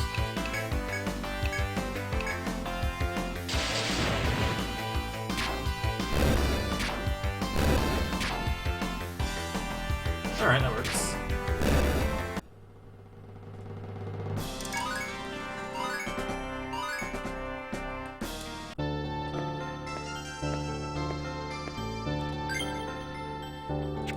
I'm gonna do one more fight here.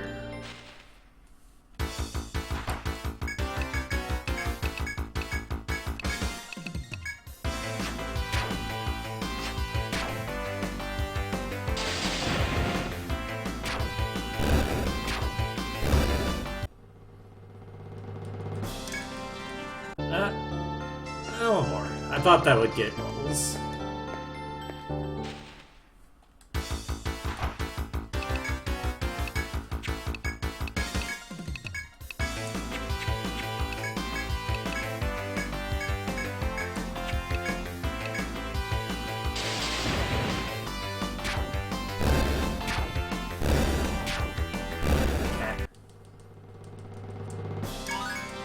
There, come on, everyone.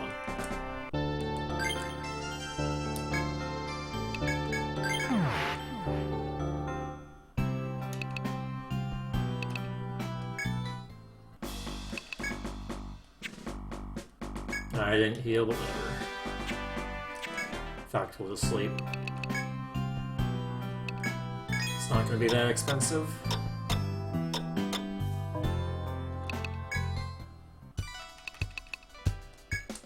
Okay, now I need to do one last farming trip.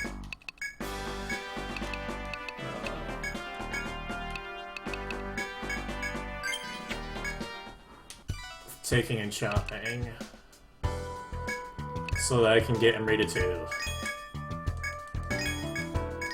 And I can refill my inventory now with stuff.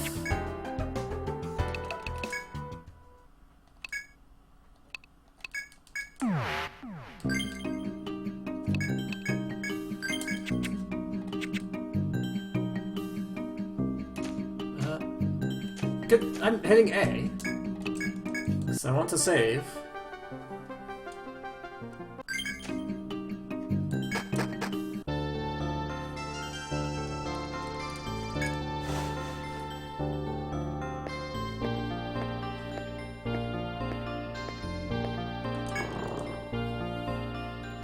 So there's a take and chop spot that I need things at. To get the Amrita 2 unlocked so I can get TP recovery items that do a little more than 15 TP.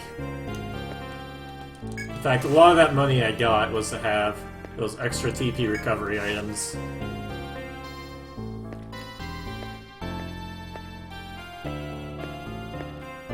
Because as good as Boosted Relaxing is, I'm not going to be able to have Boost. So on a lot of the fights on 420, I'll have only 5% TP per turn. TP healing per turn, so I just want a little bit more to help me through that part.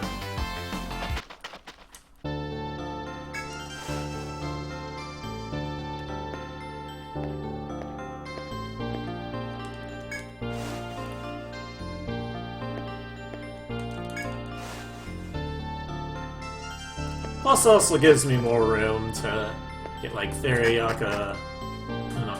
Yeah, some Theriaka bees to recover status when Hifumi doesn't do it. Alright, Bug Nest. Strawberry. Sea Branch.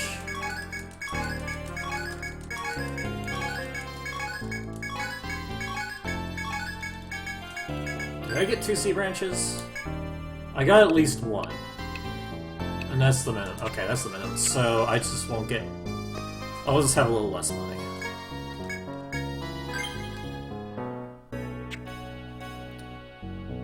Oh, okay.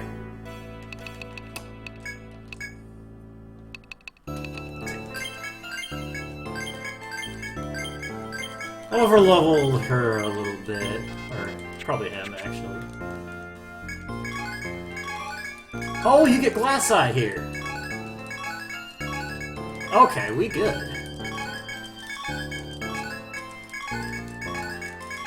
So I need the Stab Shell and an Ant Honey. And I got a Stab Shell, right? Yeah, one. Or at least one. That's all I need. Okay. So I won't do Scavenging for Ian. In which case, I just don't do a quest. Alright. Since I already got the Hamau Prime.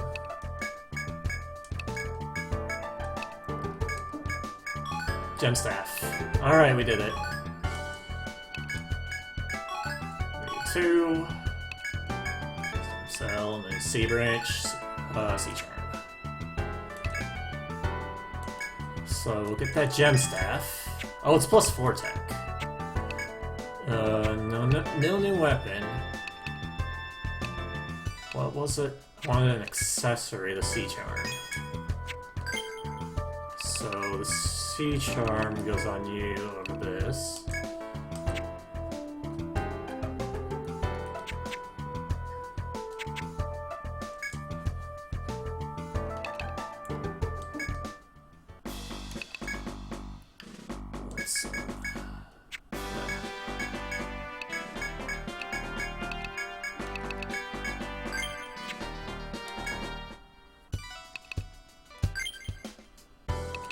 Okay, 2 Bear Gloves. I got the Sea Charm. I also need 7 doublets, right? Okay, I was supposed to do that earlier.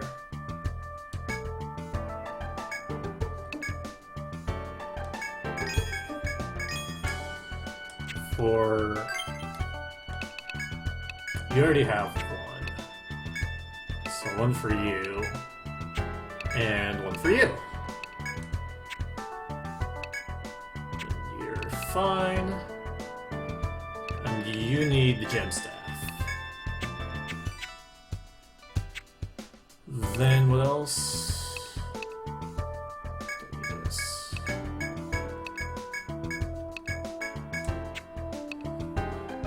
Sea Charm. Oh, I was supposed to equip the Chain Helm. I'll just get another helmet. Another Chain Helm, whatever.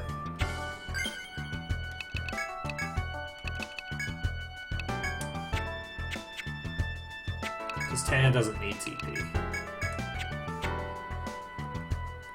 Okay, mine, party.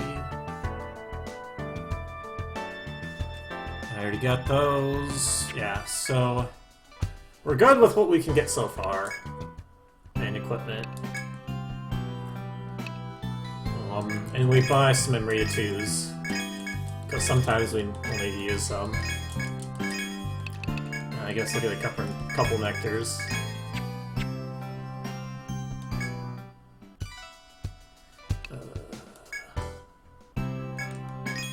And sleep, because I didn't before. And then we can go... Wait, do I have a warp wire? Yeah, I do have plenty of warp wires, I'm pretty sure. Yeah. There's a lot to keep track of, and there's no, like, specific way that's fast. Or a specific way you need to do it. So...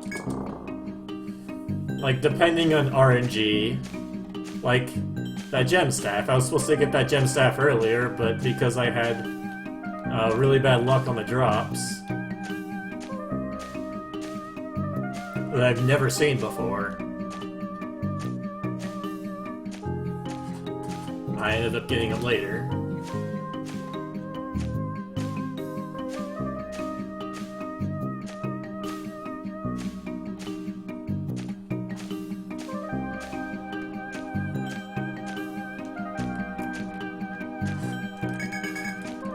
I didn't go to Run Hall. Nice. So I did forget something.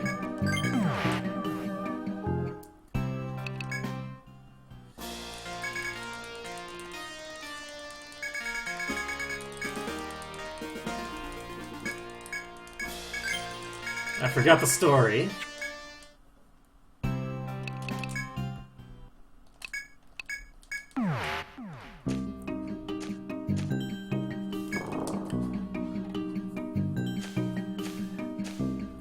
That part right there is probably one of the hardest parts to actually do. Not because any one part is hard, but because you have just a whole bunch of things you need to do with no order that needs to be done. But sometimes the order will have to change depending on RNG.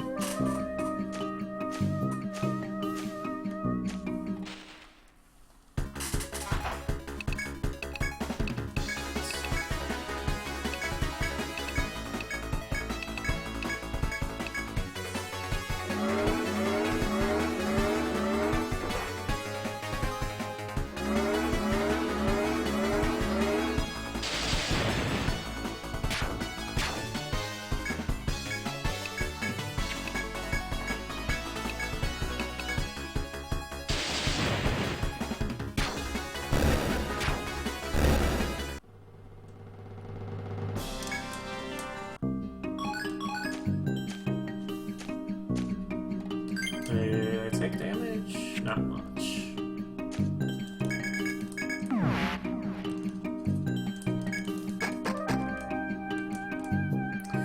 Okay. So technically the trigger to continue is this.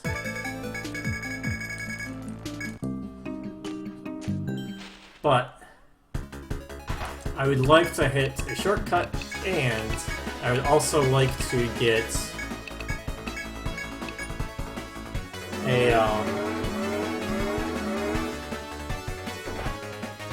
I would also like to get one specific drop from a hex root. The dried vine. There is a 25% chance that hex roots drop dried vines.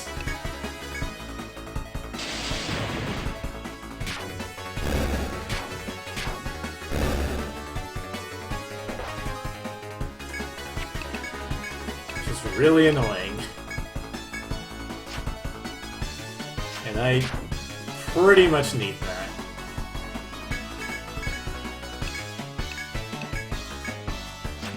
There we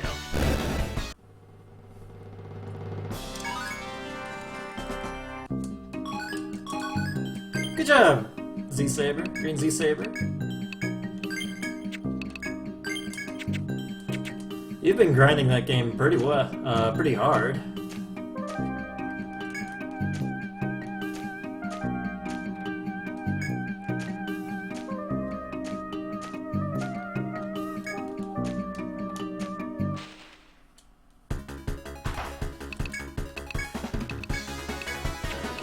Relaxing.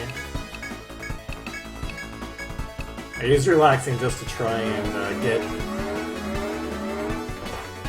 some TP back.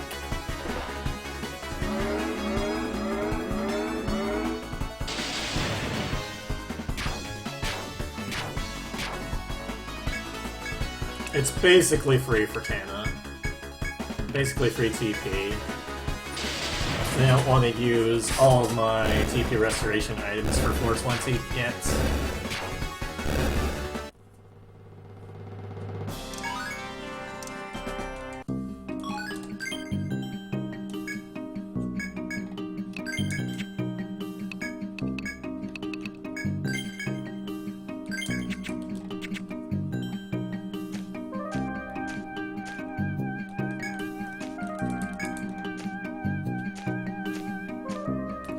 This room in particular has a really high encounter rate, and 2 of the 3 formations, which is not this one, has hex roots in it. Which is why I like to farm in this spot.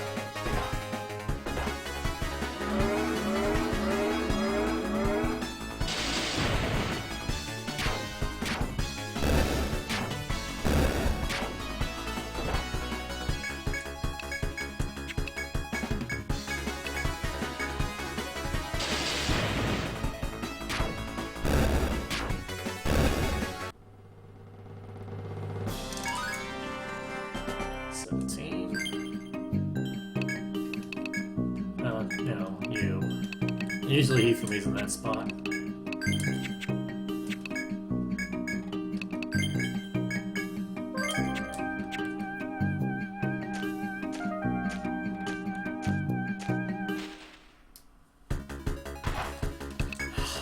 Gosh.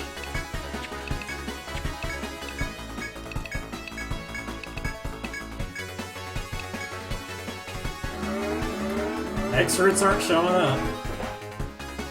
I'll have to check out the chances. I think at best an encounter, or a specific group, or a specific encounter, yeah. Specific encounter can only show up 40% of the time. This is the one I don't want. I mean, it gives good EXP, which is nice. To finish off the EXP I need for Hifumi.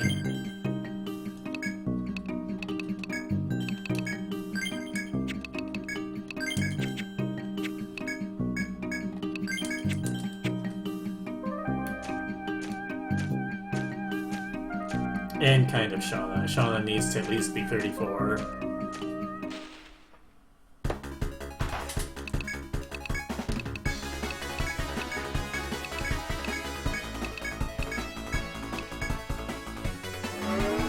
Wow. What was that, 4 times in a row? I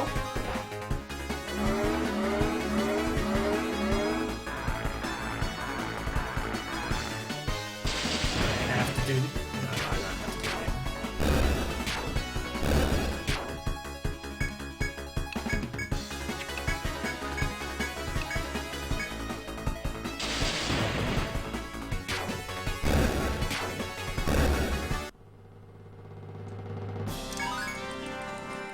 I mean, at least I'm gonna get the armor for Tana to,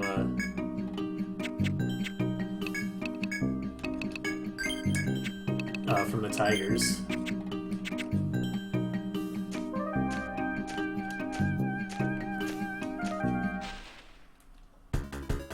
There we go.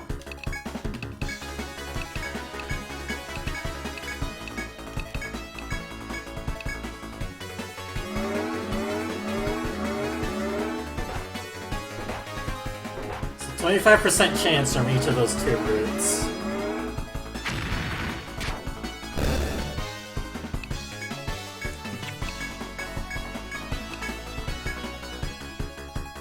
Let's get me a dried vine so I can get a better weapon for Shauna. Pretty much the best weapon I can get, reasonably.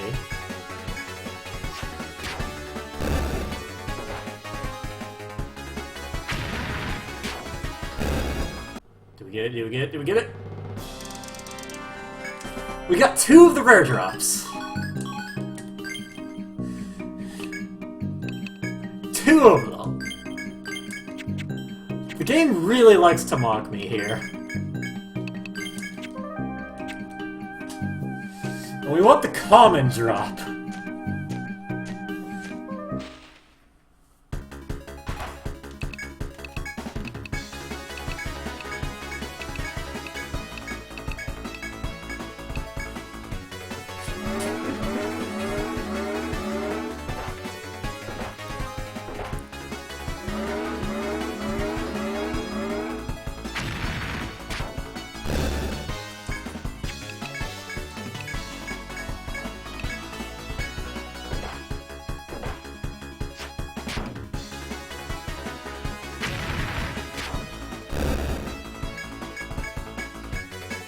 It's not even an attack. If it takes an extra turn, I'll just get more TP.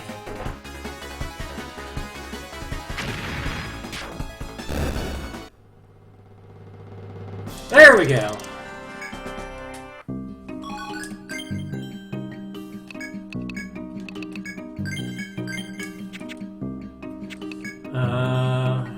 Let's just get out of here.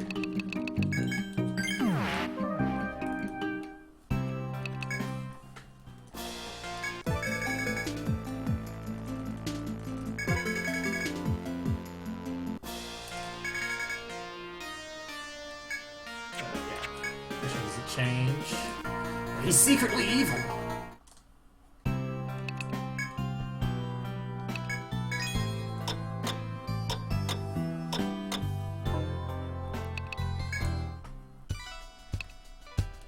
Alright. Let's get some more of those and read it twos. And we want 1 gold shine.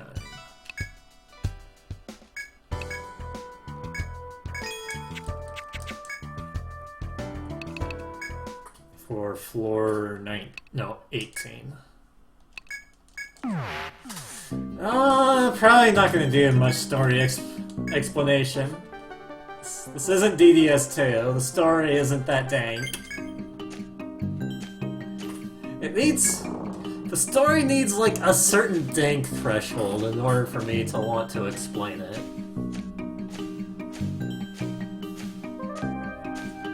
And Etrian Odyssey just doesn't get there.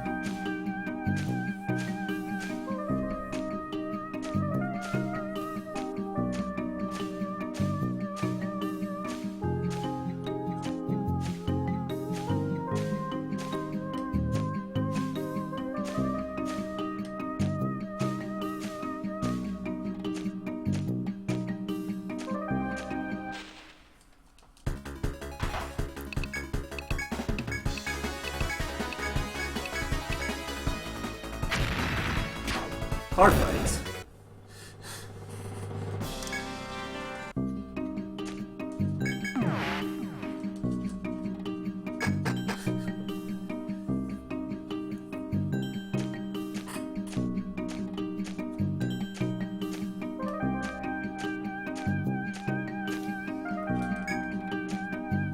Unfortunately, Kira, I don't think even Genius is Sapphirous hits that ding threshold. I mean, having tea with the main antagonist after a long, hard-fought battle is pretty dank. I'll give it that.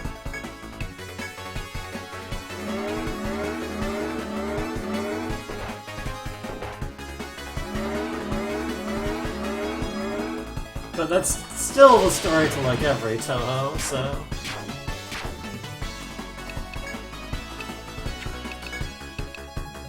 Let's do an attack. Let's first turn it.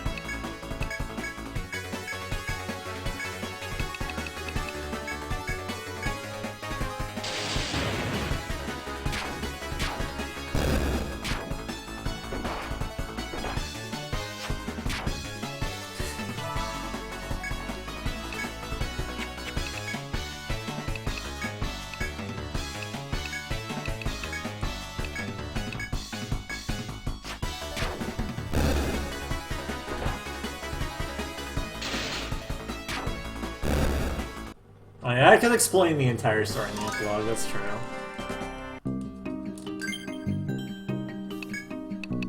But I could totally skip, but, you know, timing is before the epilogue, so...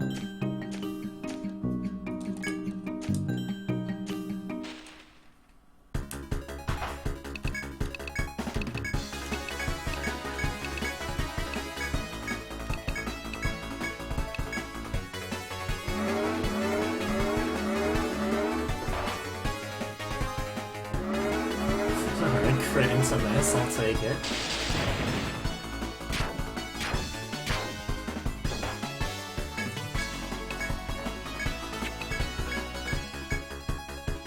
Actually, let's do this.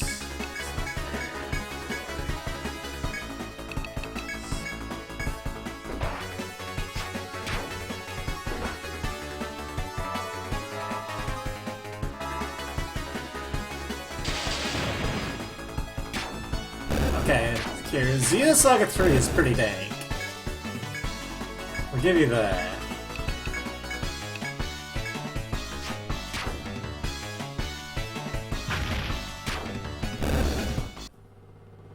Do I get another dried vine?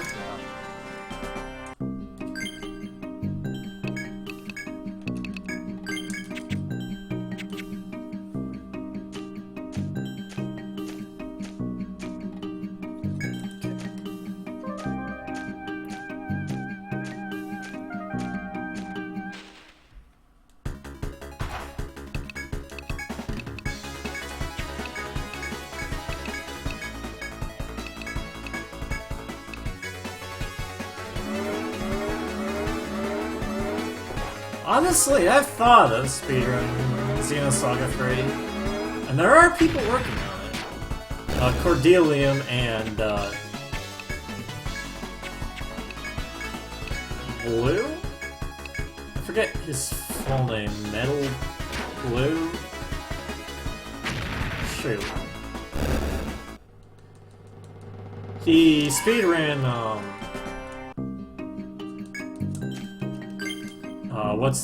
he speedran Mega Man Legends the last AGDQ.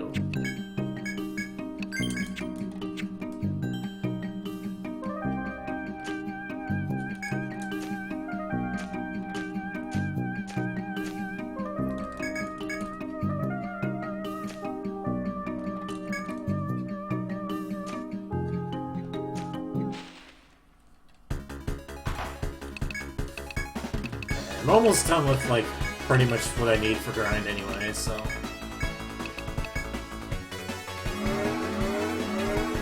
Oh, look at it.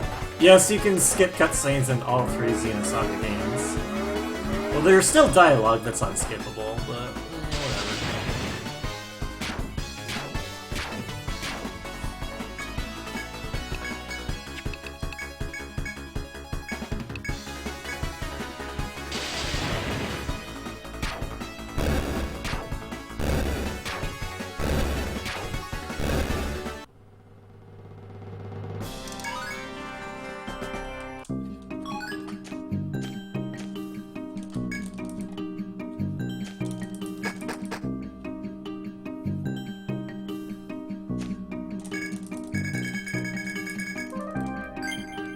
Okay, so the encounters here... They would be good if I had the right skills for them. But they're not. And apparently, I mean, it's Saturday pretty much everywhere.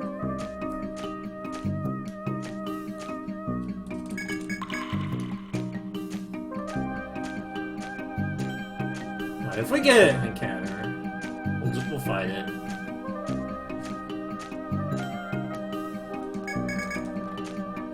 Encounter rate is actually really low in that large area, with a lot of steps just giving you nothing with encounter reduction. Hold up.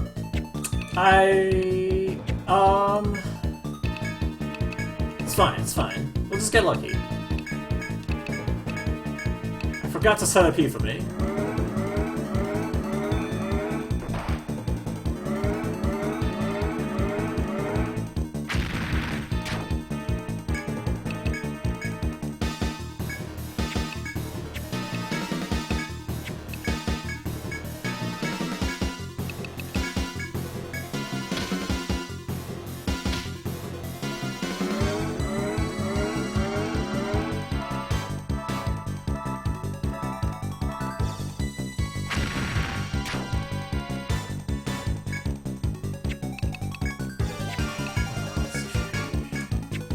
Yeah, Shadow's probably dead when the Apollon strikes. At least AJ is still alive.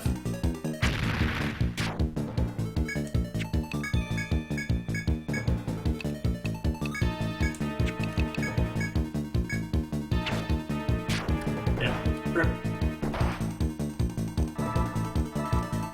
That's... It's, like, slow, but whatever.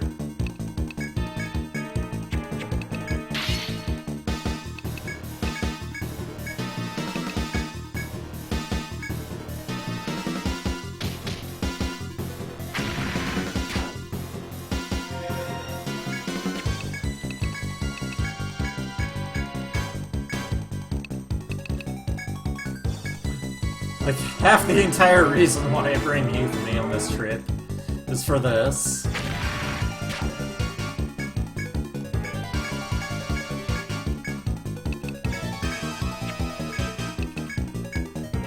But whatever.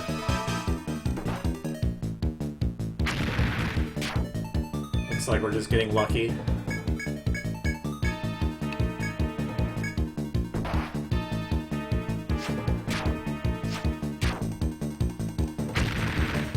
So the main thing Hifumi is here for is to headbind, to not get cursed.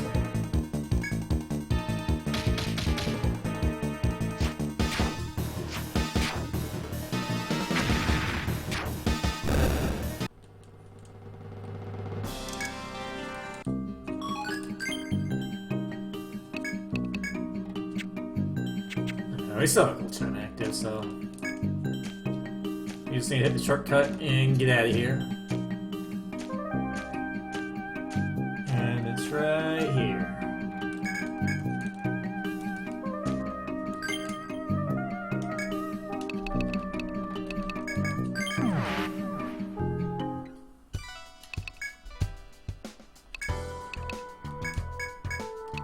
All that white skin.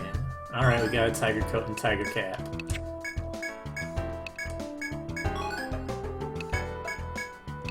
One dried vine.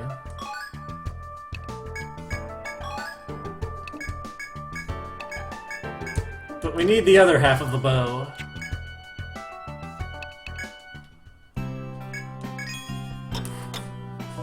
Etrian 1 does play pretty slowly. Alright. So we want Shina. We'll put Makoto in the back. And then the choppers.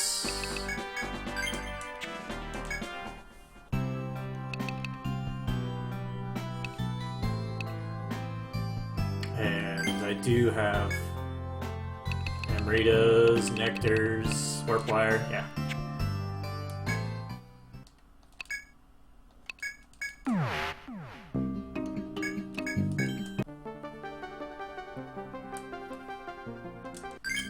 This can go wrong, so I'm saving.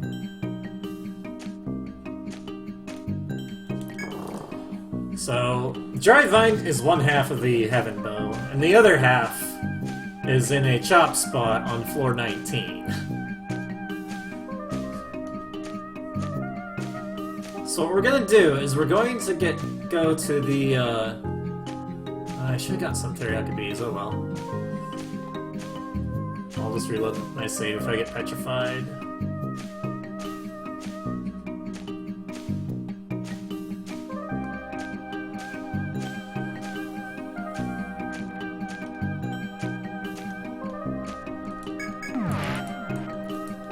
It was on the splits, just random anime that I found.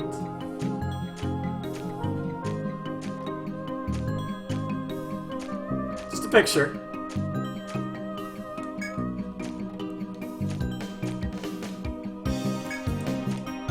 Possibly original content. This one? No. Right here.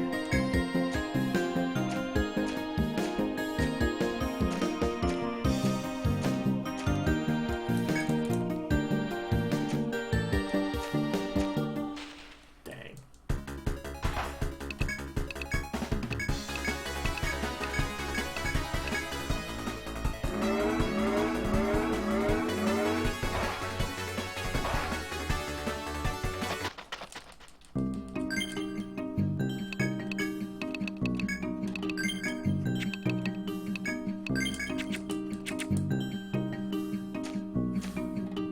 I think everyone except Shauna and Makoto have,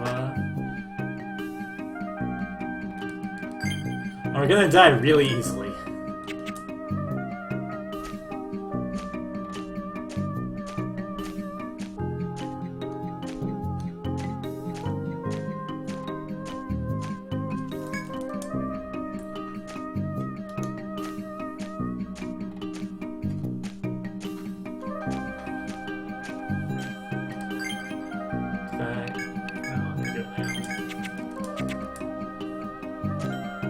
So the thing I was worried about are the fairies. Fairies, they can go onto this path and on floor 19, and they can petrify, and I didn't bring status recovery. I should have.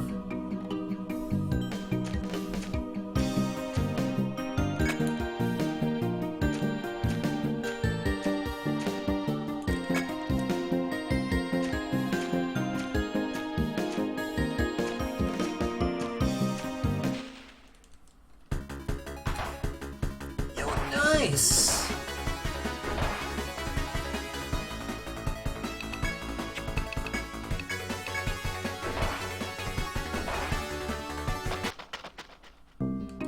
Alright.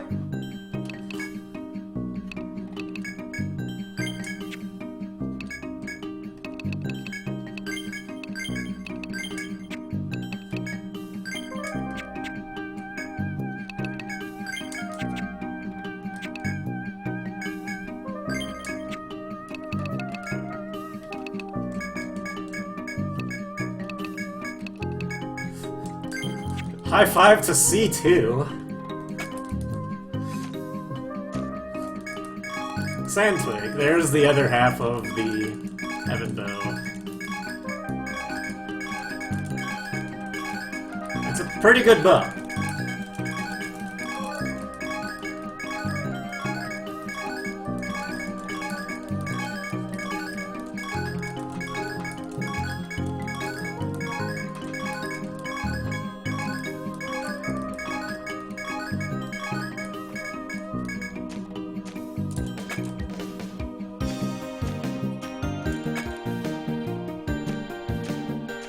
I was expecting to die.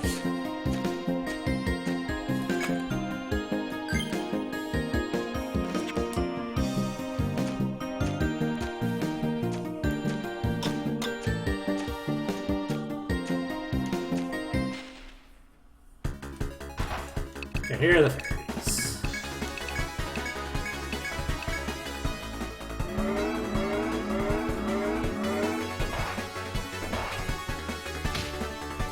Sleep is okay. I do need to get away, yeah.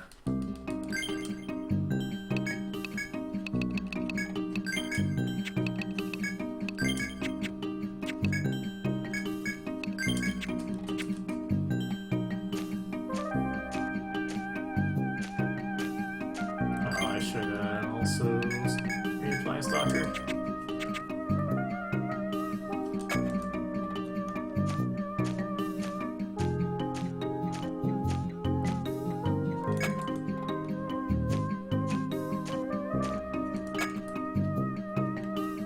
Where am I? This way.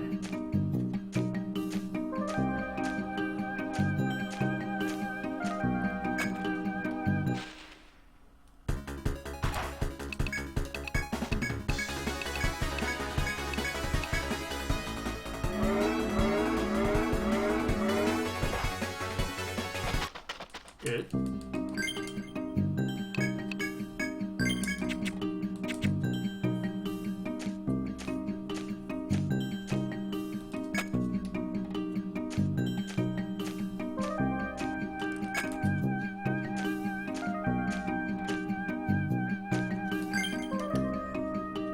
Okay, so we're good on Stalker.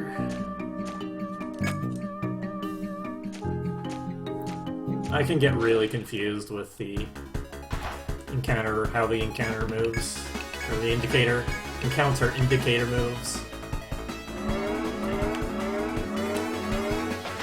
Alright. Get away immediately after would be nice.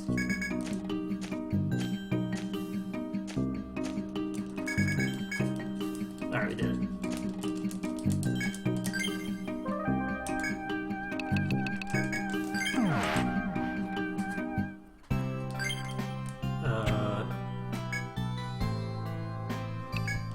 Rest up.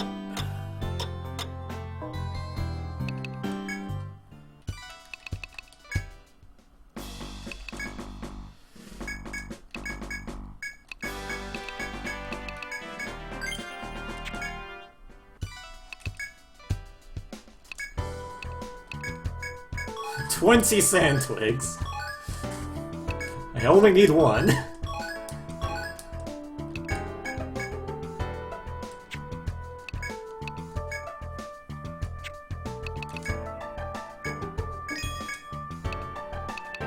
What was the other thing you got? Oh yeah, sandy pins. All three of these. Tiger Coat Katana.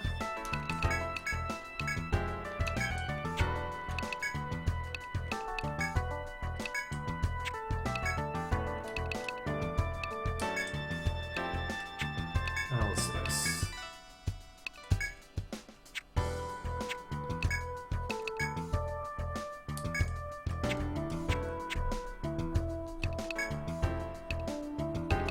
Okay, do we have anything like Tiger? Yeah, Tiger Hand for... we can't equip that to the Mega Mixer. So, yeah. 2 more Bear Gloves. Just for extra defense. Well... Maybe Star Charm is better.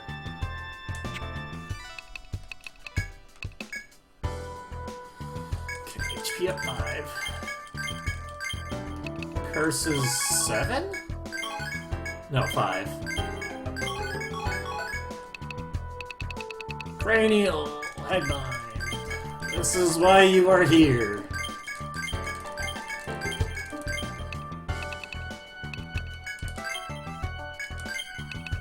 And 7.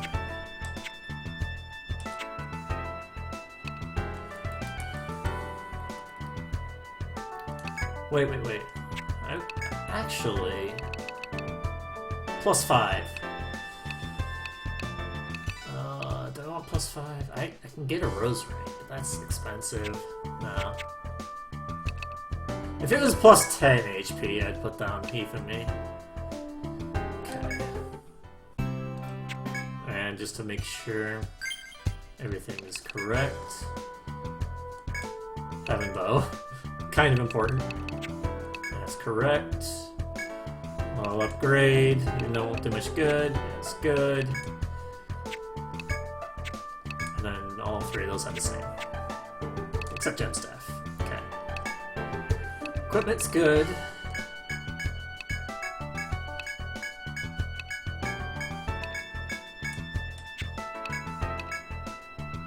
One Warp Wire. 1 Gold Chime.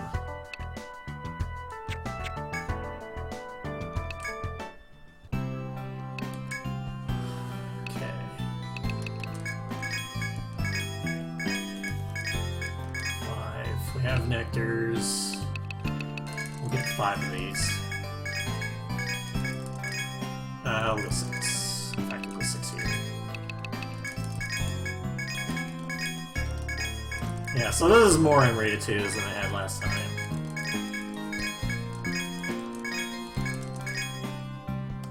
And I already slept, so...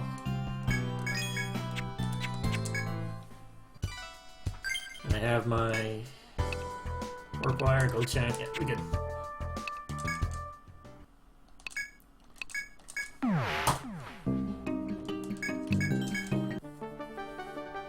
It begins.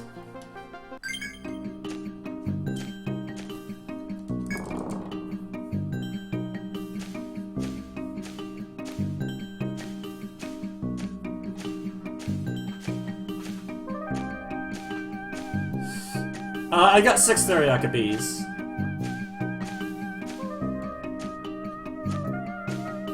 If you're talking about Theriaca A, I can't get any in the route without spending a lot of time. Not that I'm gonna get binded.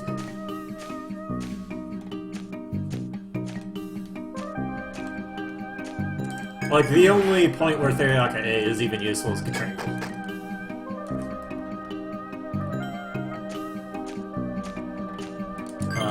Let's hit the custom on everyone else. More multi-hit here, multi-hit 8s. Erasure, Stamina 5. Stamina 5 is good. More fire up. So you're getting Flame 10, Koto, HP up, TP up, right? We want Sound 3. Sound 2, 3. And you already did.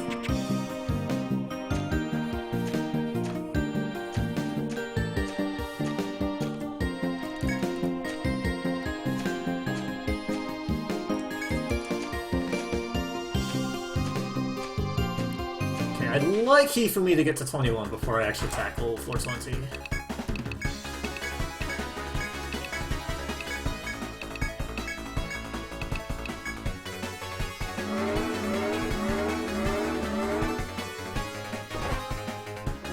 Just to get that extra bit of survivability, like against Blazer.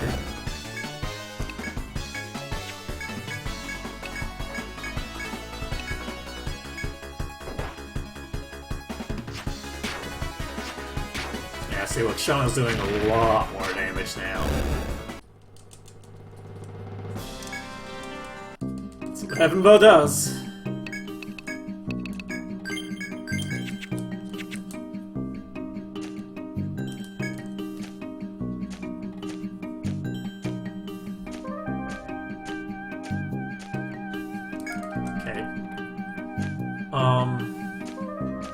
I'm gonna probably get level 21 on Hifumi in time. Where's my alternatives?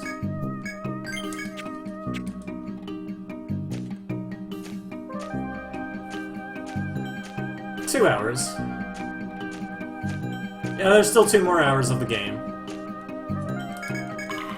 One of those hours is 420. In fact, probably more than half of the rest of this run is floor 20.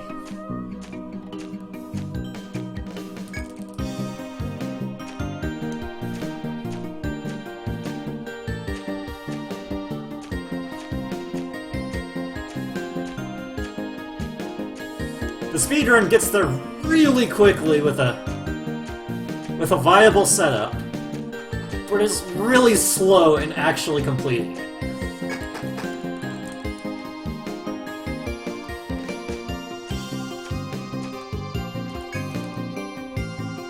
Okay. Here's the first taste.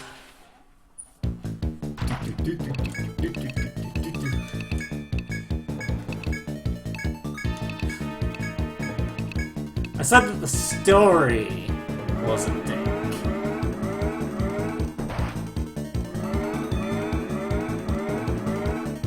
Not that the game isn't dank. Story.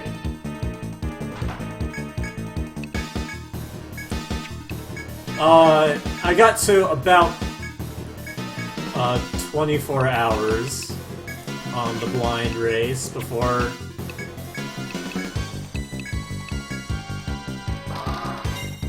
I gave up.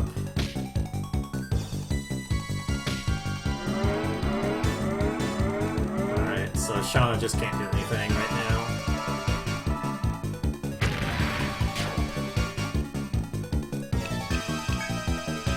Well, she can drink.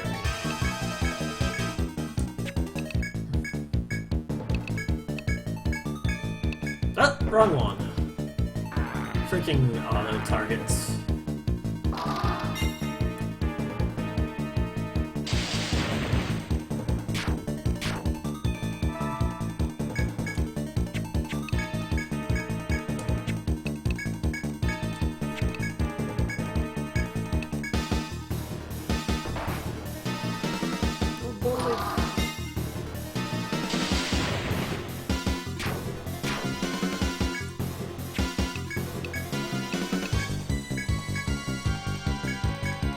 I can't heal her this turn.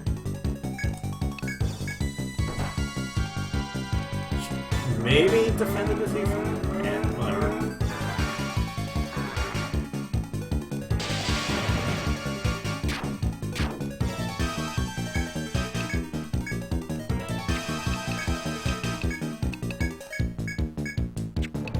Yeah, that's fine.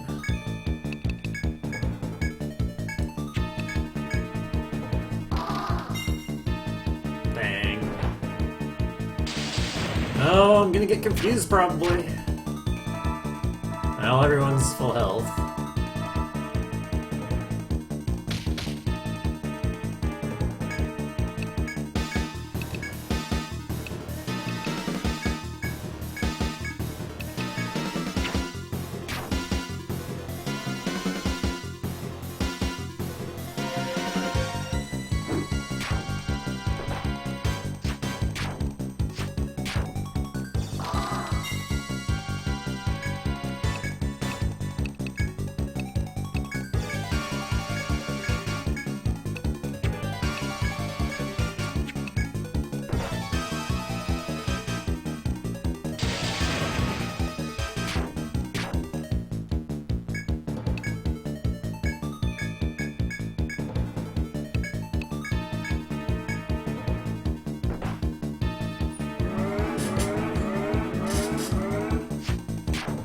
So as long as the headbinds are up, we're safe.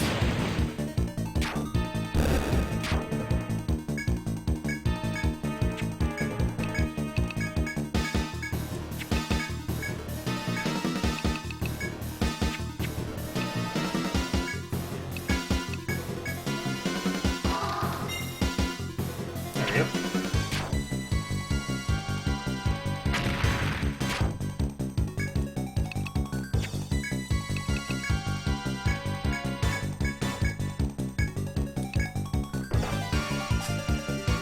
You believe in me, I think.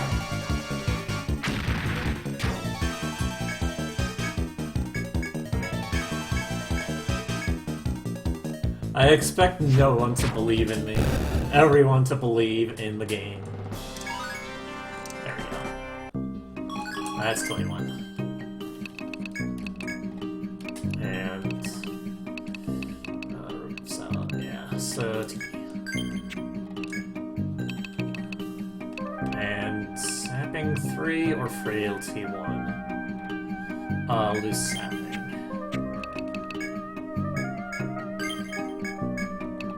I forgot to use some Excel-2s. Alright, here it is! So look on the map. All those mini-bosses.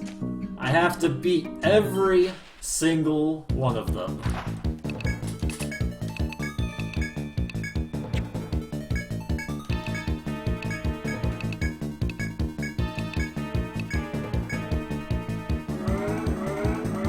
And then the actual boss in the very center.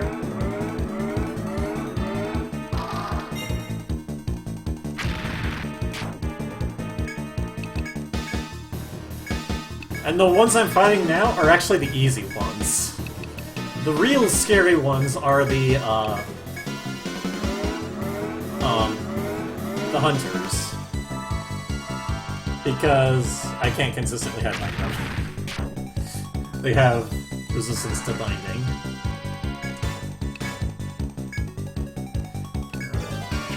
Let's use one of the Cell-2s.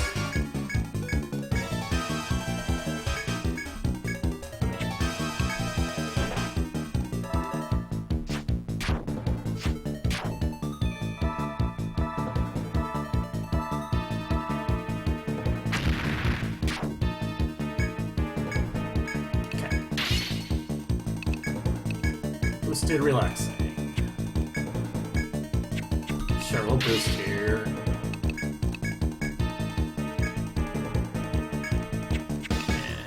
not too much.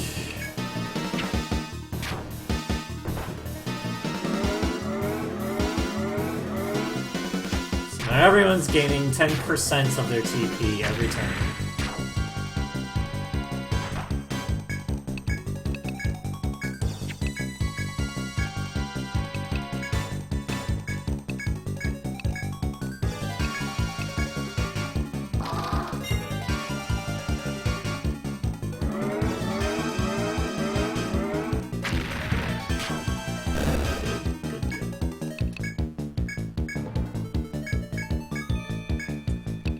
And usually Adrian recovers enough TP to use Flame every single turn.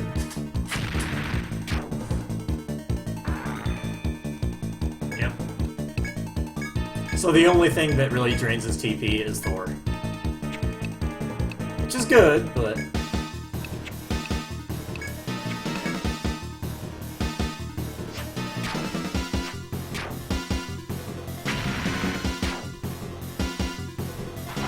monster has entered the fray.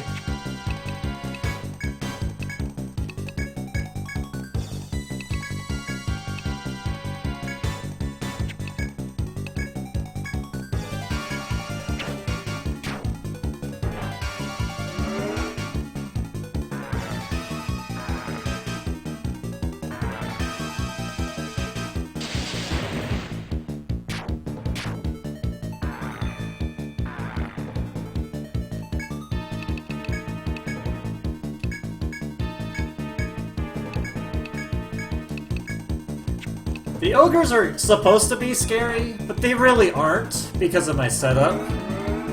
Because the ogres come in and they attack buff themselves, and after they do that, they hit pretty hard. The thing is I have Hifumi who can cancel the attack buff and apply a debuff. Is this sub 7? Depends on how much you disbelieve in the game.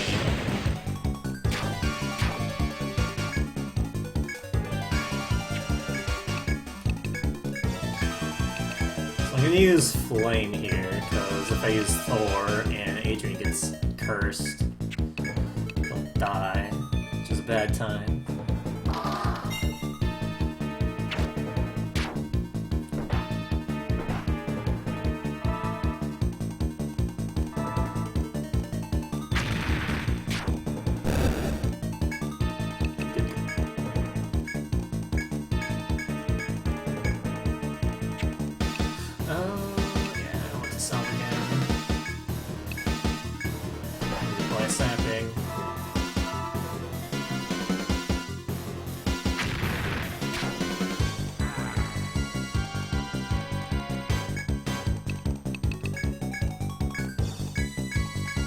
Magic is pretty much the only way I can do good damage against the ogres and the pollen.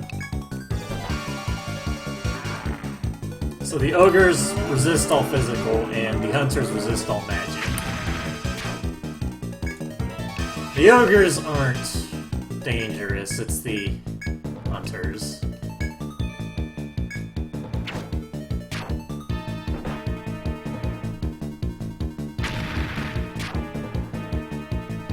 There he is.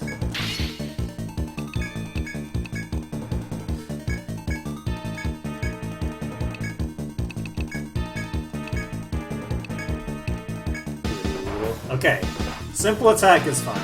Hunters have a skill called Blazer, which is just fire damage to everyone. It doesn't hurt that much, except Hifumi. And I think Hifumi has just enough health that things should be fine.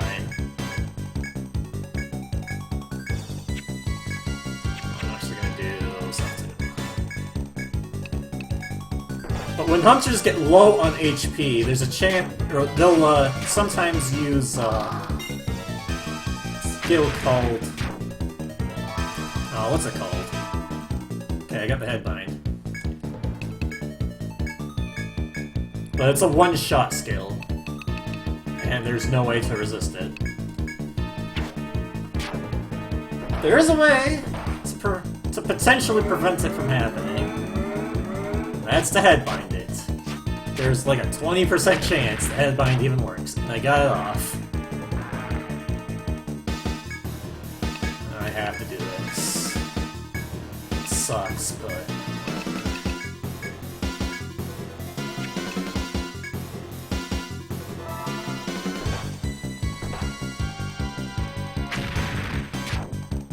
Alright, thanks to the local grand. See you later.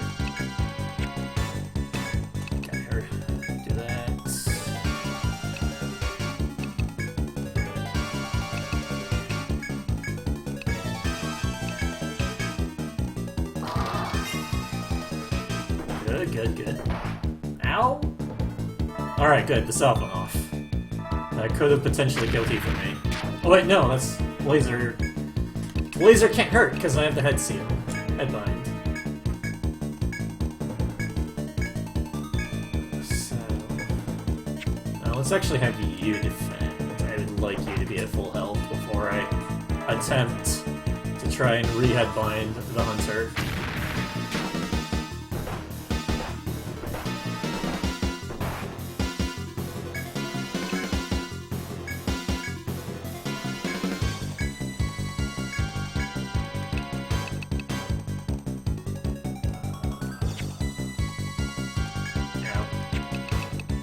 I was thinking of doing boosted immunize there.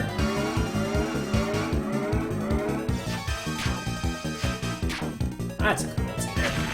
Didn't hit the ogre.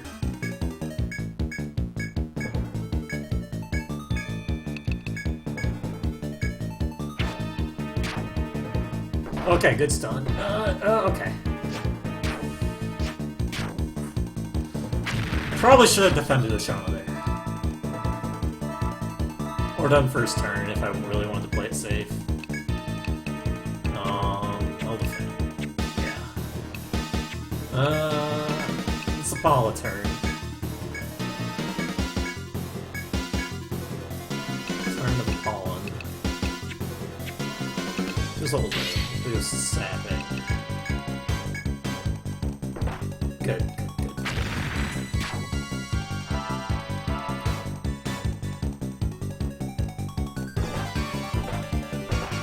He's gonna take a bunch of damage.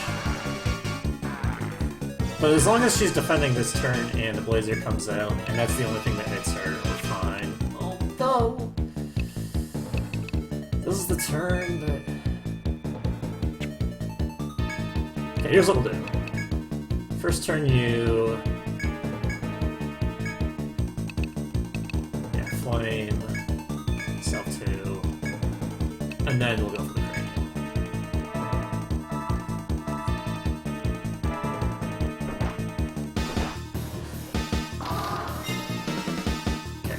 Seal. This is gonna be Blazer though. And he from me got hit. Okay. I did heal. This is the time I want to use Booster Mini Nice.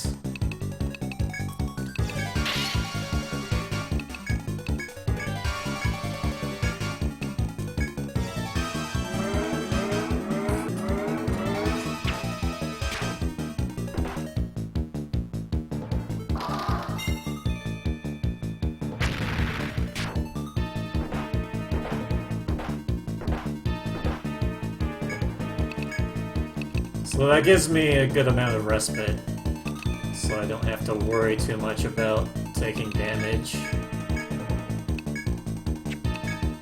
When I really want to reapply Cranial on Hunter,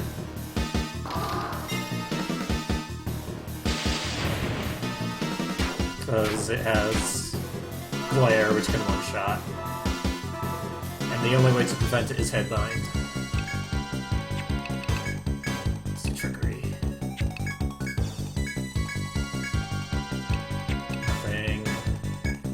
Keep going. Keep trying.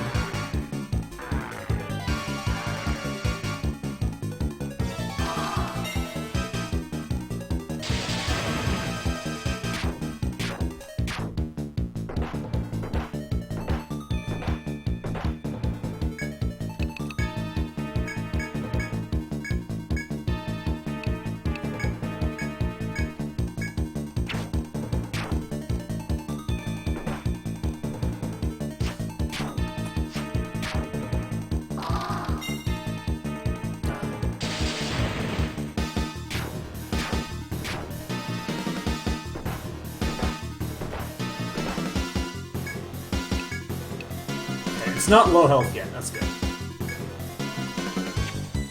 Though... okay, boost Pollen. I am a bit worried about the Cruella over there. Or not Cruella, Diabolics. I have to redo Immunize. So let's hold off on attacking until the turn that Pollen will hit. Okay, we got the re-seal on the Diabolics. I'm gonna replay Shriek.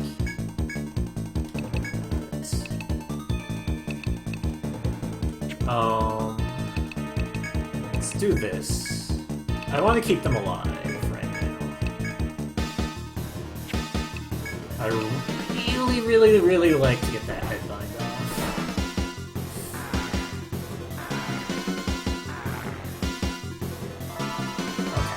Salve. Save T for me. Unless this Headbind? No.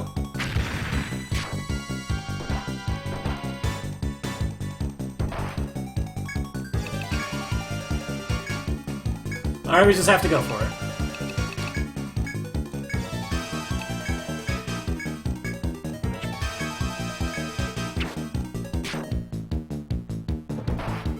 attack. That's good. That's good. Come on, come on, come on. Yes! Yes! That was a very critical turn. Wait, wait. Immunize reference, immunize reference. Okay, we're good. We're good. We're still on immunize.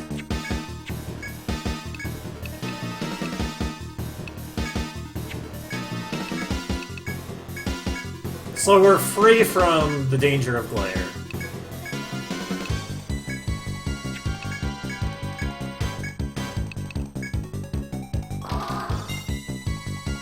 Dang. Can get cursed. We didn't get cursed. Yeah, see glare. That's sealed.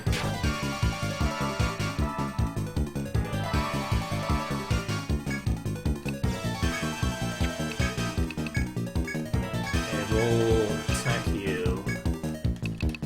Immunize.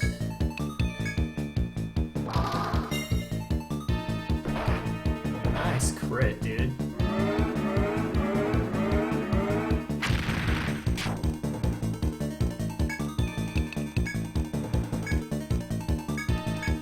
Fortunately, I don't really have a good way to directly target the hunter with physical damage.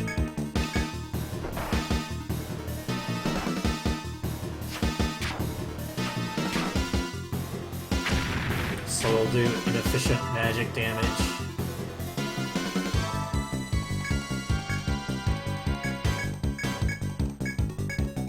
Pollen's gonna be slow. I still have a turn of that.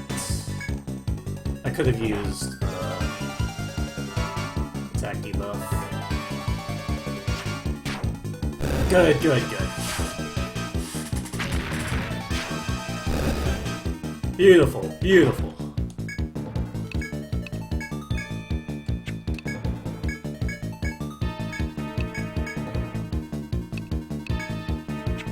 I'm not even gonna take damage this turn.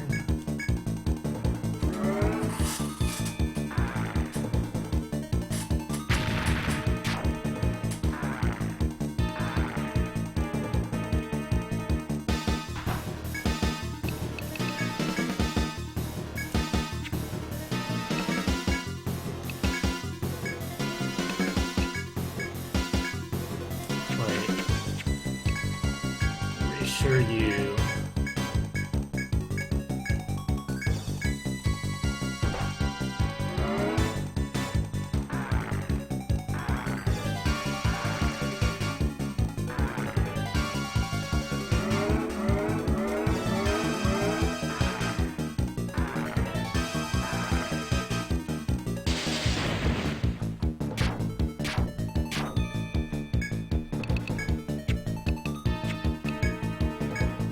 Let's just attack. Oh! Fell off. In which case I don't want to use Thor.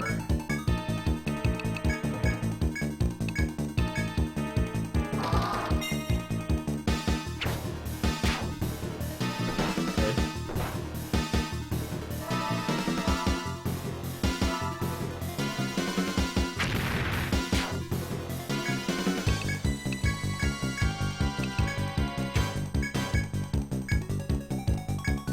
Salving.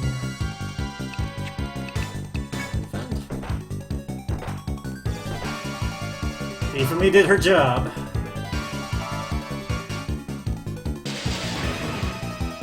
And that extra level from 20 to 21 that I got really mattered. It made a difference in me surviving on like one specific turn, so I think the strat of getting me to 21 is perfect.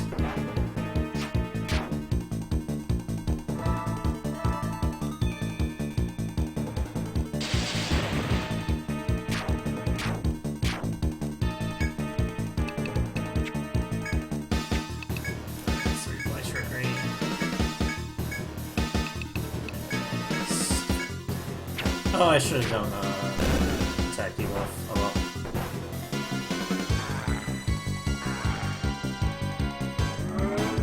We'll just defend with Shaman this turn. I can't do much physical damage here. Nor can they really do that much damage to me.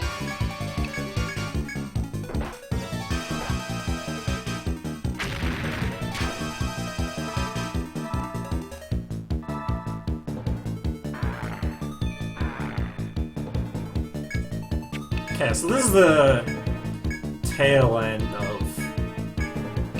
the hardest part. Honestly, taking out the...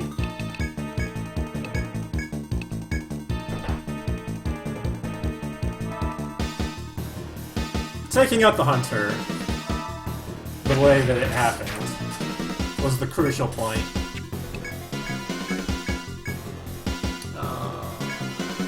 So,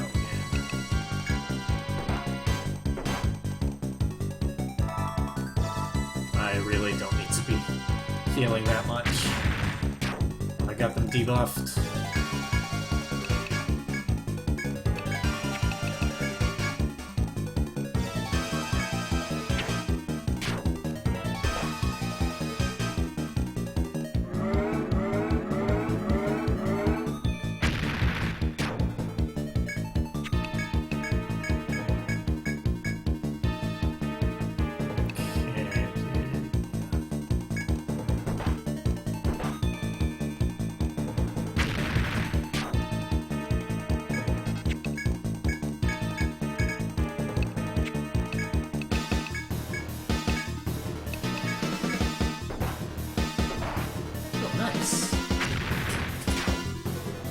I think I just didn't have the debuff for that turn. That's why Tam took so much damage. Crit didn't help.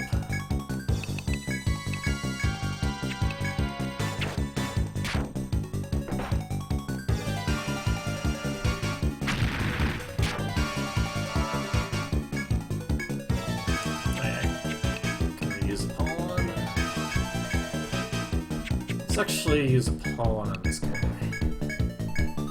49 is an immunized turn.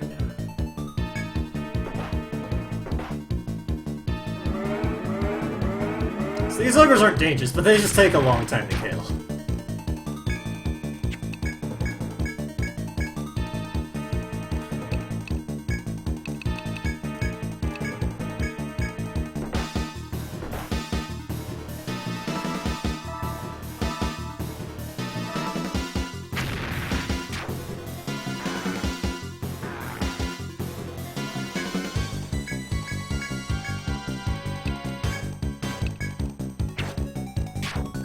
Next immunized turn is 53.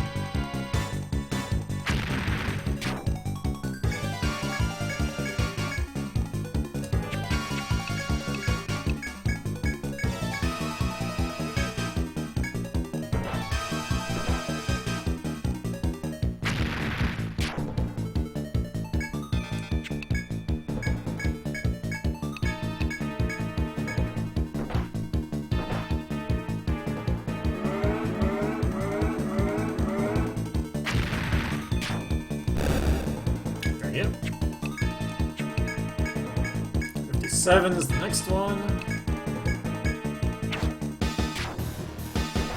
Should go quite a bit quicker now.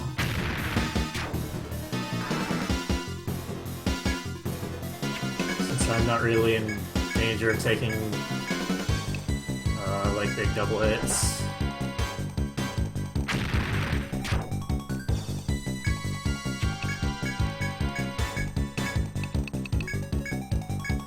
Heal less.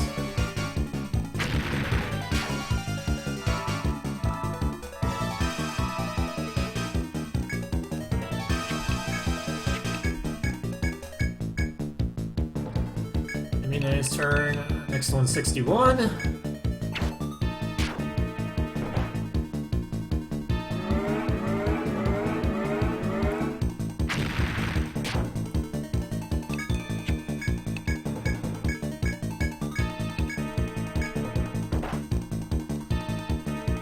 We even get there.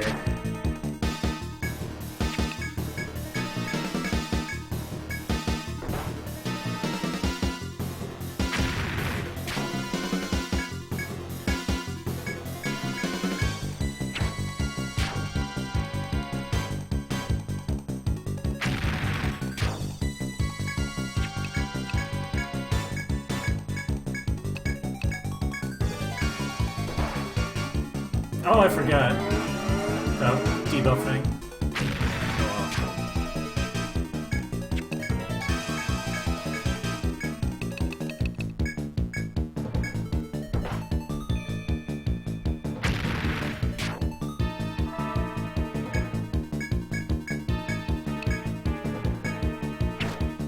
Be dead soon.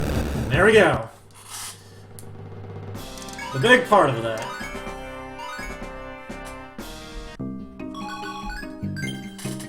Okay, Tana, you get bravery.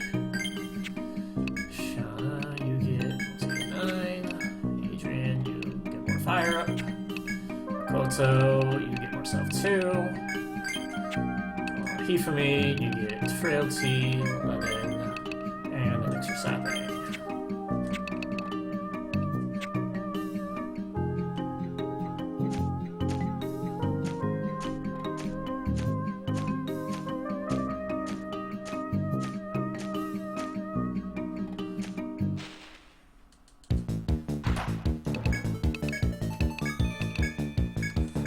So we're not going to use,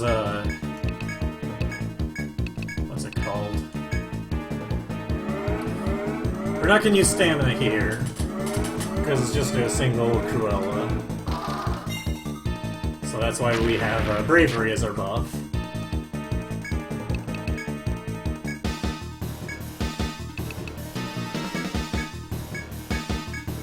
Our TP is going to get, gonna start hurting now. But I have plenty of items to deal with that.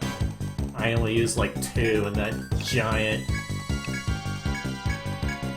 fight I just had. But with bravery, I get just enough damage that I can beat her with a single seal. And not have to reuse immunize.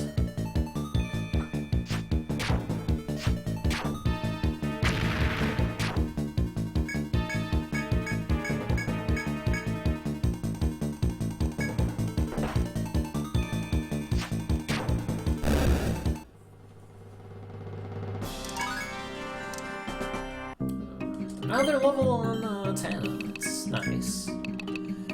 Let's actually increase bravery. Should I? Yeah, stamina 5 is enough.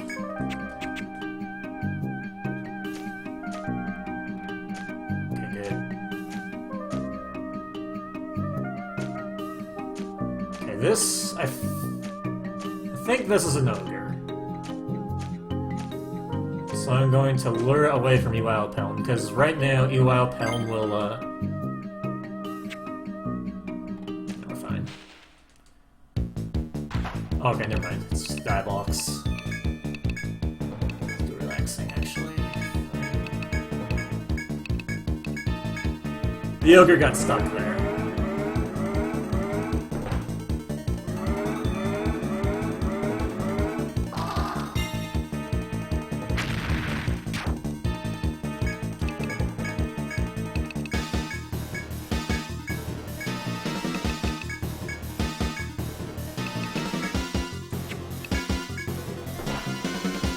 Well, let me keep saying I don't have a 3DS, but it does look like a good game. So I don't know if I can say I'm hyped for EO5, but it does look like a really fun game to play.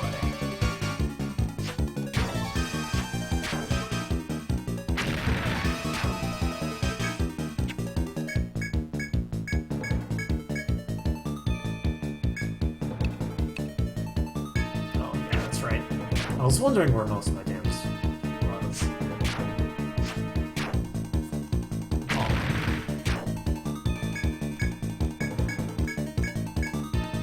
Oh. Just in case I'll immunize.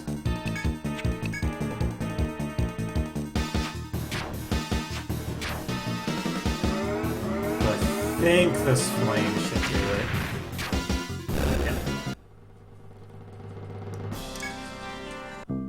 Shauna's getting really close to 36.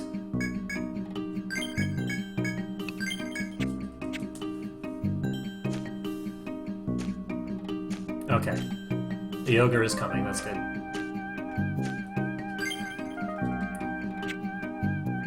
In fact, I'm probably just gonna keep... Because I have enough M rated 2s, I should probably just keep boost on Tana. Just go for it.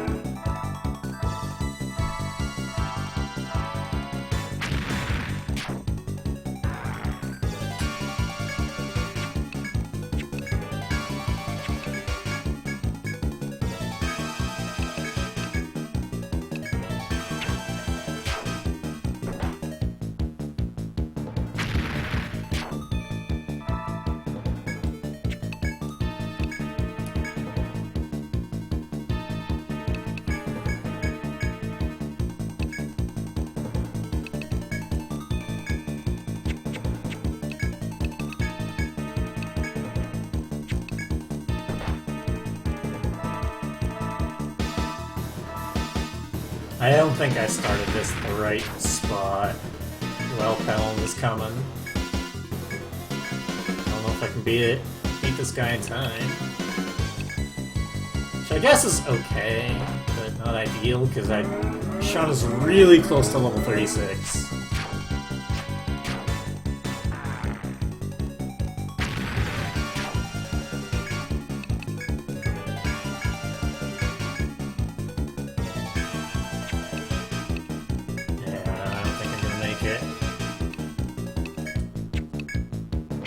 Position myself very well.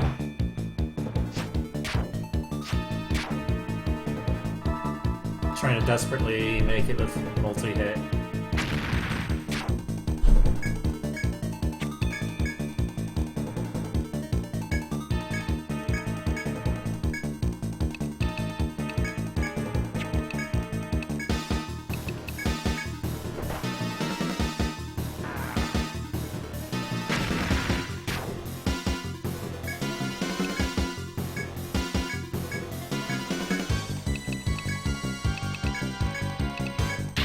Nope, that's not what I want to do. I mean, if it happens, it's whatever.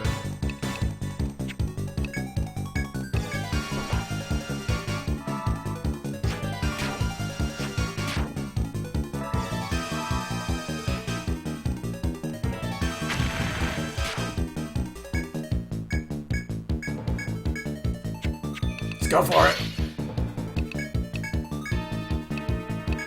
Probably not happening. And just to make you add let-in, so I can show off a neat strategy. While Pelham gets in. I don't know why I used sacking there. Yep.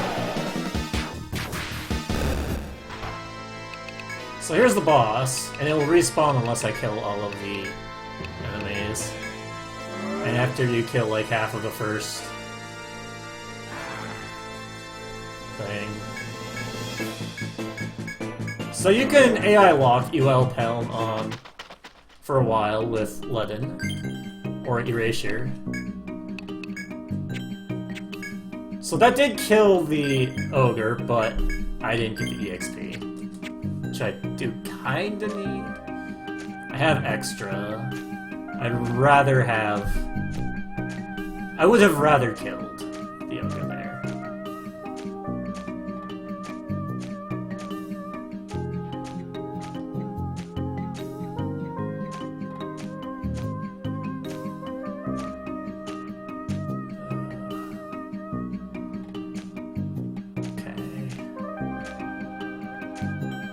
So that's what I'm doing right now. I'm taking extra steps so while Pelham is plenty far away. I think yeah.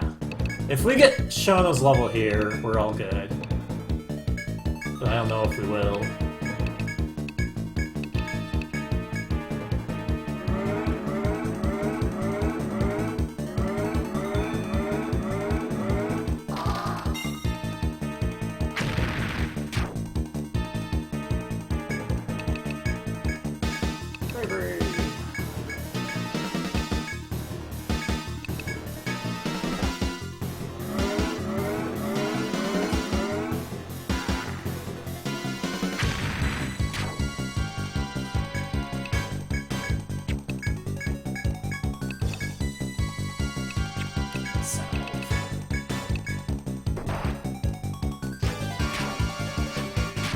Because if I can get multi-hit 10 before fighting the second hunter, that would be really, really nice.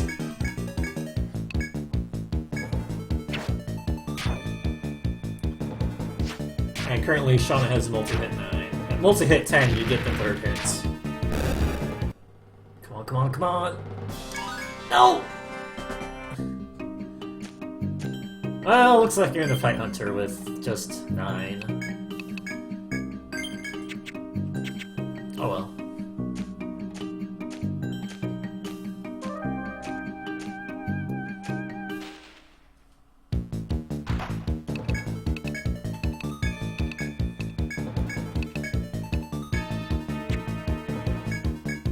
Sure, I'll still flame.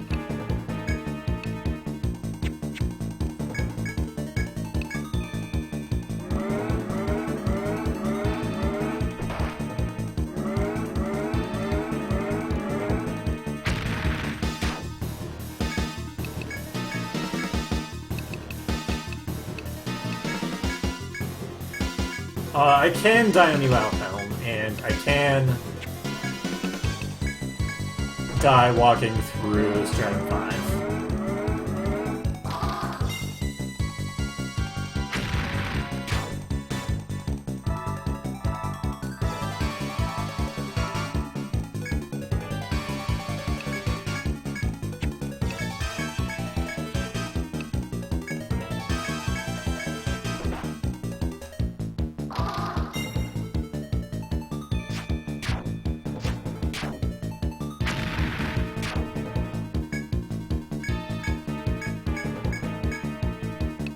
Sucks. Level 36 on Shauna is like the most critical level in like the entire game. And I just narrowly missed it.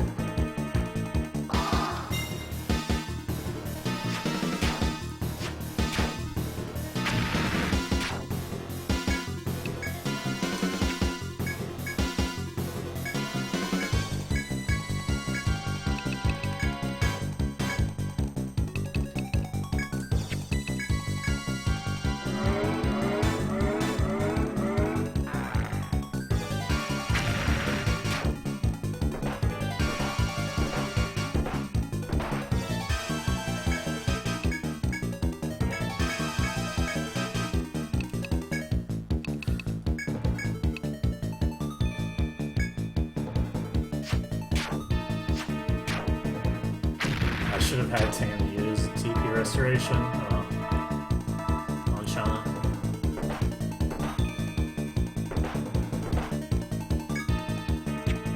Do it this turn.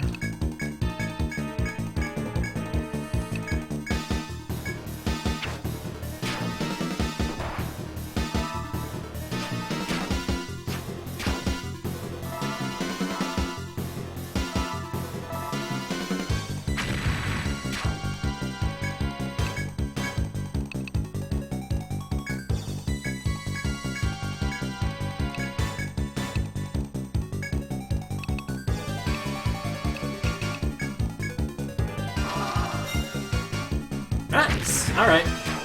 I guess we can just get the Lucky Seal at the perfect time. That works too.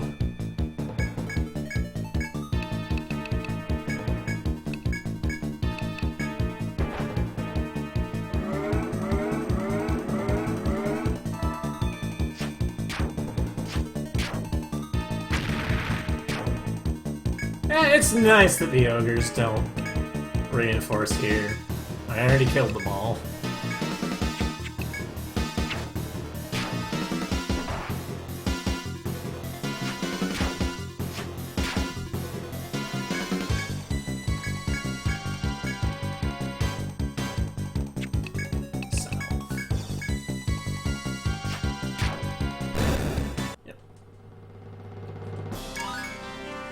There's level 36 on Shauna. Multi-hit 10. And a Palm 10. And first turn.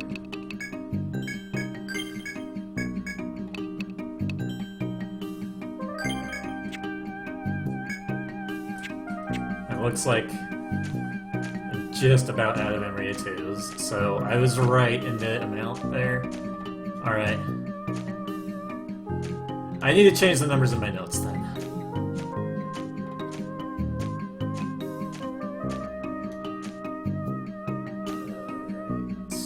Oh yeah, definitely enough.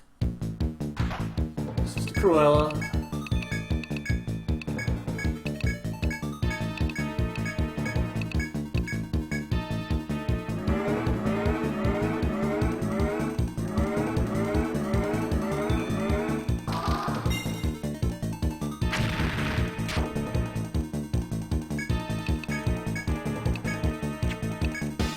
Bravery.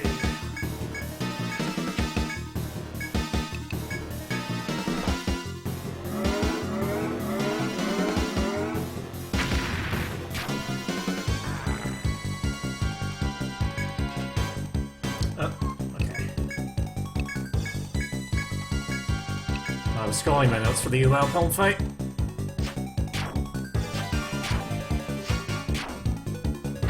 Oh man, the triple hit.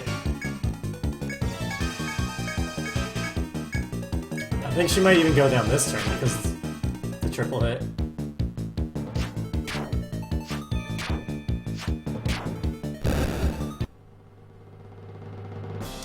Adrian got an extra level.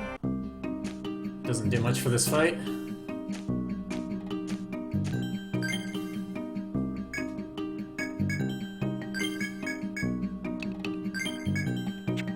Okay, we're loaded on TP.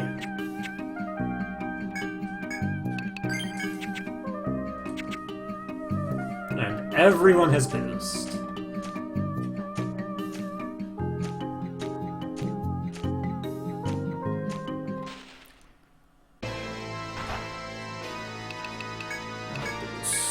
Boosted relaxing.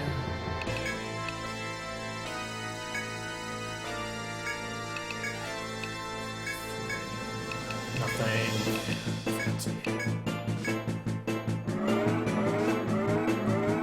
So I get to jump on him, so he doesn't do anything on the first turn. You can do whatever you want.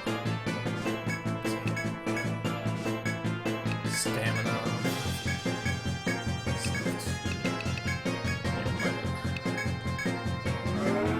So we keep Whelphelm AI locked for the first 6 turns with Levin or Erasure. So it really wants to increase its speed.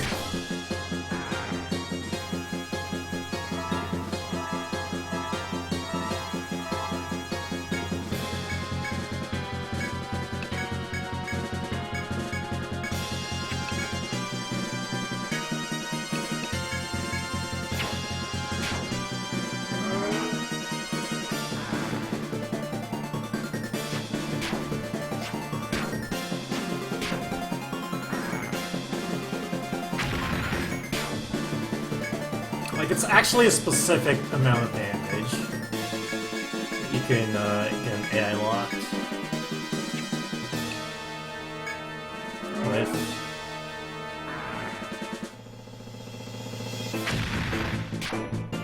It's like the first 70%, I think. Oh, we still want to erasure, not bravery.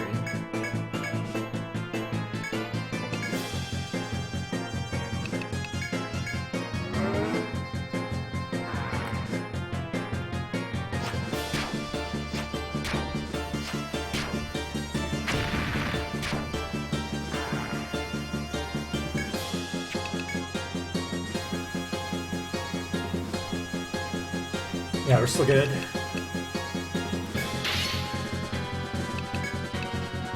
Oh, Pollen's still out.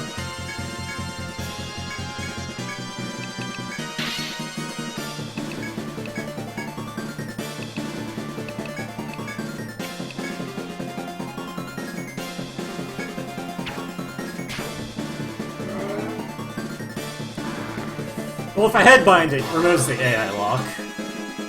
There are many other reasons why I want to headbind. If I can keep the headbind on, then you outpound is a joke. Because the real danger of the outpound is status.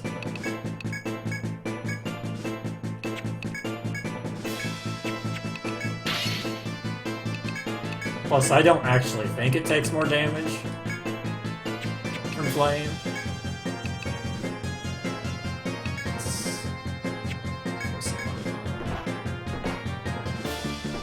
Ooh, I forgot something, but that's fine.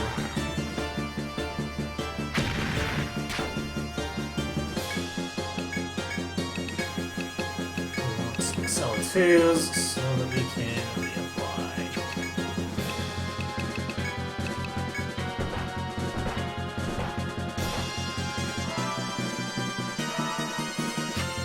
That's the case in other EO games I know, but I'm not sure about this one. Doesn't seem to take a whole lot more damage.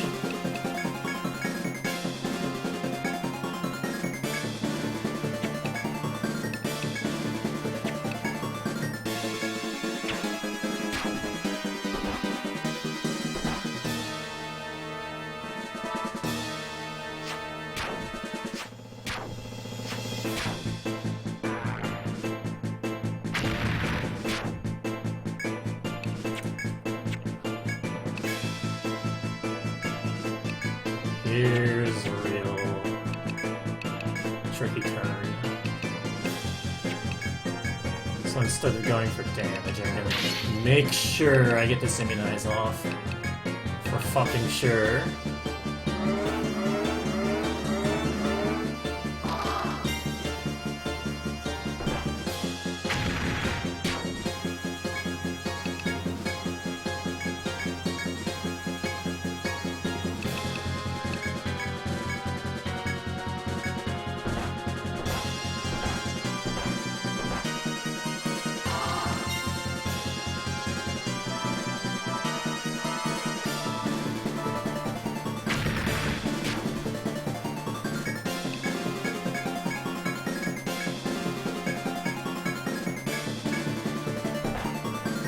Sure, keep doing Rock Beak on Adrian.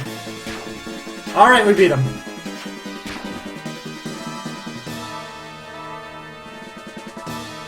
Got the second headbind, we beat him.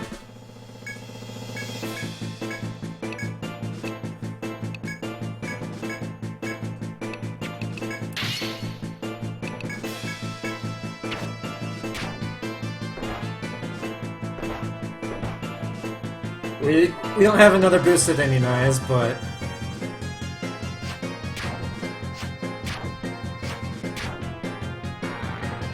the boosted sapping should last.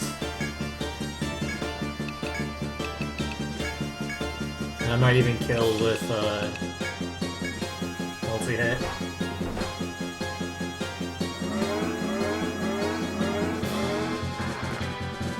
And all it can do is feathers while it's bound.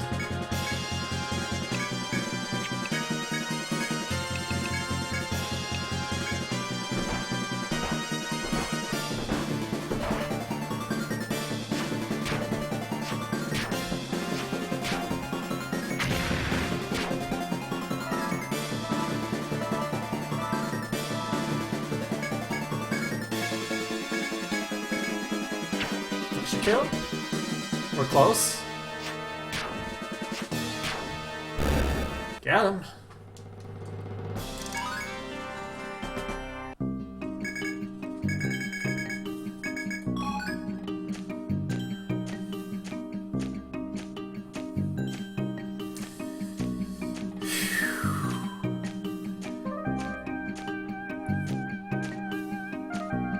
Got past floor 20. So now we've done all that, we can go report to Run Hall.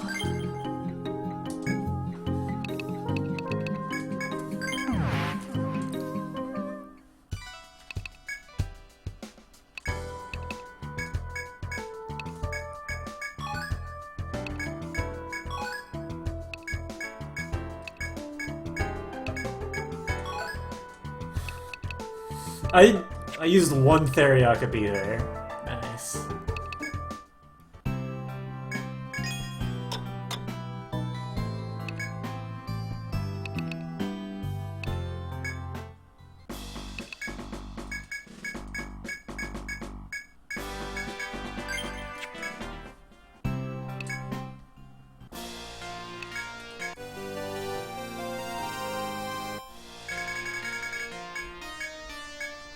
It's the last mission.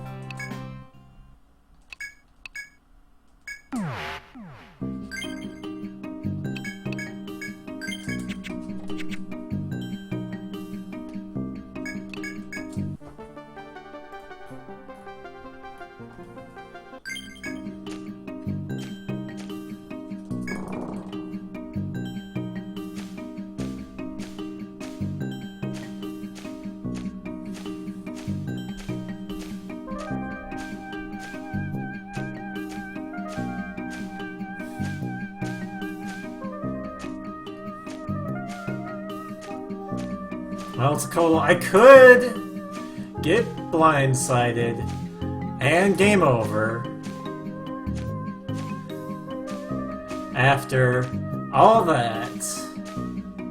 So, I'll take my safety, even if it is at sub 7.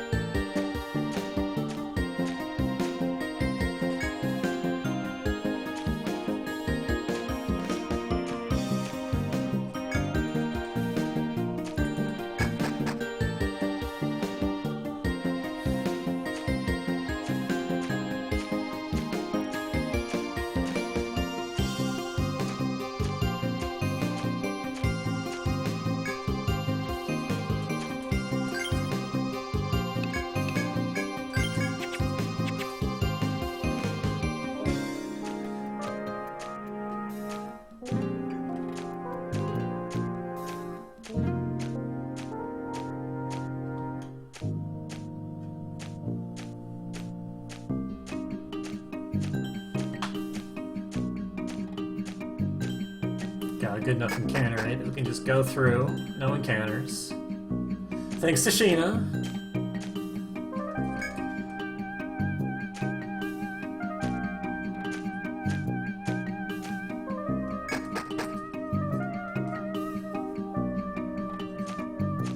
And there's just no encounters here, period.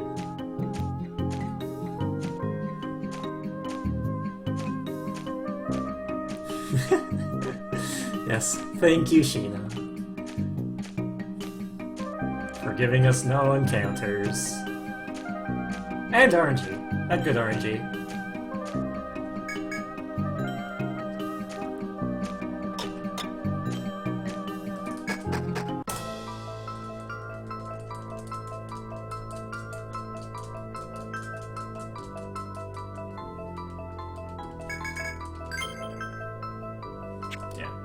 Stalker's still up.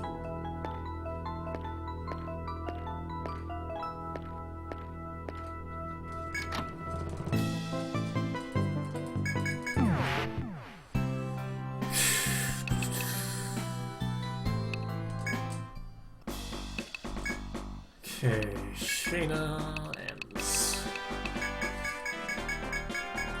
Now that we've done all that, we get to go on a mining adventure!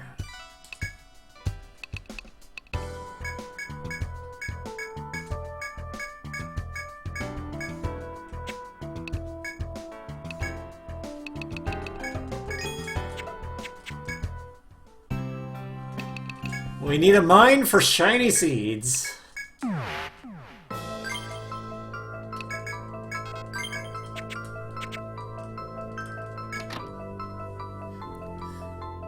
need 28 of them.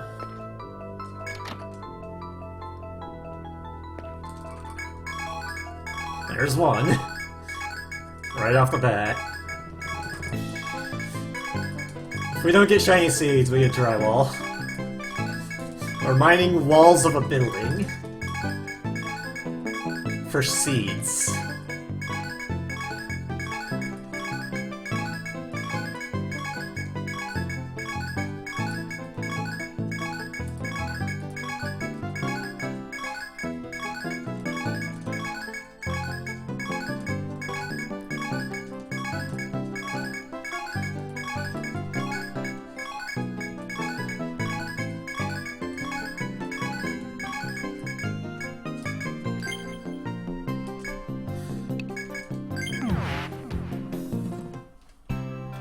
Okay, how many did we get?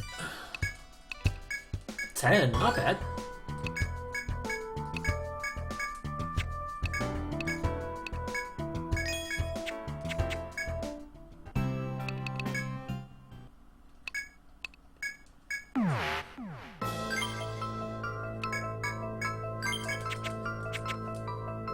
Well, considering the whole setup is just getting shiny seeds and buying items, it's not really worth its own split. I didn't sleep.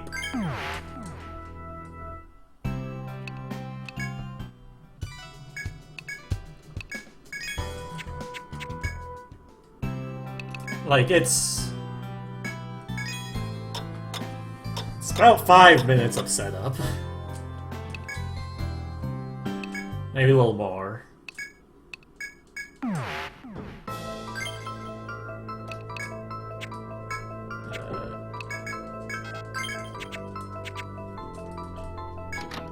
There's a very small chance I can get an encounter if I don't use Stalker, so I use it.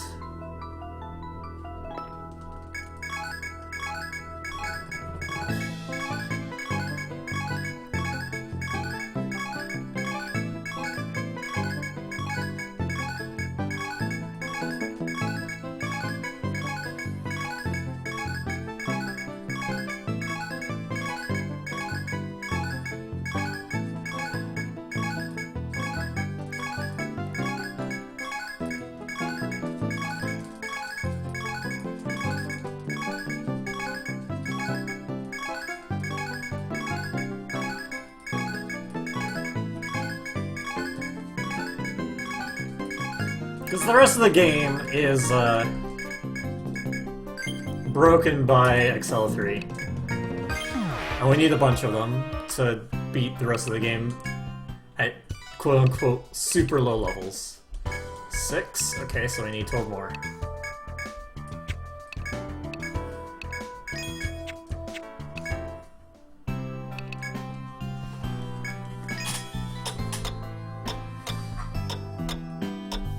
Okay, hold it in another hour.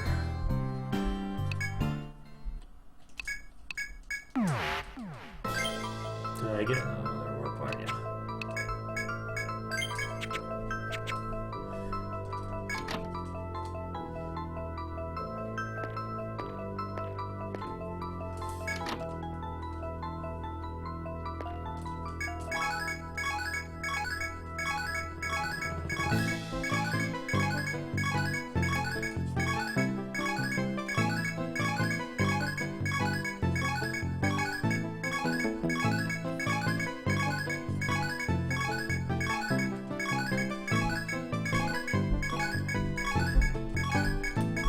Looks like there were a lot of shiny seeds there.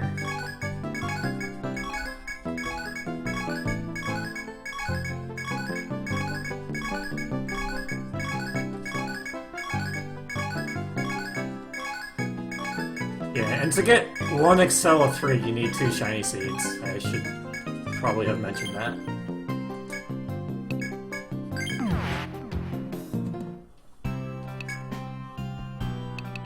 That's not where you sell things. 10? Okay, we need 2 more.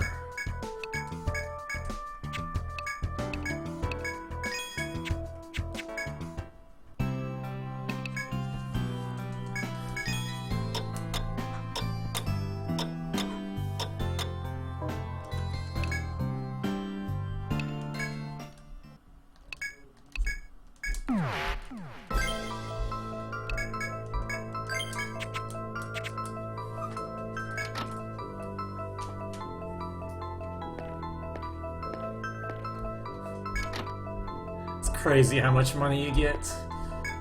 Like, money has to be specifically routed until this part. So you gotta get those seeds.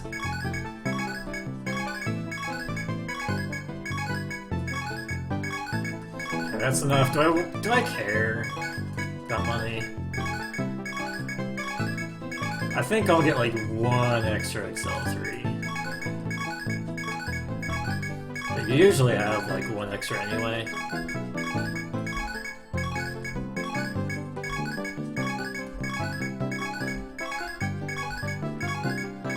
I think I'm just gonna keep mining here, just so that I can get like an extra rosary.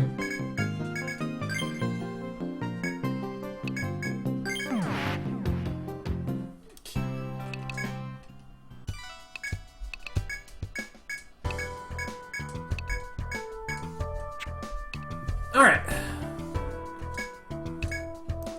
Gold Chime 2. Warp Wire 3. Go here. 1, 2, 3, 4, 5, 6, 7, 8, 9, 10, 11, 12, 13, 14, I'm gonna get extra. 1, 2, 3, 4, 5, 6, 7, 8, 9, 10, 11, 12, 13, 14, 15, 16, 17, 18, 19, 20, 21, 22, 23, 24, 25, 26, 27, 28, 29, 30.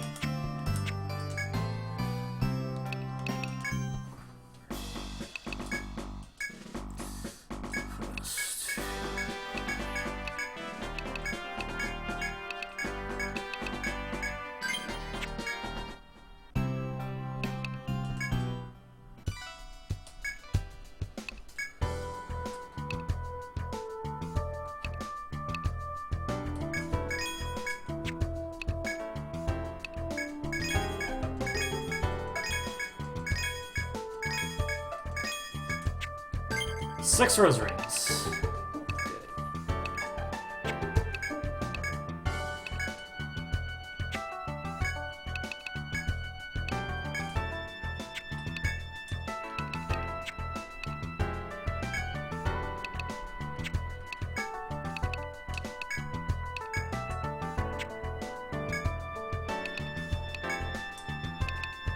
Do I want the last one? Yeah, probably on you. Not very low.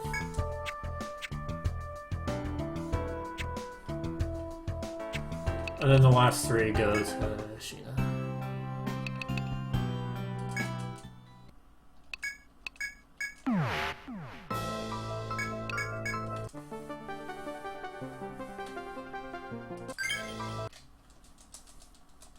Okay, so about 10 minutes of setup.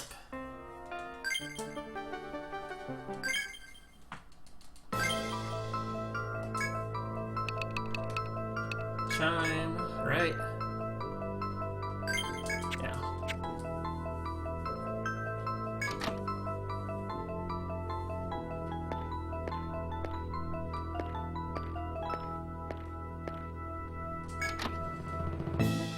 Alright, run-ins locked.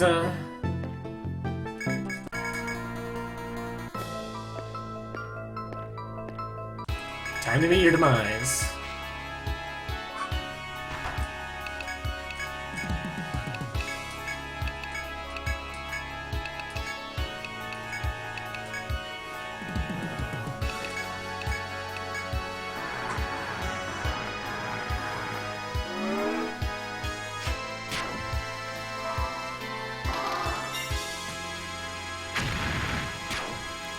Manipulate that headbind.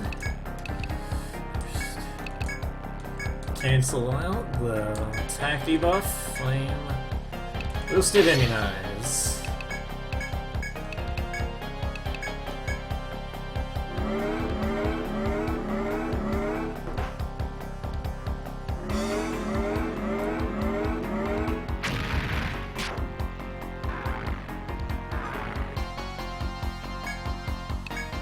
Let's see here.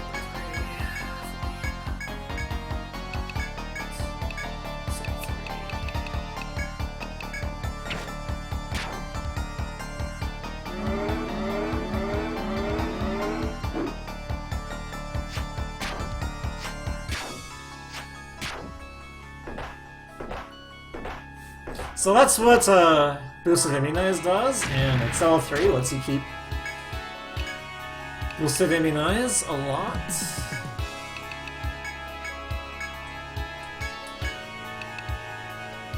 4D. Yeah, 85% reduction on damage before defense sets in.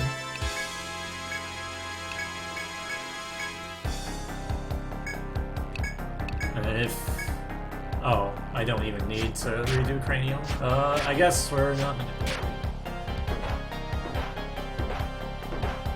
Yeah, for some reason manipulation doesn't, like, work. But... whatever. It's fine. It works at the beginning, but then it doesn't.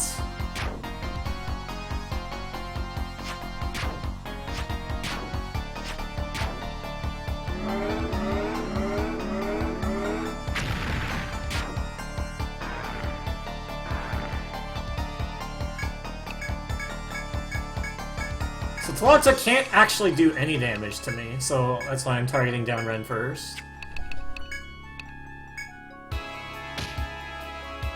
Alright, that works. I don't know why I use Salve, but sure.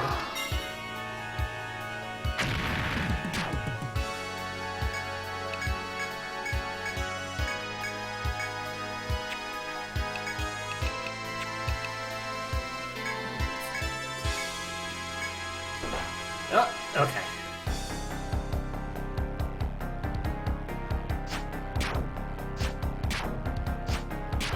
Nice triple hit.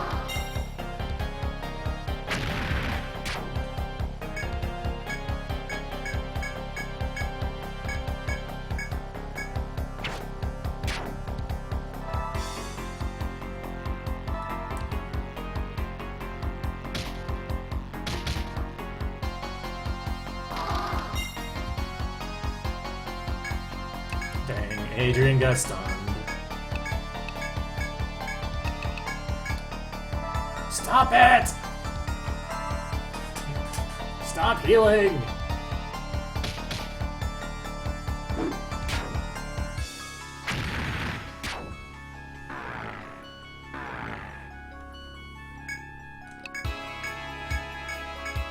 Well, I might die here.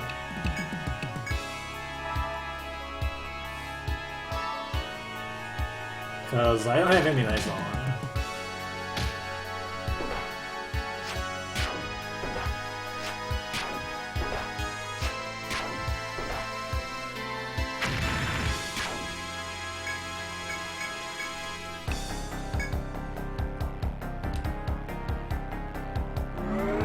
I mean, a friend is just not gonna do anything.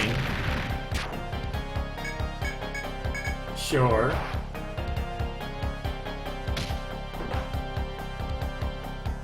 I just need Adrian to kill.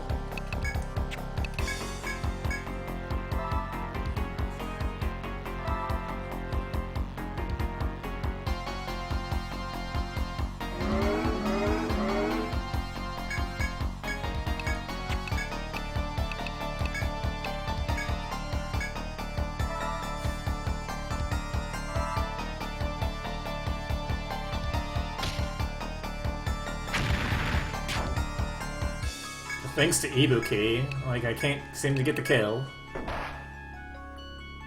Doesn't do anything.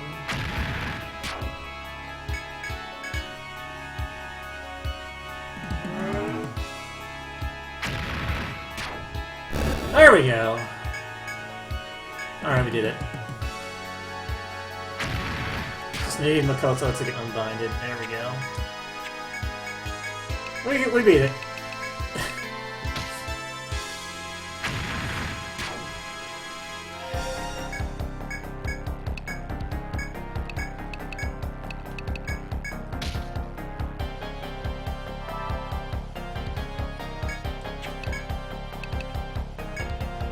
No, we survived.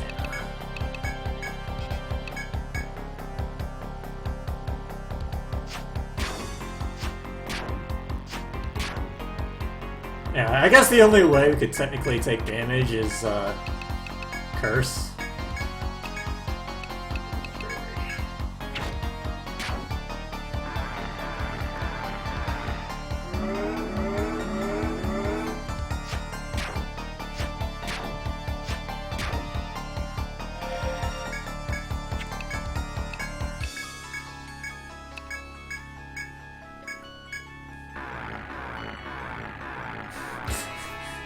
Damn it!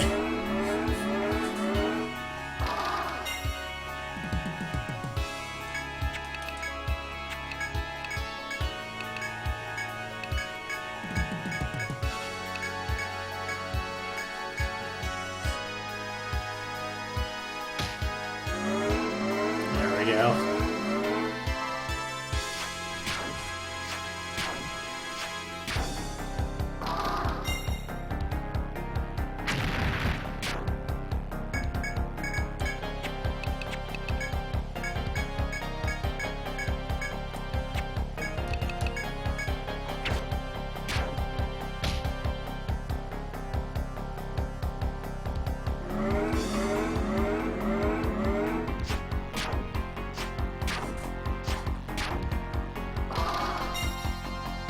There we go.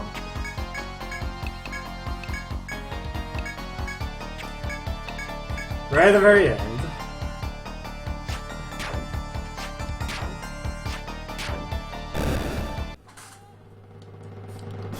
That was a slow fight, whatever.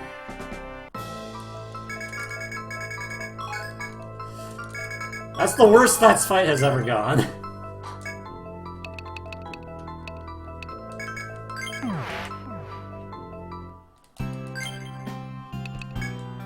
I need to redo my party anyway.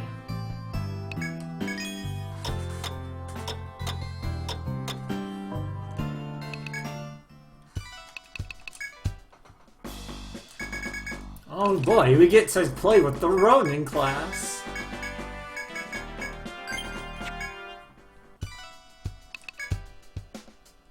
Oh, we can sell this hex chain for extra. And a useless hex mantle because we're no longer using Hifumi. Sheena. Take some rings on Sheena. Get that AGI way up there.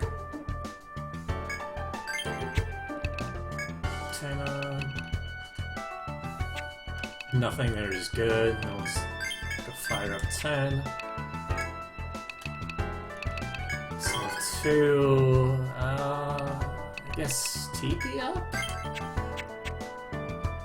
My points kind of don't matter at this point.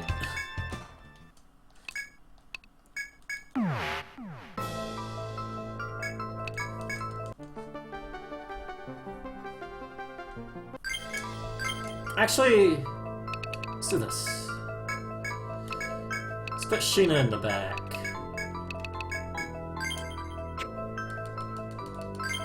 Because this is like the one place where you actively don't want her to die.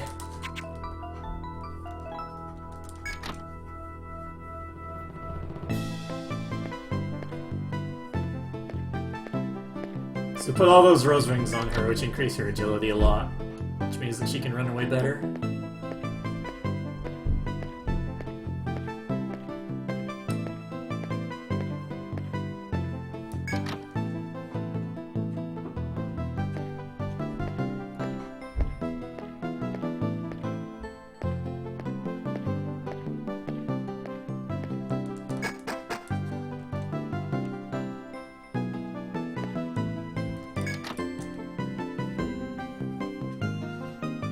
Which way do I go?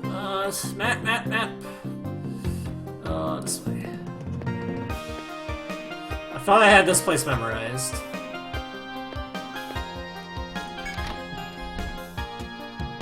But I was wrong.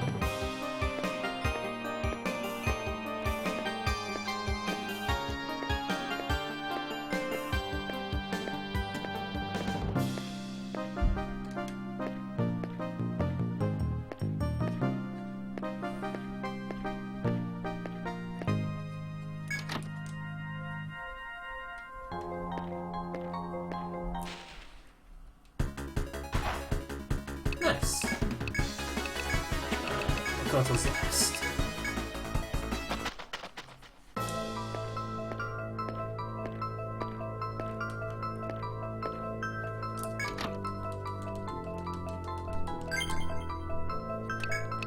Oh, you're down here.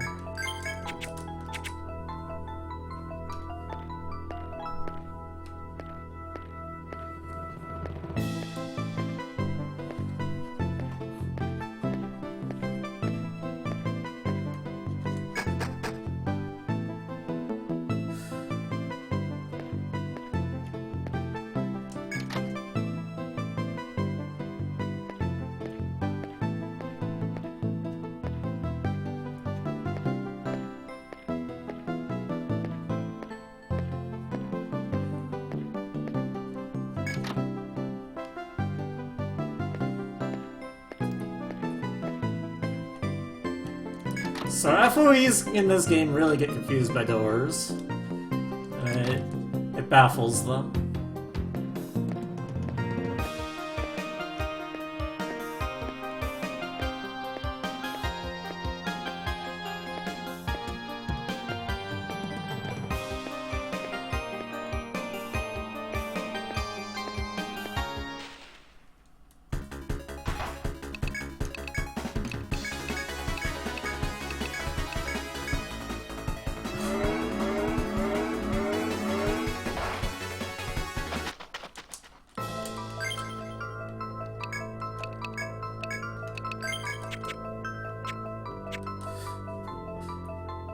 Are you talking about, like, the bitrate?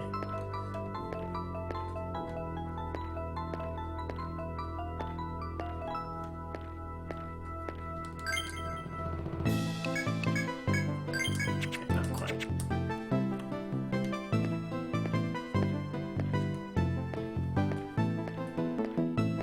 Okay, petaloids can appear now. They can appear in this area. So this area here is pretty dangerous.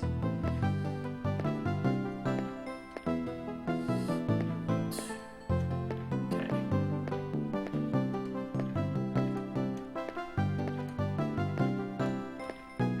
Didn't get lost.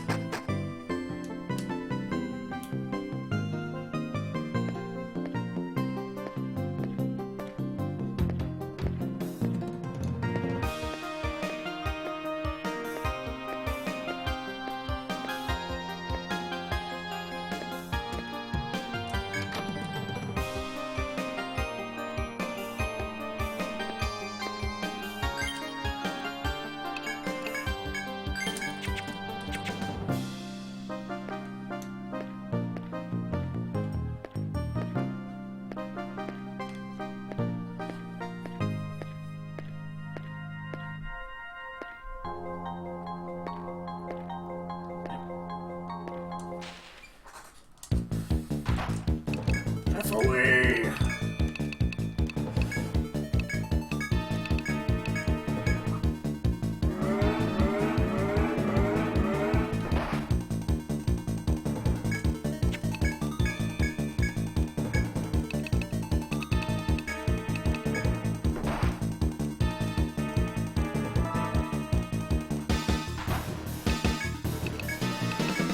Surrounded!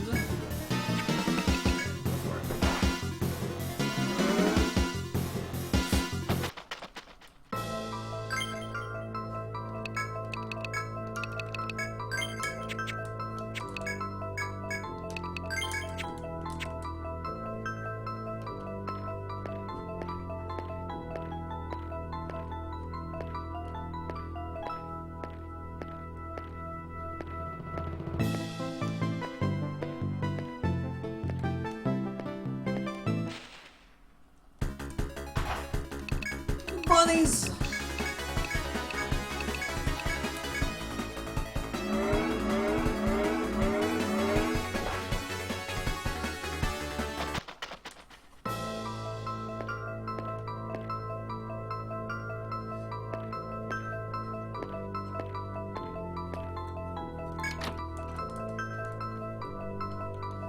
This way.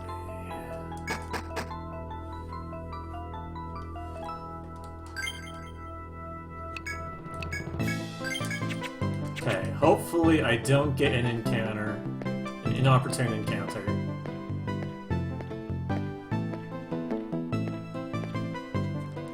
Because this works just fine if you don't get an encounter, but if you do, it throws everything off.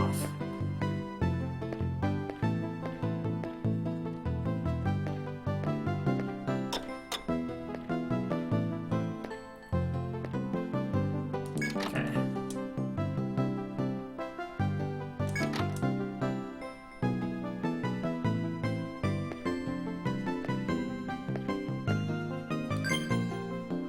Yeah, we have plenty of Stalker. We didn't get an encounter before we did the skip with the door. But yeah, that FOE can be a real pain to skip.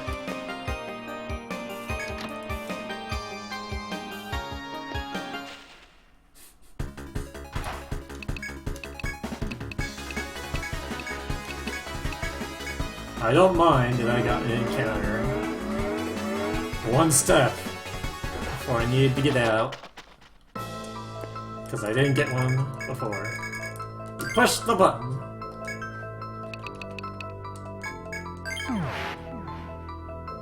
Okay, I should have the last warp wire in my possession. Right there, yeah.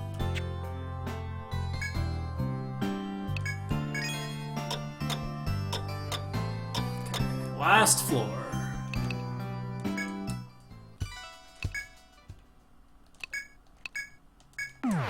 We need to do exploring first before we fight the final boss.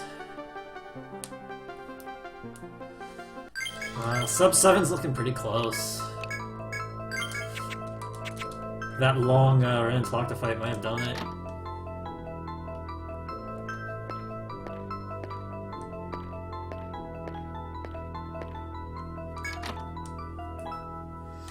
I don't know, guys.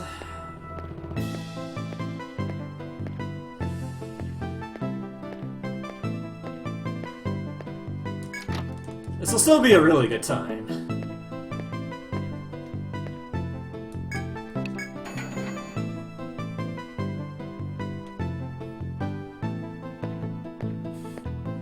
Run it back without going to the bathroom. Exactly.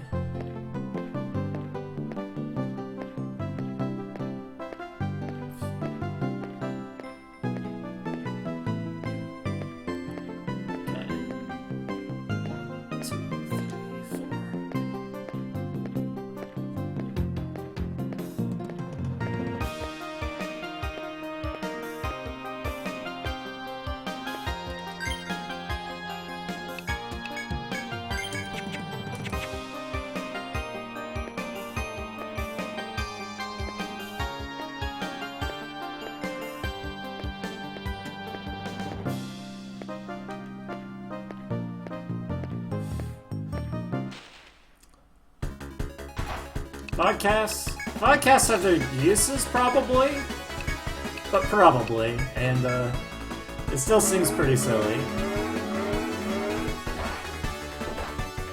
I mean, highlights are there for a reason.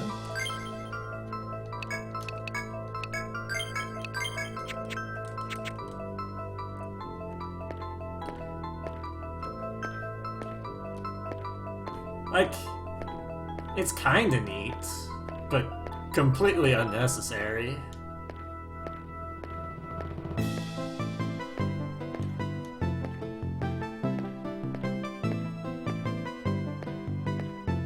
It'll let you, like, watch VODs with people. Which is neat, but... eh.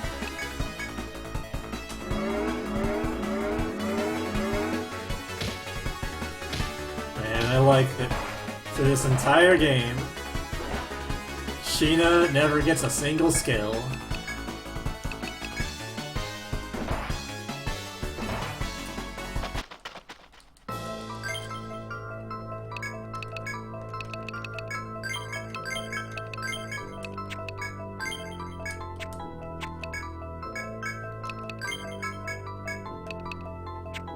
Yeah, that's enough. Where am I? Over here.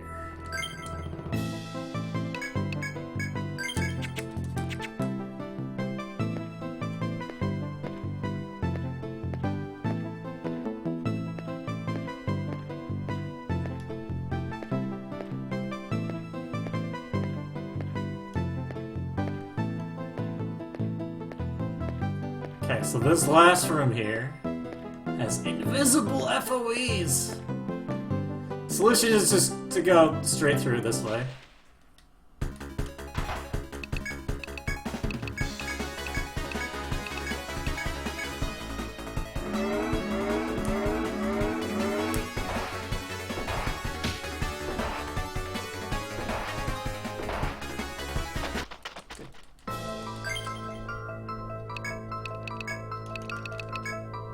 I don't think I'm getting another encounter.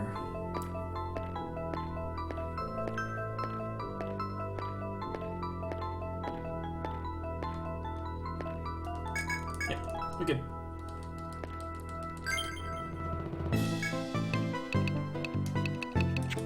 That's not the accept button.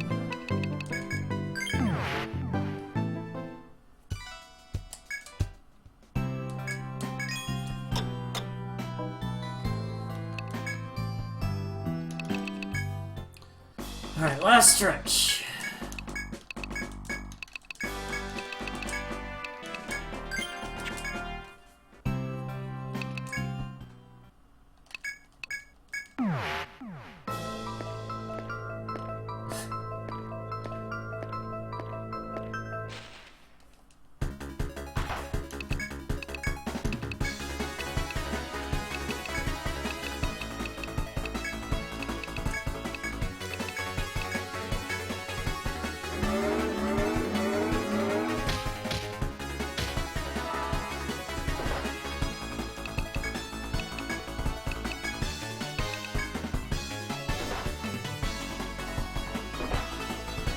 Can I get away from this?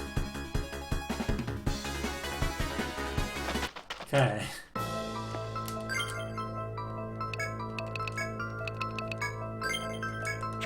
It's good enough.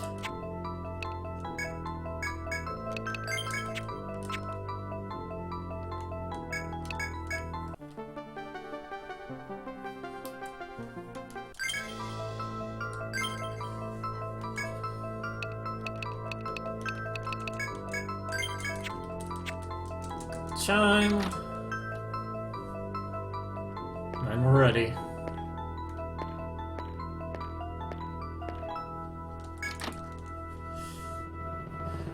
Can I beat the final boss within 20 minutes? Seems rough.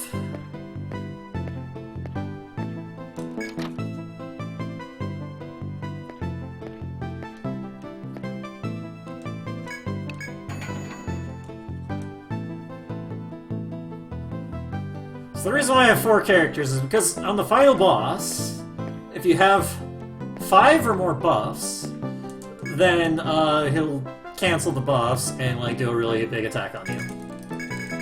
So you just have 4 characters.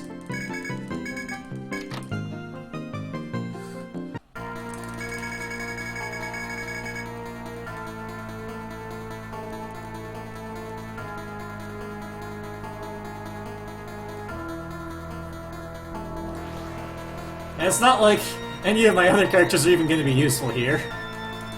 So...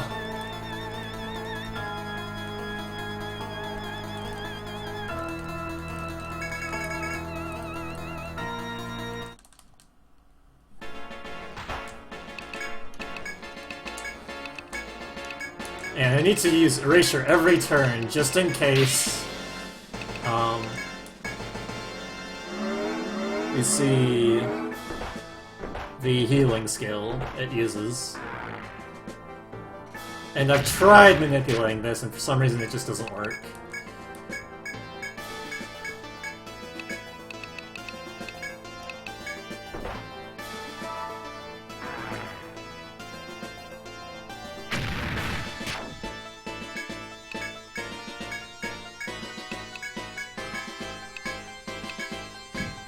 Growth.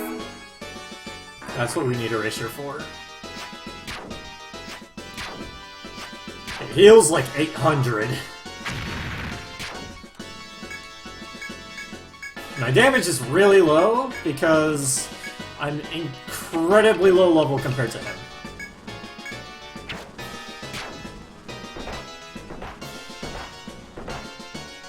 He's level 70, I think? No, 65. And I'm 37? Yeah. Something like that. But I can survive because I'm going to use Boosted Immunize every single turn, so that damage is reduced down to 15%.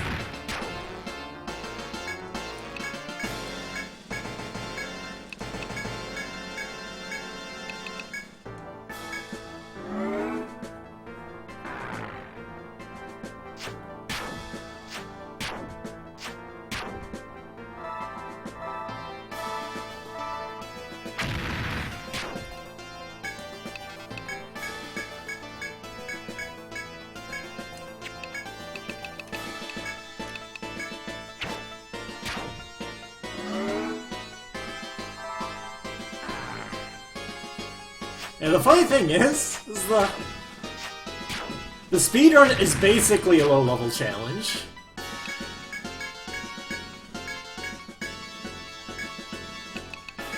I thought, like, how can I beat the game at a lower level? And it's like, you can't. Lower level in the speedrun, you just can't. You could maybe, like, cut some levels off in, for floor 20. So maybe you can do it at lower levels, but not much.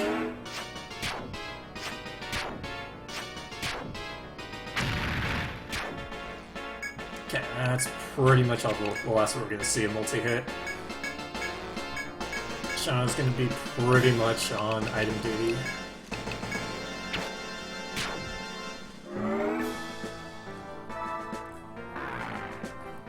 Unless there's an Impala turn.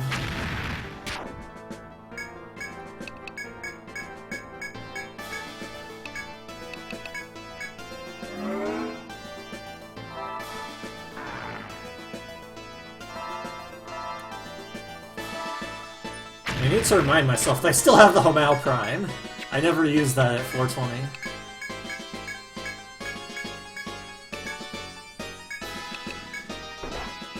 So I can use that on Adrian when he gets low.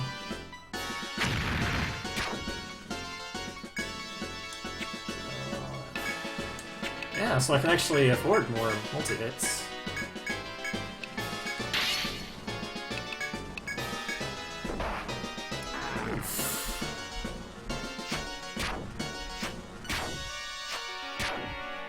I think that's the first time I've seen a crit.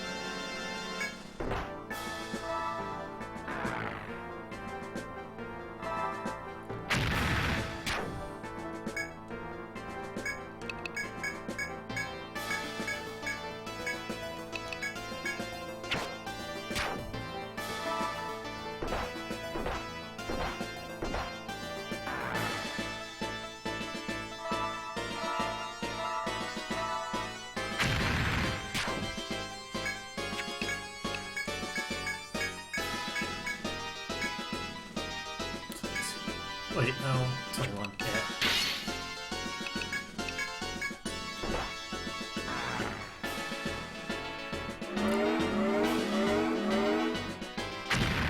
Shaw's taking an uncomfortable amount of damage.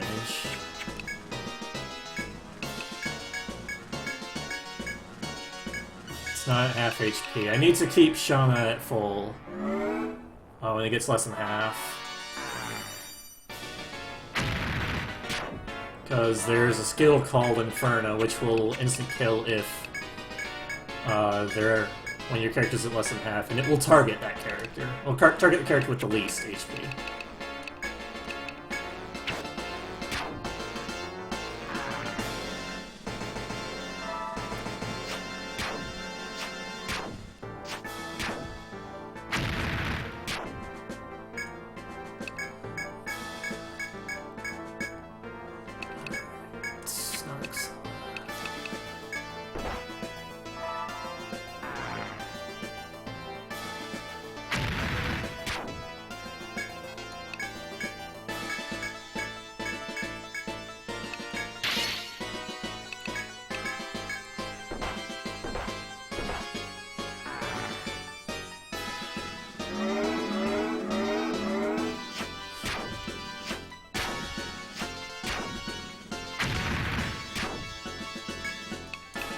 This isn't this guy, too.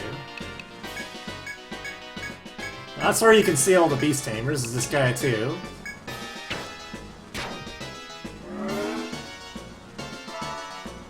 Even though they're not doing anything except lifting.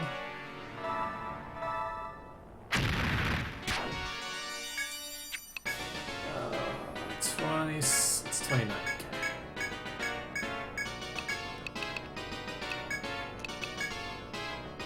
For now. But since I'm fully healed, it does nothing.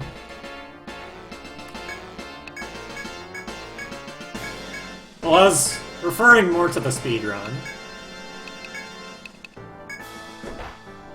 This guy, too. You make 8 beast tamers as part of the speedrun.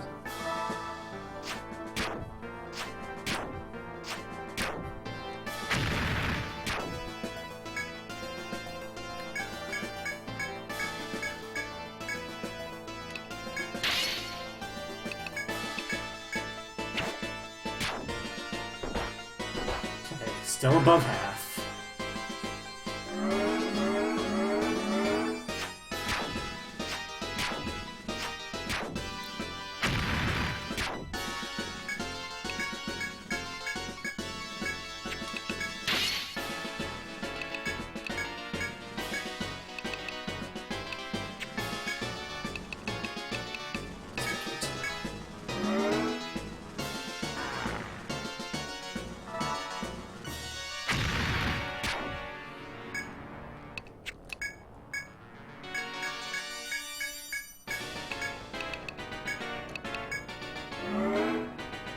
Good, we're seeing growth, that's good.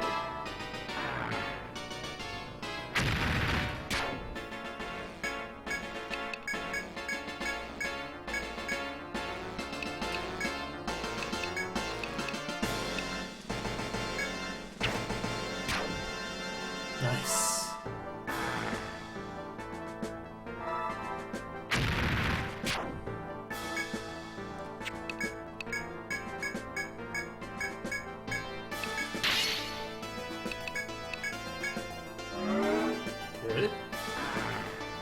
This is looking pretty I was gonna say cast. Quick and fast.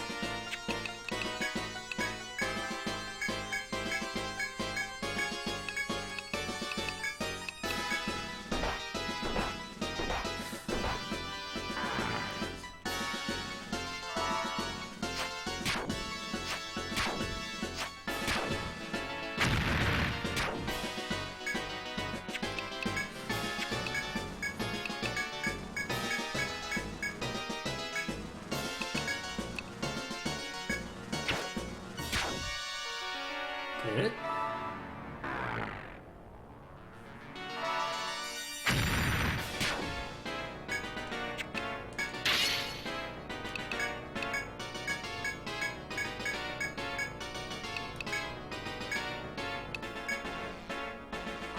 Good.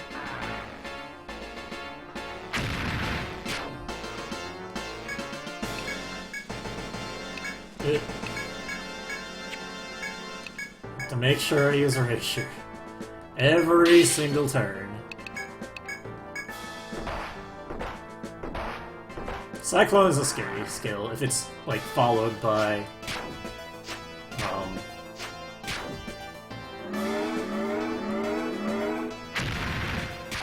if it's followed by Inferno, so I'm gonna play it super safe.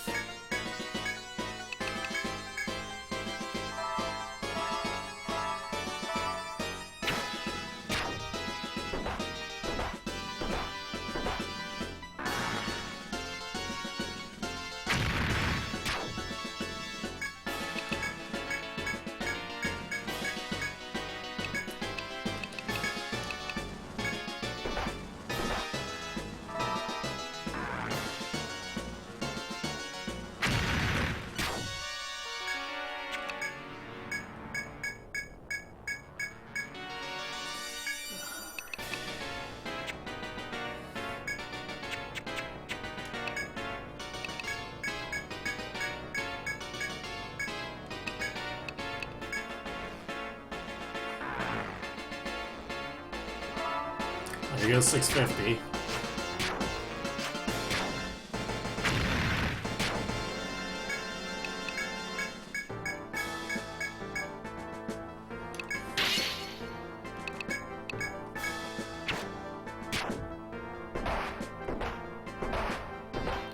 First turn.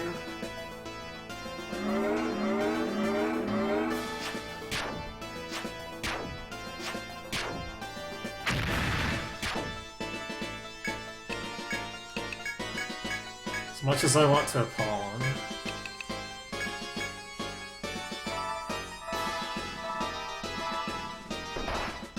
Is that that's Cyclone again?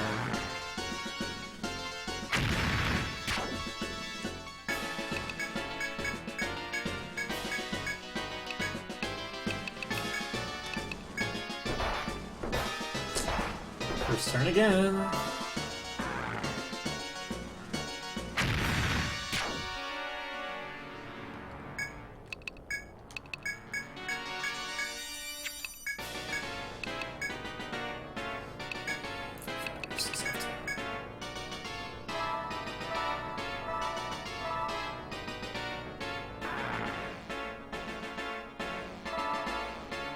Okay, this is silly here.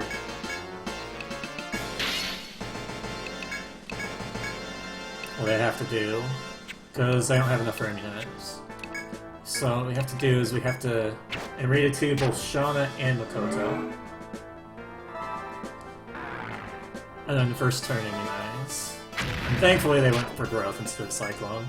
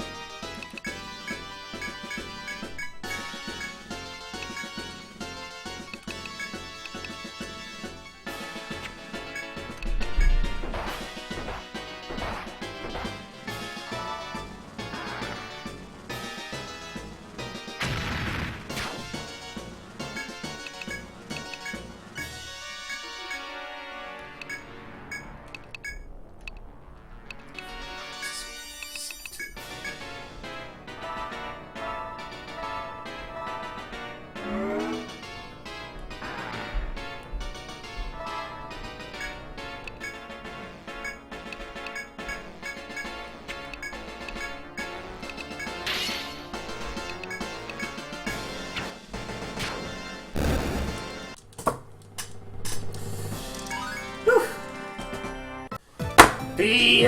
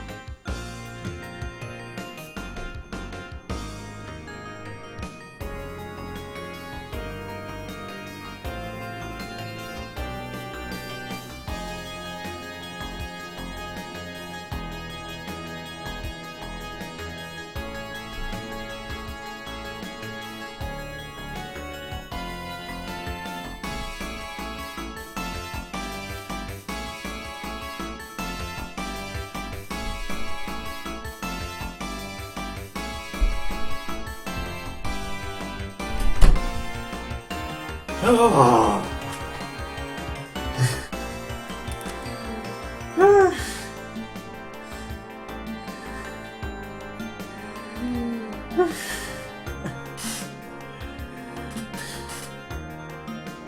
Oh, that feeling. Come back from the bathroom after getting a good time.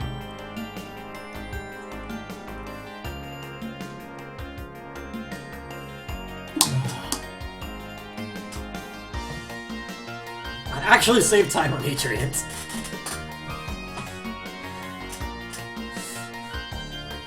Despite that really bad run-and clock to fight.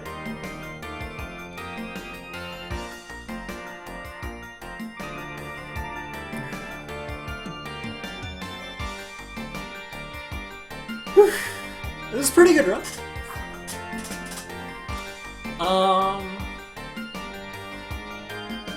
Like, one of the biggest time losses was the, in Stratum 2 on the way to Cernunnos, I screwed up a thing, and so I had to reset. But I saved before, so that was like a few minutes lost. Getting the sleeps right. Sleep counting is hard. But the only time lost for missing the sleeps was, because, how do I say this? It was because I checked and Fenrir wasn't there. I was like one day off. And having to take the extra sleep was fine. I have room for an extra sleep if I need it. But it's like this one really weird event where it's technically efficient to do it one way, but it's also really hard and you need to keep track of a bunch of things. Like, what I could do is I could just fight Fenrir, like make sure I get all of my sleeps, and then fight Fenrir before I do the first roam through Stratum 4, but eh.